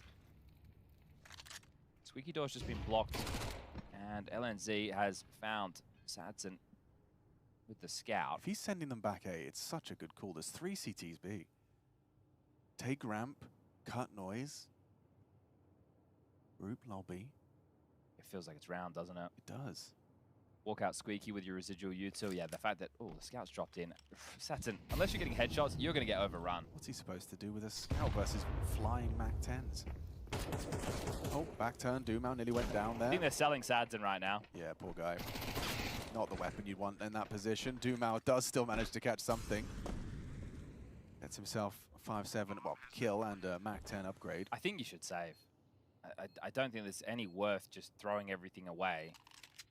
Hold on to your upgrades. Dumao will be able to drop the Mac-10 or the 5-7 into the next, and they can go for a double dip on this, but otherwise outmaneuvered. So well handled from MIBR, tough one, but it's better when you can do it without the bullets. At least from an in-game leader's perspective, you feel like you've completely big-brained them. You forced that rotation you were looking for, and that's actually really important in the flow of the game. I understand this is only against a 4-spy. I say only, right?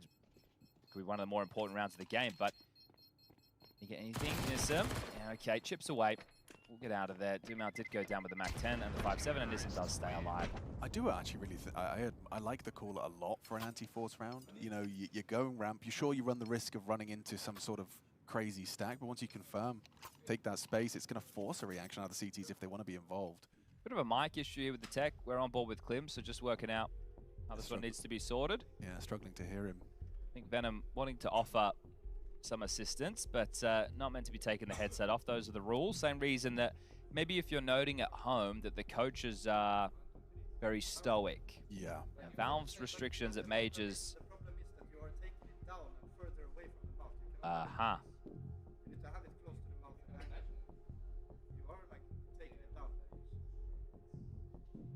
Okay, so it's your fault, Klim. Yeah, it's what he's trying to say. I was like, can you just keep it directly in front of your mouth, If you please? put it close to your mouth, we can hear you. Yeah, if it ends up around your chin, it's more like a hat strap. Yeah, it's not going to get you far. Now, listen, if the boom was a little bit, you know, saggy. I don't remember who told me, but the tip I've always used as someone that wears a headset every day is I always just kind of stick my lips out like I'm pouting and get my microphone to just grace the lips, and that's when I know it's in the right place. Okay. All right. You guys can all pull a funny home. face at home if your teammates can't hear you. Cheese. Cheese. Oh, it's a Mag-7. Of course it is. Yes, it is. We knew it had to be. Come on. How could it not be? Well, this one's solved. Oh, not live. Not live. Not live. And Netherlands. I wonder what the issue is now. Is it which side of the server's having the qualm? That's one of their Lenzy to turtle. I told you. Move your Keep it by your mouth. We can bring up console, can't we? I think that MC's made that possible for us. Maybe we could see some of the typing that's going on. You can get the gossip. Let's try again, shall we? You reckon this one's a false start? I reckon this is it. Okay. We get to go. Well, the problem is it's a little bit anticlimactic. We're going into well, partial. I know who I'm watching. For those of you on GoTV. It's CSTV these days, Alex. Actually, we're boosting a Mag-7. Okay, fun. Boom. Nissim starts down B. Sani gets set up outside with a smoke wall. Crossing secret, taking space. Nissim could have a head-to-head. There is the ramp explosion. Oh, does Nissim push the issue? I think he's just going to sit here, so we might have to take action on Art. It's just him and his trusty shotgun. But he's actually playing for this first fight. Like, he's not going to let them in. I feel he's going to be hard cleared. It's a light buy. Of course you clear this. Yeah, Team flashes don't help. Team flashes don't help. But there's Venom. His pathing was perfect. Off the flash, Art was forced away. And now there's a reaction from Nissim that Insani's ready to receive. He looks well positioned for this. Sure, there's timing. Doesn't look like he's even considered this option. This is insane. So close. Oh, Nissim's gonna see him. Gets the free frag, and Sani's gonna be spewing. Down to window side, Lado's dig. I like the HE break. That's a lot of info. Lato's gonna relay that to the squad. I think Nissim's saving the AK. I would hope so. Oh, no, wait, he's coming out vent. He's having a go. He's going single. Okay, they feel like they can kick up a fuss. I mean, he's going to nade off the door. That might expose LNZ. And down goes the AK. All right, well, maybe save that now. Yeah, I think that's on second thought. You had a look, but that AK is going to be valuable going into the next round. So get out of dodge. Sadson dipping away. And Dumount will escort him out of town. So 3-0, solid start for MIBR. Venom's been let off the leash. He can go hunt. Could have sworn he got team flash on that first ramp flash. Right, yeah. But he kept moving. Exactly. I love that. I do like that Sadson passes it off with his low HP, so rather with the Kevlar on Dumount. Okay, well, he takes him with him. First gun rounds. Down to Grace House screen. Sadson will get the AWP.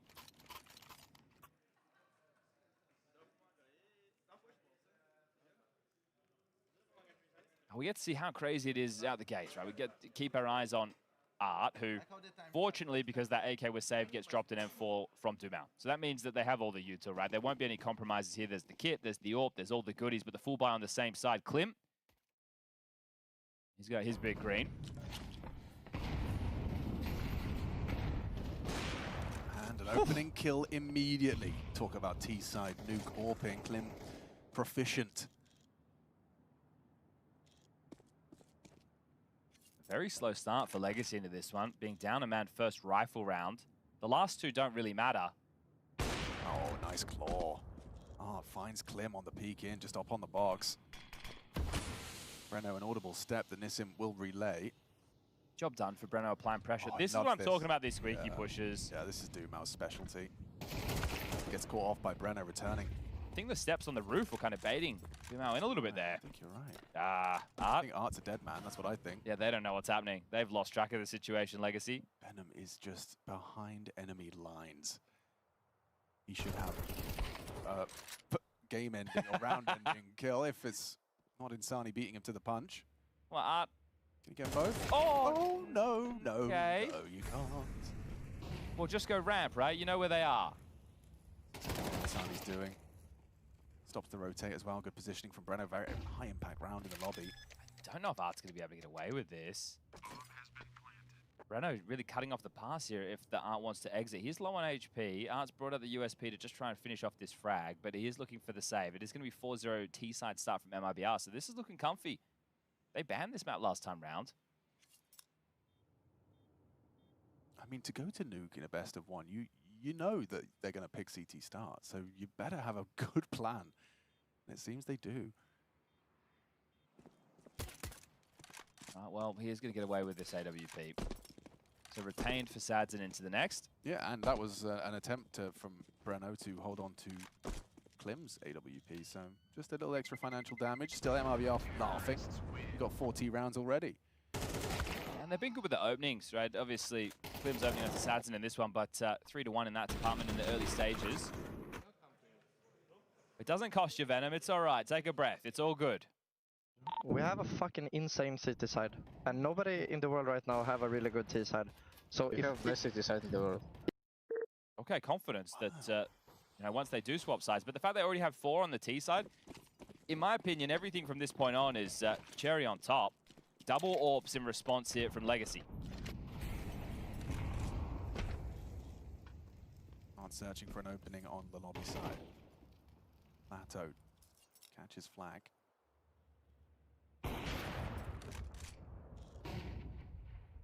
Missed opportunity onto Breno. He knows where he is behind that red box. Flash to bail out his teammate. That's nice team play.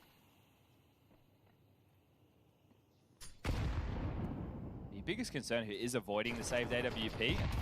But now that there's 2 in the mix... LNZ, look, you see that? Yeah, exactly. So looking to turn this into a top pop. LNZ wants to come out hot. Here we go. Yeah, Art's here though. Yeah, beautiful movement from Costly LNZ. miss. It's getting really awkward, really hectic now. This is where Mac-10's going to do their best work. Into the site, Insani and LNZ break through. Art overlooked, playing around the smokes, doing Art things. He's got to be found by the spam, surely. No, it's Sadzin onto Insani, chasing him down. Klim finds it to the 2v2. It's Nissim main. That smoke has faded. Breno, are you considering this? You might present your back if you're not careful. Easy pickings for Nissim. Klim spammed as well. Down to half health through the smoke. Still very doable. He's been given the good graces to get this bomb down. Not going for it immediately. He's looking for Nissim. Some good restraint, pathing back. Does he want to try and slip down the vent? Got to hit this headshot. Nissim gets the info safely. Klim a missed opportunity. 20 seconds to piece this together. Going vents. At least that was his plan. He just doesn't have the health for this. Nissim's made it so difficult. He's got 10 seconds. It's going to be right down to the wire. They can try and chase him. They should do. He has to sit the plant. Sajin just has to run at him right now, trying to get it down safe side. Just about enough cover, but he's just going to run at him. Beautiful little underhand HE. And Legacy start off their major round 5. Okay, so on the board, it was the double AWPs. A real nuisance. It forced the hand. The call into the top side. Aren't just delaying around those smokes. Very chaotic indeed. But MIBR know that Legacy, they're not out of the woods just yet. They're struggling a little bit financially. Scuttles that nade in beautiful work, denying the plant. Well, it's a Mac 10 for Venom. It's Galil's for LNZ and Breno. No AWP for Klim.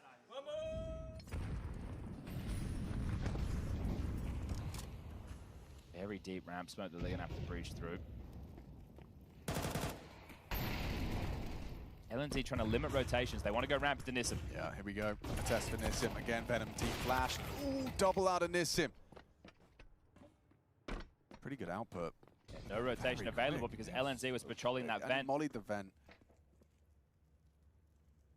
Into the hut clear. Dumal's got a good idea. Spots a bit of LNZ, and that's enough to remove him. These are the two I'd want alive, though, in a 2v3 You're post-plant. absolutely Klim right, and Chad. Insani. 7 kills and 6, respectively, for Klim and Insani. An audible vent drop for Lato, and it's an easy pick. Insani removes him. You can't go vents. It's closed. Dumal forced on that long rotation through secret stairs. They're not connected, these two. Sure, Art has the kit, but they're on polar opposite sides of the map on the retake. This is going to be extremely tough. I think MIBR have done him here. Certainly feels that way. I feel like Klim is destined this frag onto Art. He's not going to miss a headshot like that. Save. Simple. So, yeah, convincing. MIBR to quickly rectify. Oh, it's just a Galil that's going to be held onto here. An AK coming his way from Insani.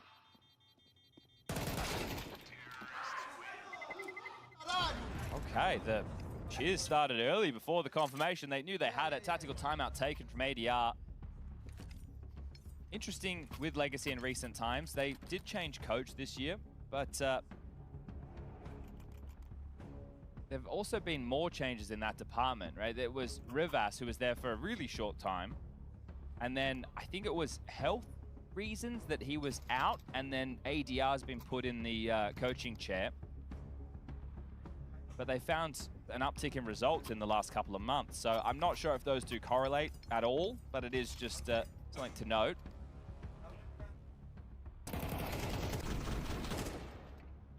So 3,400 loss bonus going into the next. Legacy know that they're able to hedge in with a couple of investments. M4 for Dumal, Scout for Sadzin.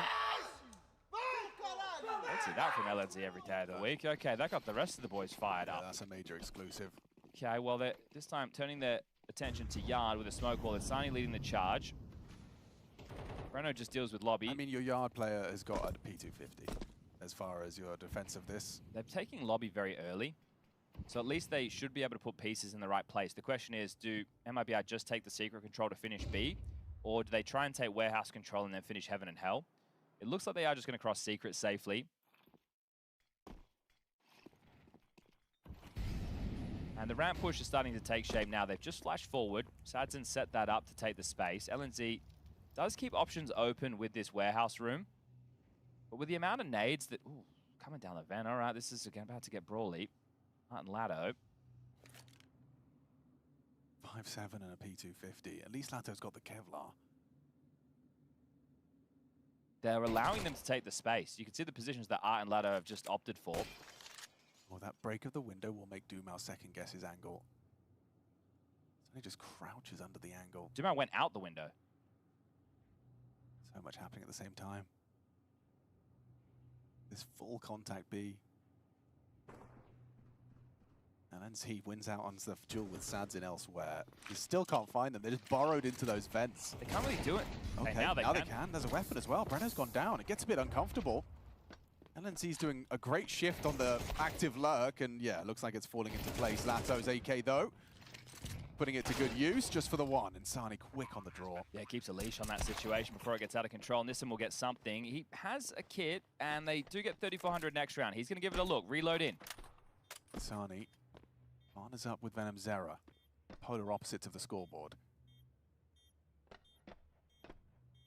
Secret of his presence. If he wants to give it a go, he has to go now. Go he shall. Just going to go for a straight 5-second stick. And yeah. Oh! Ooh, an opportunity presents itself. He can. He's playing with Venom Zera, playing with his food, and a dink, not enough.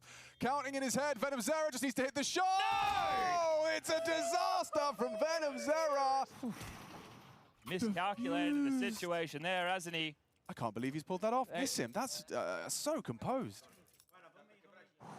That could shift the tide of battle right there. He's lost track of the situation under the pressure of this scenario. He's had the defuse. He's got to be counting in his head. He swung just too late. Even if he waited 4 seconds and swung, right, there wouldn't have been time to finish the defuse after that. Money rocky now for MIBR. They lose this one. They are going to have to take the eco. That could be it. That could be the round that changes things. It is going to have to be a run from Legacy. Right? MIBR, I think the difference is they could have had a crazy good half. Sure. They still can. 5, it's enough. It's just a way in. Yeah, it's a dent to the confidence too. You've just lost to a partial investment, and now Insani's gone down in the opening fray of round number 8. You put all your pennies into this one.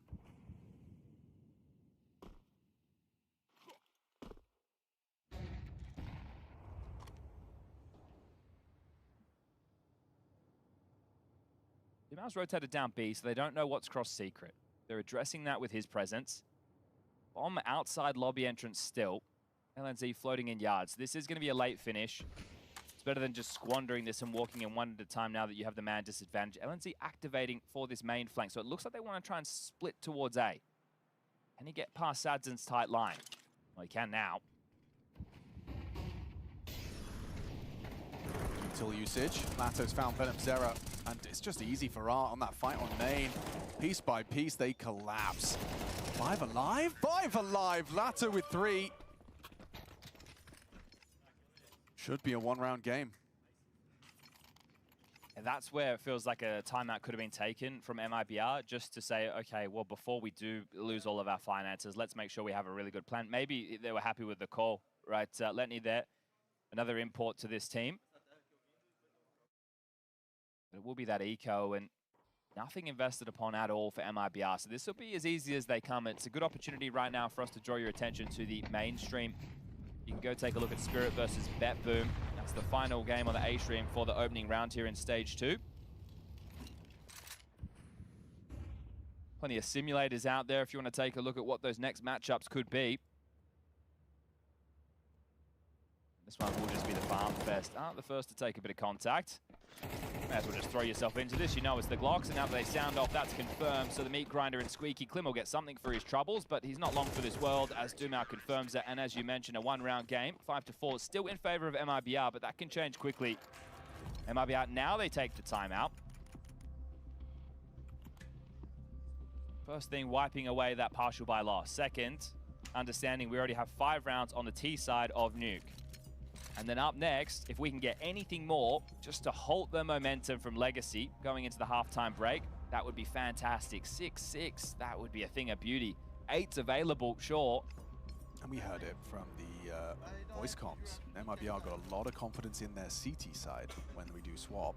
Yeah, we'll see how misplaced that is.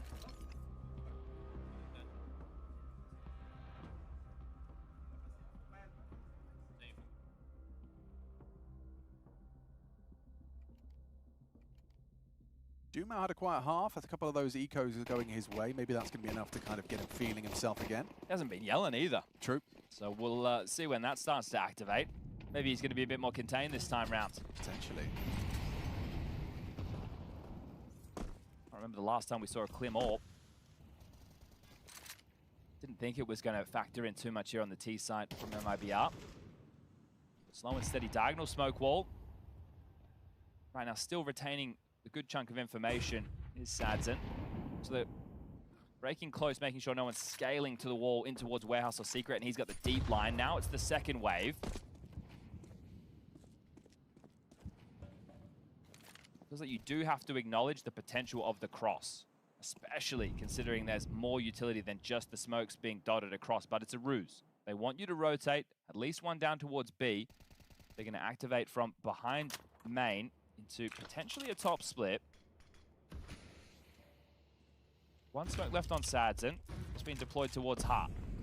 Okay, Art, you've got your work cut out for you here, and he does get caught in transition. Finding Insani's good, though. Now Duma will activate. Lato down after one. Venom Zera's got the bomb, and he's got bullets in his ribs. It's going to be a 2v1 for LNZ. Unretrievable, but he's trying to find and isolate the duel. He'll scoop up the bomb. 30 seconds to solve this puzzle. Down the vents feels tempting, but not if Nissim's nailing shots like that. Just on the pixel. It took him a moment longer than it should have to understand that situation, because he knows it was the AK of Dumao that dipped into lobby, and then it was the Silent Stem 4 that was chipping. So maybe his teammates just said both lobby while he was looking towards heaven, right? But just that moment of him taking a split second longer than he needed to piece it together. It's the difference in him planting and... Yeah, right. He had the picture, just not the full one. So another partial. Nissim Clutch has spurted forward with a 4-round spree. Run boost outside. Sani, fast and furious. 1 minute 42, he's basically main. Heard the sound cue as well, knows where you are, Art. He's coming for you now. Oh, little bit of movement from Art. Evades the spray. Solid on the hold. Venom Zera one back. Lato should have him. Yeah, caught looking the wrong way. Enough of a distraction for the P250 to do some damage, but no kills. Lato and Sadzen had a couple of bullets hit them. Okay. Now they're starting to find a little bit of that energy, and a second timeout called in this first half for MIBR. Want to try and tie things up, considering the run they went on. 5 of the first 6 rounds of play, the pistol, the conversions. Now with that round, that 1v2 lingering in the back of their mind, they need to remove the doubt, focus on the task ahead.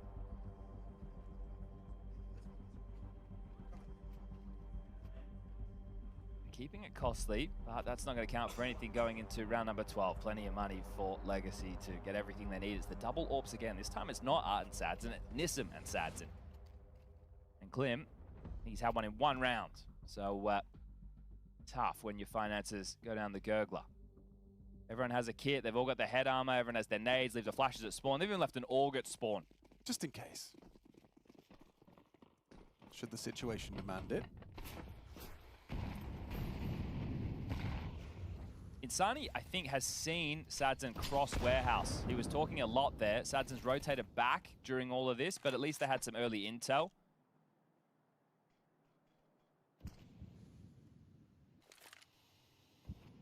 And actually, the reroute of Sadzen gives them all the info yards, so they should know that something's coming towards A.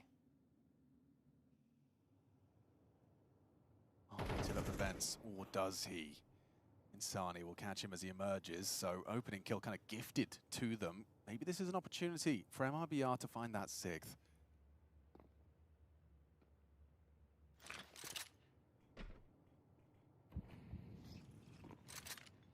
A bit curious that this one was down secret. It's a top fake ramp play. Yeah, Venom accelerating into the open ramp. If they were to finish B, there's nobody home. Losing Insani is a nice one back from Dumao. They have a molly for double doors and a smoke for single. Oh, they're quick here. Nissim and Lato already down. Nissim's AWP was primed and ready. He's picked it up and put it to no use at all. Looking good. MIBR, Dumao just in the flames. What's that about? Thought he could find a quick kill, surprise him. Instead, it looks like MIBR will. What a T-side, and look what it means to LNZ. MIBR 6 on the attack. We swap sides, we come back. See if Legacy can turn it around.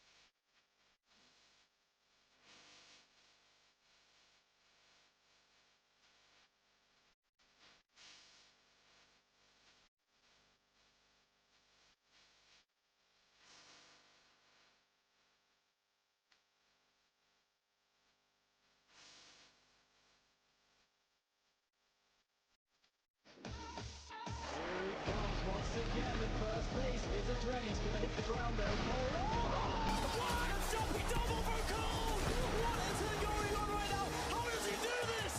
Cole is saving Velocity with the on-play. Up double. Up double. Go double together. Up double dead. Double dead. Nice. Bomb. One more. Dead. Nice. Vents. I smoke it up. I go ramp, guys. He's double. He can cross. I played first single. I have double. Nice guys. Nice guys. Good job.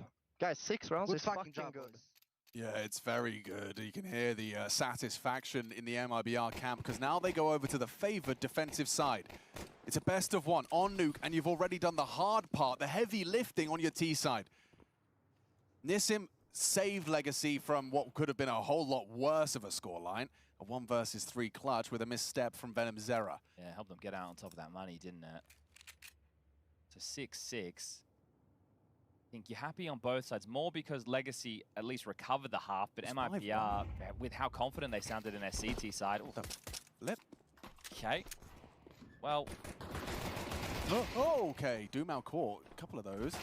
Easy pickings, just too easy, way too easy. MIBR put themselves in a 5 versus 2. It could be worse as well. Ars got a head-to-head duel he's not feeling confident in. If he could just plant the bomb, dropping vents though, something. That's suicidal. Oh dear. That might cost them. Bomb goes down. 2 kills from Lato. Art doesn't have the health to really be disruptive, and yeah, just gets run out. What's he doing? Looking at the floorboards. Lato has to ace clutch. Good luck, have fun. Double swing, he has to tap the heads, and yeah, not happening. Nice little crab walk into the ankle. Another eruption from LNZ. MIBR will take pistol. Important triple there from Venom. Came so easy to did, right? 1 door, 1 heart. It's like, okay, well, one at a time. Yeah, that's going to make it an awful lot easier. I guess they're expecting an over-rotation once that yard cross is spotted. But had their number. So many weird duels in this. Sadzen jumping backwards, trying to get spammed. That squeaky door one was a bit strange. And then even Art there over towards Dark. He just got caught off guard, even though he could hear them coming down ramp. Well, the plant at least facilitates a juicier looking buy. We get 2 AKs, a Galil, and then some Deagles for Art and Lato. Legacy, can you get going?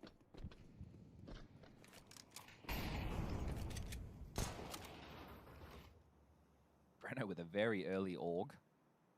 The earliest. Okay, spotted 1. Quick rotation, they believe this secret space has been taken. LNZ cheats down immediately. Throws in incendiary, so yeah, they know the rotations happened.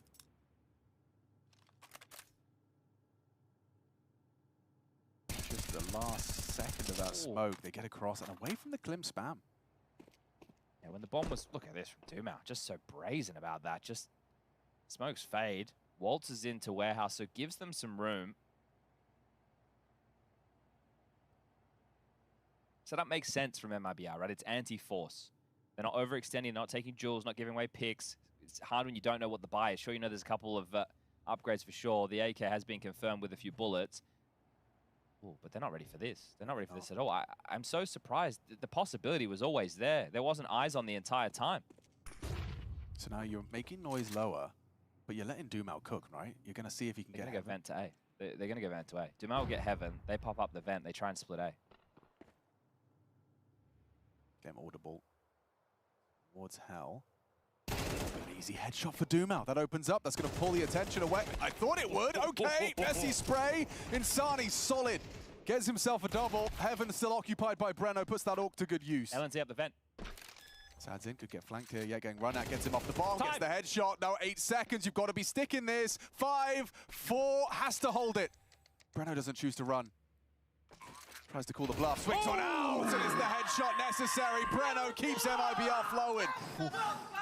Yeah, Insani's looking straight at him, letting him know right there. Sure, that one comes down to the wire. Banshee wail from Insani. Yeah, well, obviously there's, with domestic opponents, I know there's that European flair.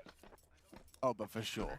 Make no mistake, this one still definitely feels like it's a domestic derby. I think Legacy should take a timeout right now and just discuss what they want to do with the buy. With one player surviving, I understand we're starting to get a business end of this, but you could justify another full force. You know that they're walking a little bit funny on the CT side. Now look at this, direct eye contact, hoping someone looks back his way. All right, they're just going to partial. 2,900 into the next, so they can keep the threats up. Smoke wall yard, squeaky door smoke as well. So they have to respect the possibility of a vent dive. I think LNZ might have the angle. They can part through the smokes. He might not catch this if Nissim tries. On the oscillations, we'll see. Okay, so he's through. So LNZ doesn't have it covered. So are they aware? That's tough. That is very tough. Well, if you can block ramp, no harm, no foul, really. Yeah, here they come. Breno's got back up, but into the smoke, slips Art, and Breno looking for him, does well. Even some damage onto Lato with that through the smoke. Klim to lend a hand. Oh, it's so seamless. Beautiful. Clotheslines in there, beautiful. And then Nissim doesn't even really get a chance to play. And it looks like they have identified the situation, immediately starting to bear down on ramp. Klim's got him. First bullet headshot, 4K.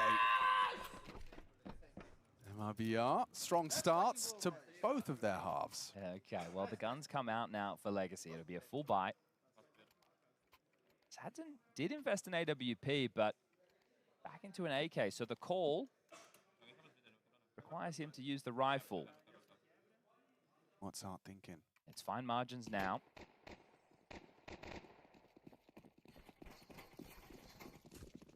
Lobby-centric.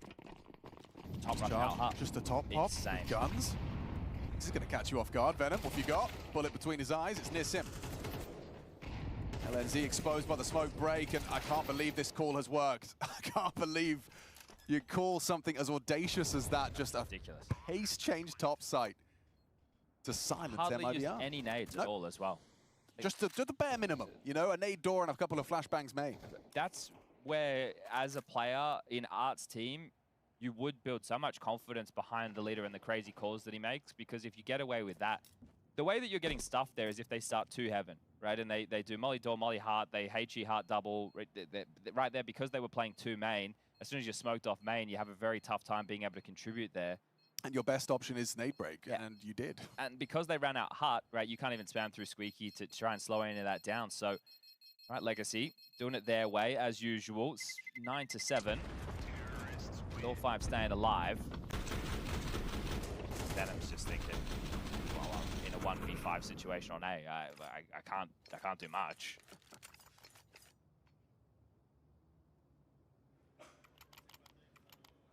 Plenty of money to get another buy for MIBR. Couple of kits, Klim's orb. Hard to see Legacy go for a similar play. Expect something a little bit more standard. All blown off, pressure towards main. And this time, they did start 2 heaven. Pressure applied to LNZ though. He's got to play around his smoky throughout, but gets caught out by Doomau. Necessary trade. Insani drops into the site, does control for another, but out of bullets, has to opt with a USP, running and gunning into a 3 versus 2. And Breno's behind that smoke on heaven.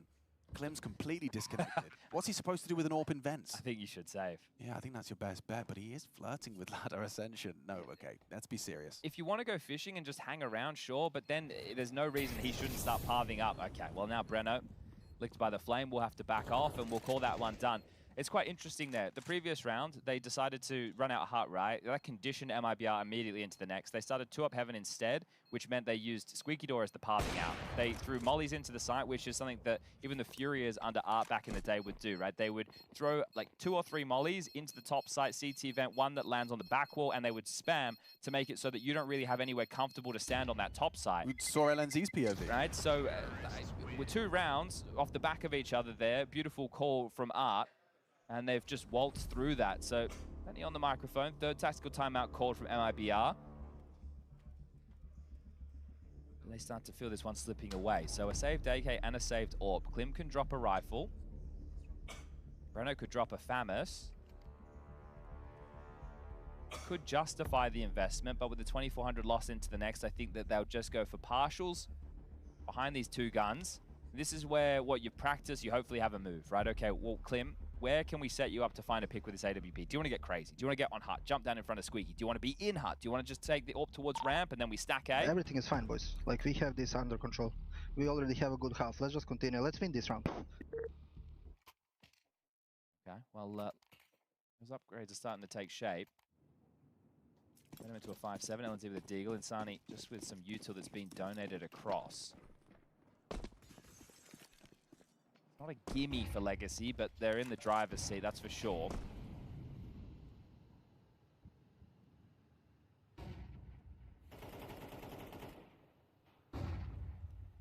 Interesting to put the AWP ramp and then also block it yourself. So maybe that makes them feel that the AWP's not there.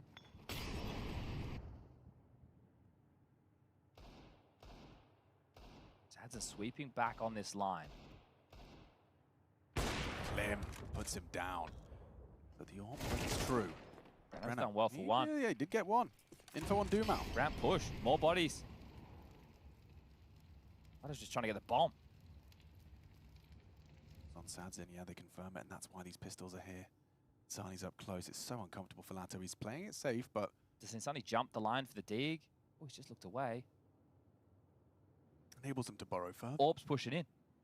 They're going to let Doomau play. Yes, understandably. The flank is open, and your internal... Double Orbs in radio. Oh, they know where he is. Oh, and Venom's found him.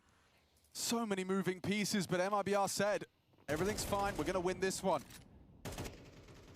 With just a rifle and an AWP, and now Nissim's position's noted. 30 seconds. You know, one lobby, and I think you just have to hold on to these. Wow. Okay. Subvert the expectation with the block smoke on ramp. Saturn goes looking, walks into Clean, bomb gets loose. They can't pick it up. Breno gets output of his save gun as well. And this is a massive round for MIBR. They find double digits. In such a cool way as well. Just manipulating Legacy's expectation. Both teams have had, you know, good calls in this half. That's one credited to MIBR. All right, so no loss bonus for these two. But Nissim will be able to drop a gun. It's got 5.2. This is more the knockout blow. That Breno kill in the exchange, and then the flank to make sure. The time would have always been a problem, and they had double orbs in radio at that point, right? Which sounds crazy, but as soon as they get a bit more space, they can make sure you can't come in from hell. It was looking to be a lockdown. Well, Legacy, they have to respond here. It's only 2,400 for them into the next round to play. A plant here could go a long way. MIBR just 3 rounds away. Picking up the dub.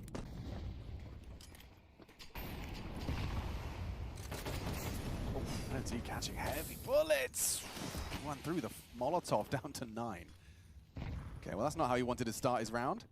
The way that they comboed the util to the main there, he didn't even have a chance. Up again. Perfect. Perfectly positioned. Klim's in the right spot. They're trying to amplify pressure, but he's got support. Oh my god, too easy. Ah, just walking around looking the wrong way. Venom Zera will get a freebie. MIBR set to collect now, and Breno's just borrowed at the back of ramp. If he times this right, he gets another kill. That's round over. And it's the bomb. It's the bomb they lose. Sadzin can't keep the bomb in his hands. Flushed out and found by Nissim. 2 versus 5 for Doomau and Nissim. We've already had a 1 versus 3 from Nissim. Gave Legacy an injection of momentum, but this one feels too hard.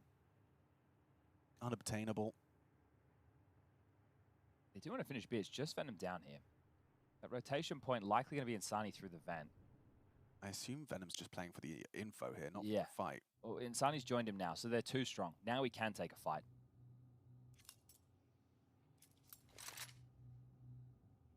28. There's They'll just let no them play. you two. I don't know how you possibly even meant to get the bomb down in this situation. You make a sound cue, the doors swing open, and the round goes MIBR's way. Yeah, so you're going to have to drop into plant. Oh, they're going to fight single. Okay, Insani's perfectly See ya. Easy pickings. Impossible for Nissim. Nothing he can do. MIBR 2 rounds away. Okay, very well handled. And Klim, we were talking about him lacking the AWP. T side, not really the end of the world. CT side, you want your AWP to have his AWP. He has the most opening kills for MIBR so far. 4 and 1 in that department, and 3 have come with the AWP in his hands. So he's delivering when he gets the opportunity. Sitting at the top of the scoreboard, 17 kills deep. And he's been everywhere in these last couple. You want your AWPer to pick their shot on the CT side of a map like this. Your outside rifler and your AWPer, if they're feeling fluid, right, if they're able to dictate the tone of the game, it does just make the T side so agonizing. As Legacy, they are going to shove. I was talking about Plant going a long way. They're still, without that going down, able to get themselves 2 AKs, a Galil. Deagle and a Tech 9. They've got the HE on Nissan to blow open the door. But the only rounds that they've won in this half of play have been top plays. One out the hut, one out the door. So I tell you what I'm expecting if I'm MIBR. I'd definitely be... There's 4 smokes in the air from the T side right now. 4 off the rip. Which means you need to take space off the back of these. You cannot get stalled. Oh, God. Klim, okay, missed shot and easy. Gets it on the repeak. Lato and Dumao, both gone. Gets leisurely now. I mean, Art is just contact walking B-side with the bomb on his back. And there's no rotation. These steps are going to be heard. Breno is going to have to start to head down now. You can't rotate vent. It's too risky. It means that Breno likely the man to take first contact. The vent called clear. They're going to go single door. They don't have a smoke that they can limp out to par through, but again, they are given the room. So MIBR are deciding if they go B, we'll play a 5v3 retake. The molly vent, they erupt into sight. Looking to plant Astralis is Art. Plenty of nades for this short, but it could still get clunky. 40 seconds on the clock and ticking.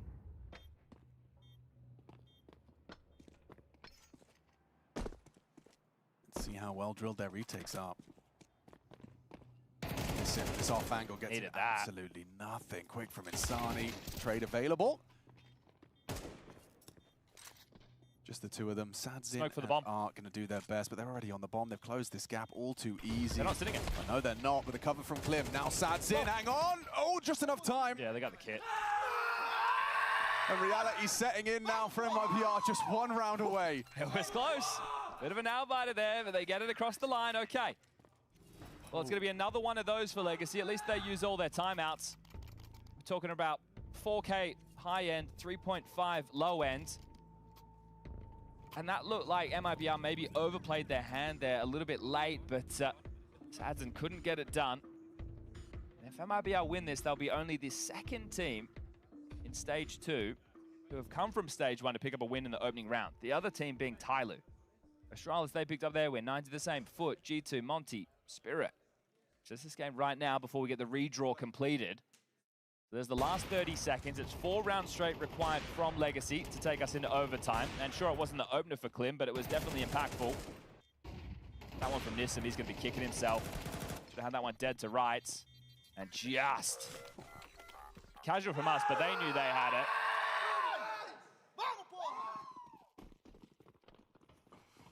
Galil's Tech 9 and no margin for Air Rap. Art throws himself into the mix early, wants to try and get something. LNZ playing for vent rotation. Him having to tussle against Art in these moves throughout. Let's see how LNZ can fare.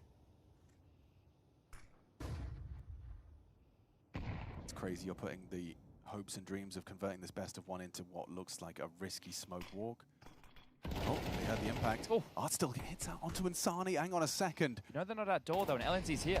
Venom's super uncomfortable, supported by Klim. That's a really nice kill onto Nissim. It's going to put them in the back into the 4v4. LNZ trying to be disruptive, and he's got their back turned. They overlook him. He didn't expect Lato. Oh, and he controls the spray, has Klim low. 2 kills deep from the AWP, but now bleeding out. Venom, he is to both. He's hurt both. Klim's on the race to ramp. Sadzin has a smoke. Get to Astralis or no, plans behind the site. Sadzin trying to close that gap. Klim on that low HP. Pokes his nose out, trying to catch something. Sadzin couldn't control the spray. Brad, look at the health though. This is winnable for Lato. MIBR, they're 1 kill away from securing it. But 3 bullets could do it. And there's the first clean to the skull. Klim closes it down. MIBR popping off.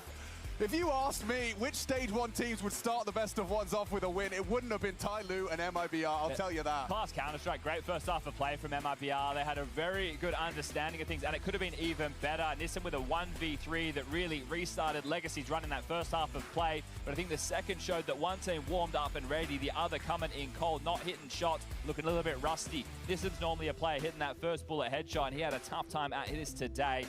And again, the only rounds in this T half from Legacy were top plays. 1 out the heart, 1 out the door. But we're getting a whole lot of derbies here in Cologne. Another one takes shape, and revenge for CAC just a few weeks ago. The champions, well, they took down MIBR in that semi-final. Right now, they're the ones 0-1 to start off their major campaign. They We'll play again later today, but MIBR, they join the big boys table. Astralis, 9Z, Foot, Tyloo, G2, Monty, and Spirit. It's going to be our next set of matches. Got a lot of admiration for Klim, just what he was providing as well once he got over to that CT side. You just saw impact on impact. We discussed it when it was happening, but just finding those opening kills you were talking about, just how many he was generating. I don't know what he ended on. Still with the 4-1, but I mean, yeah, closed it down at the end as well. The one that was the key for me in the second half, and where they decided to take the save behind the saved AWP and the AK, and they got that output there, right? Blocking ramp, Sads, and he's just sweeping, and he gets picked. Breno saved AK over towards Secret, and from there, they're able to shut out the game. So very well done from MIBR. They came in with a goal, a mission accomplished to kick off the day. Yeah, no complaints whatsoever. Legacy, a furrowed brow. That is the opposite of what they probably envisioned. But we are going to hear from the victors now standing by. In this Brazilian derby, MIBR come on top, and honestly, I was a little bit worried when I saw you guys playing against Legacy, because I remember how you guys played in the first day of stage 1 in those best of ones. It was a little bit, you know, up and down. But now, I felt like I saw completely different MIBR. Do you confirm? Do you feel the same? Yeah, I agree. I think, as I said a lot of times now, it's all about momentum. And when we got here to the major, we were a bit rusty, we were a bit cold. And I feel like as the games went, we were kind of getting the engine up. And now we're good, and we're confident, and we have the momentum. So we're just sharp now. It also felt like with the engine and momentum going up, you started the game itself very happy. Like, I remember your pistol round on T-side, like few HP, and you made a triple kill or something like that. Are these emotions helping you to play better Counter-Strike, or is it different? Is it like good Counter-Strike helps you just be more positive on the server, or is it like going hand in hand? Yeah, I think it's hand in hand. I think both goes up the same way.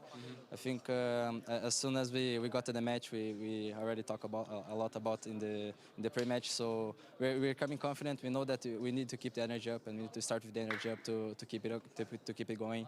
So yeah, I'm happy with the team. It's still important to keep it going for today, because we will see you one more time on the server in a best of one. Obviously, I personally don't know who you're facing yet, but how are you feeling with the teams, you know, coming in? And there were already a couple of upsets before you started the game. So how's basically your chances in MIBR going into this day? Do you feel like you can actually pull it for 2-0? I'm very confident that we can do it. I think we're showing up a good CS here, and we are. The thing that we search the most is consistency, right? Yeah. And that's what team struggles the most. And we can see in our game against Legacy, last time they played better, this time we played better, and being more consistent is everything we look forward. So job's not done for today, and for sure job's not done for this stage. So we have a lot of work to do, and we will look out to our next opponent. It's a beautiful interview. Thank you for this so much, and we'll see you later on today once again.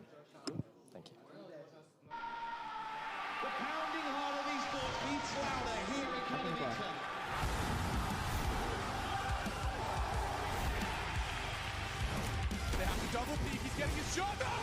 Unbelievable! Something special to throw this decoy, and that's exactly what happens. Got him,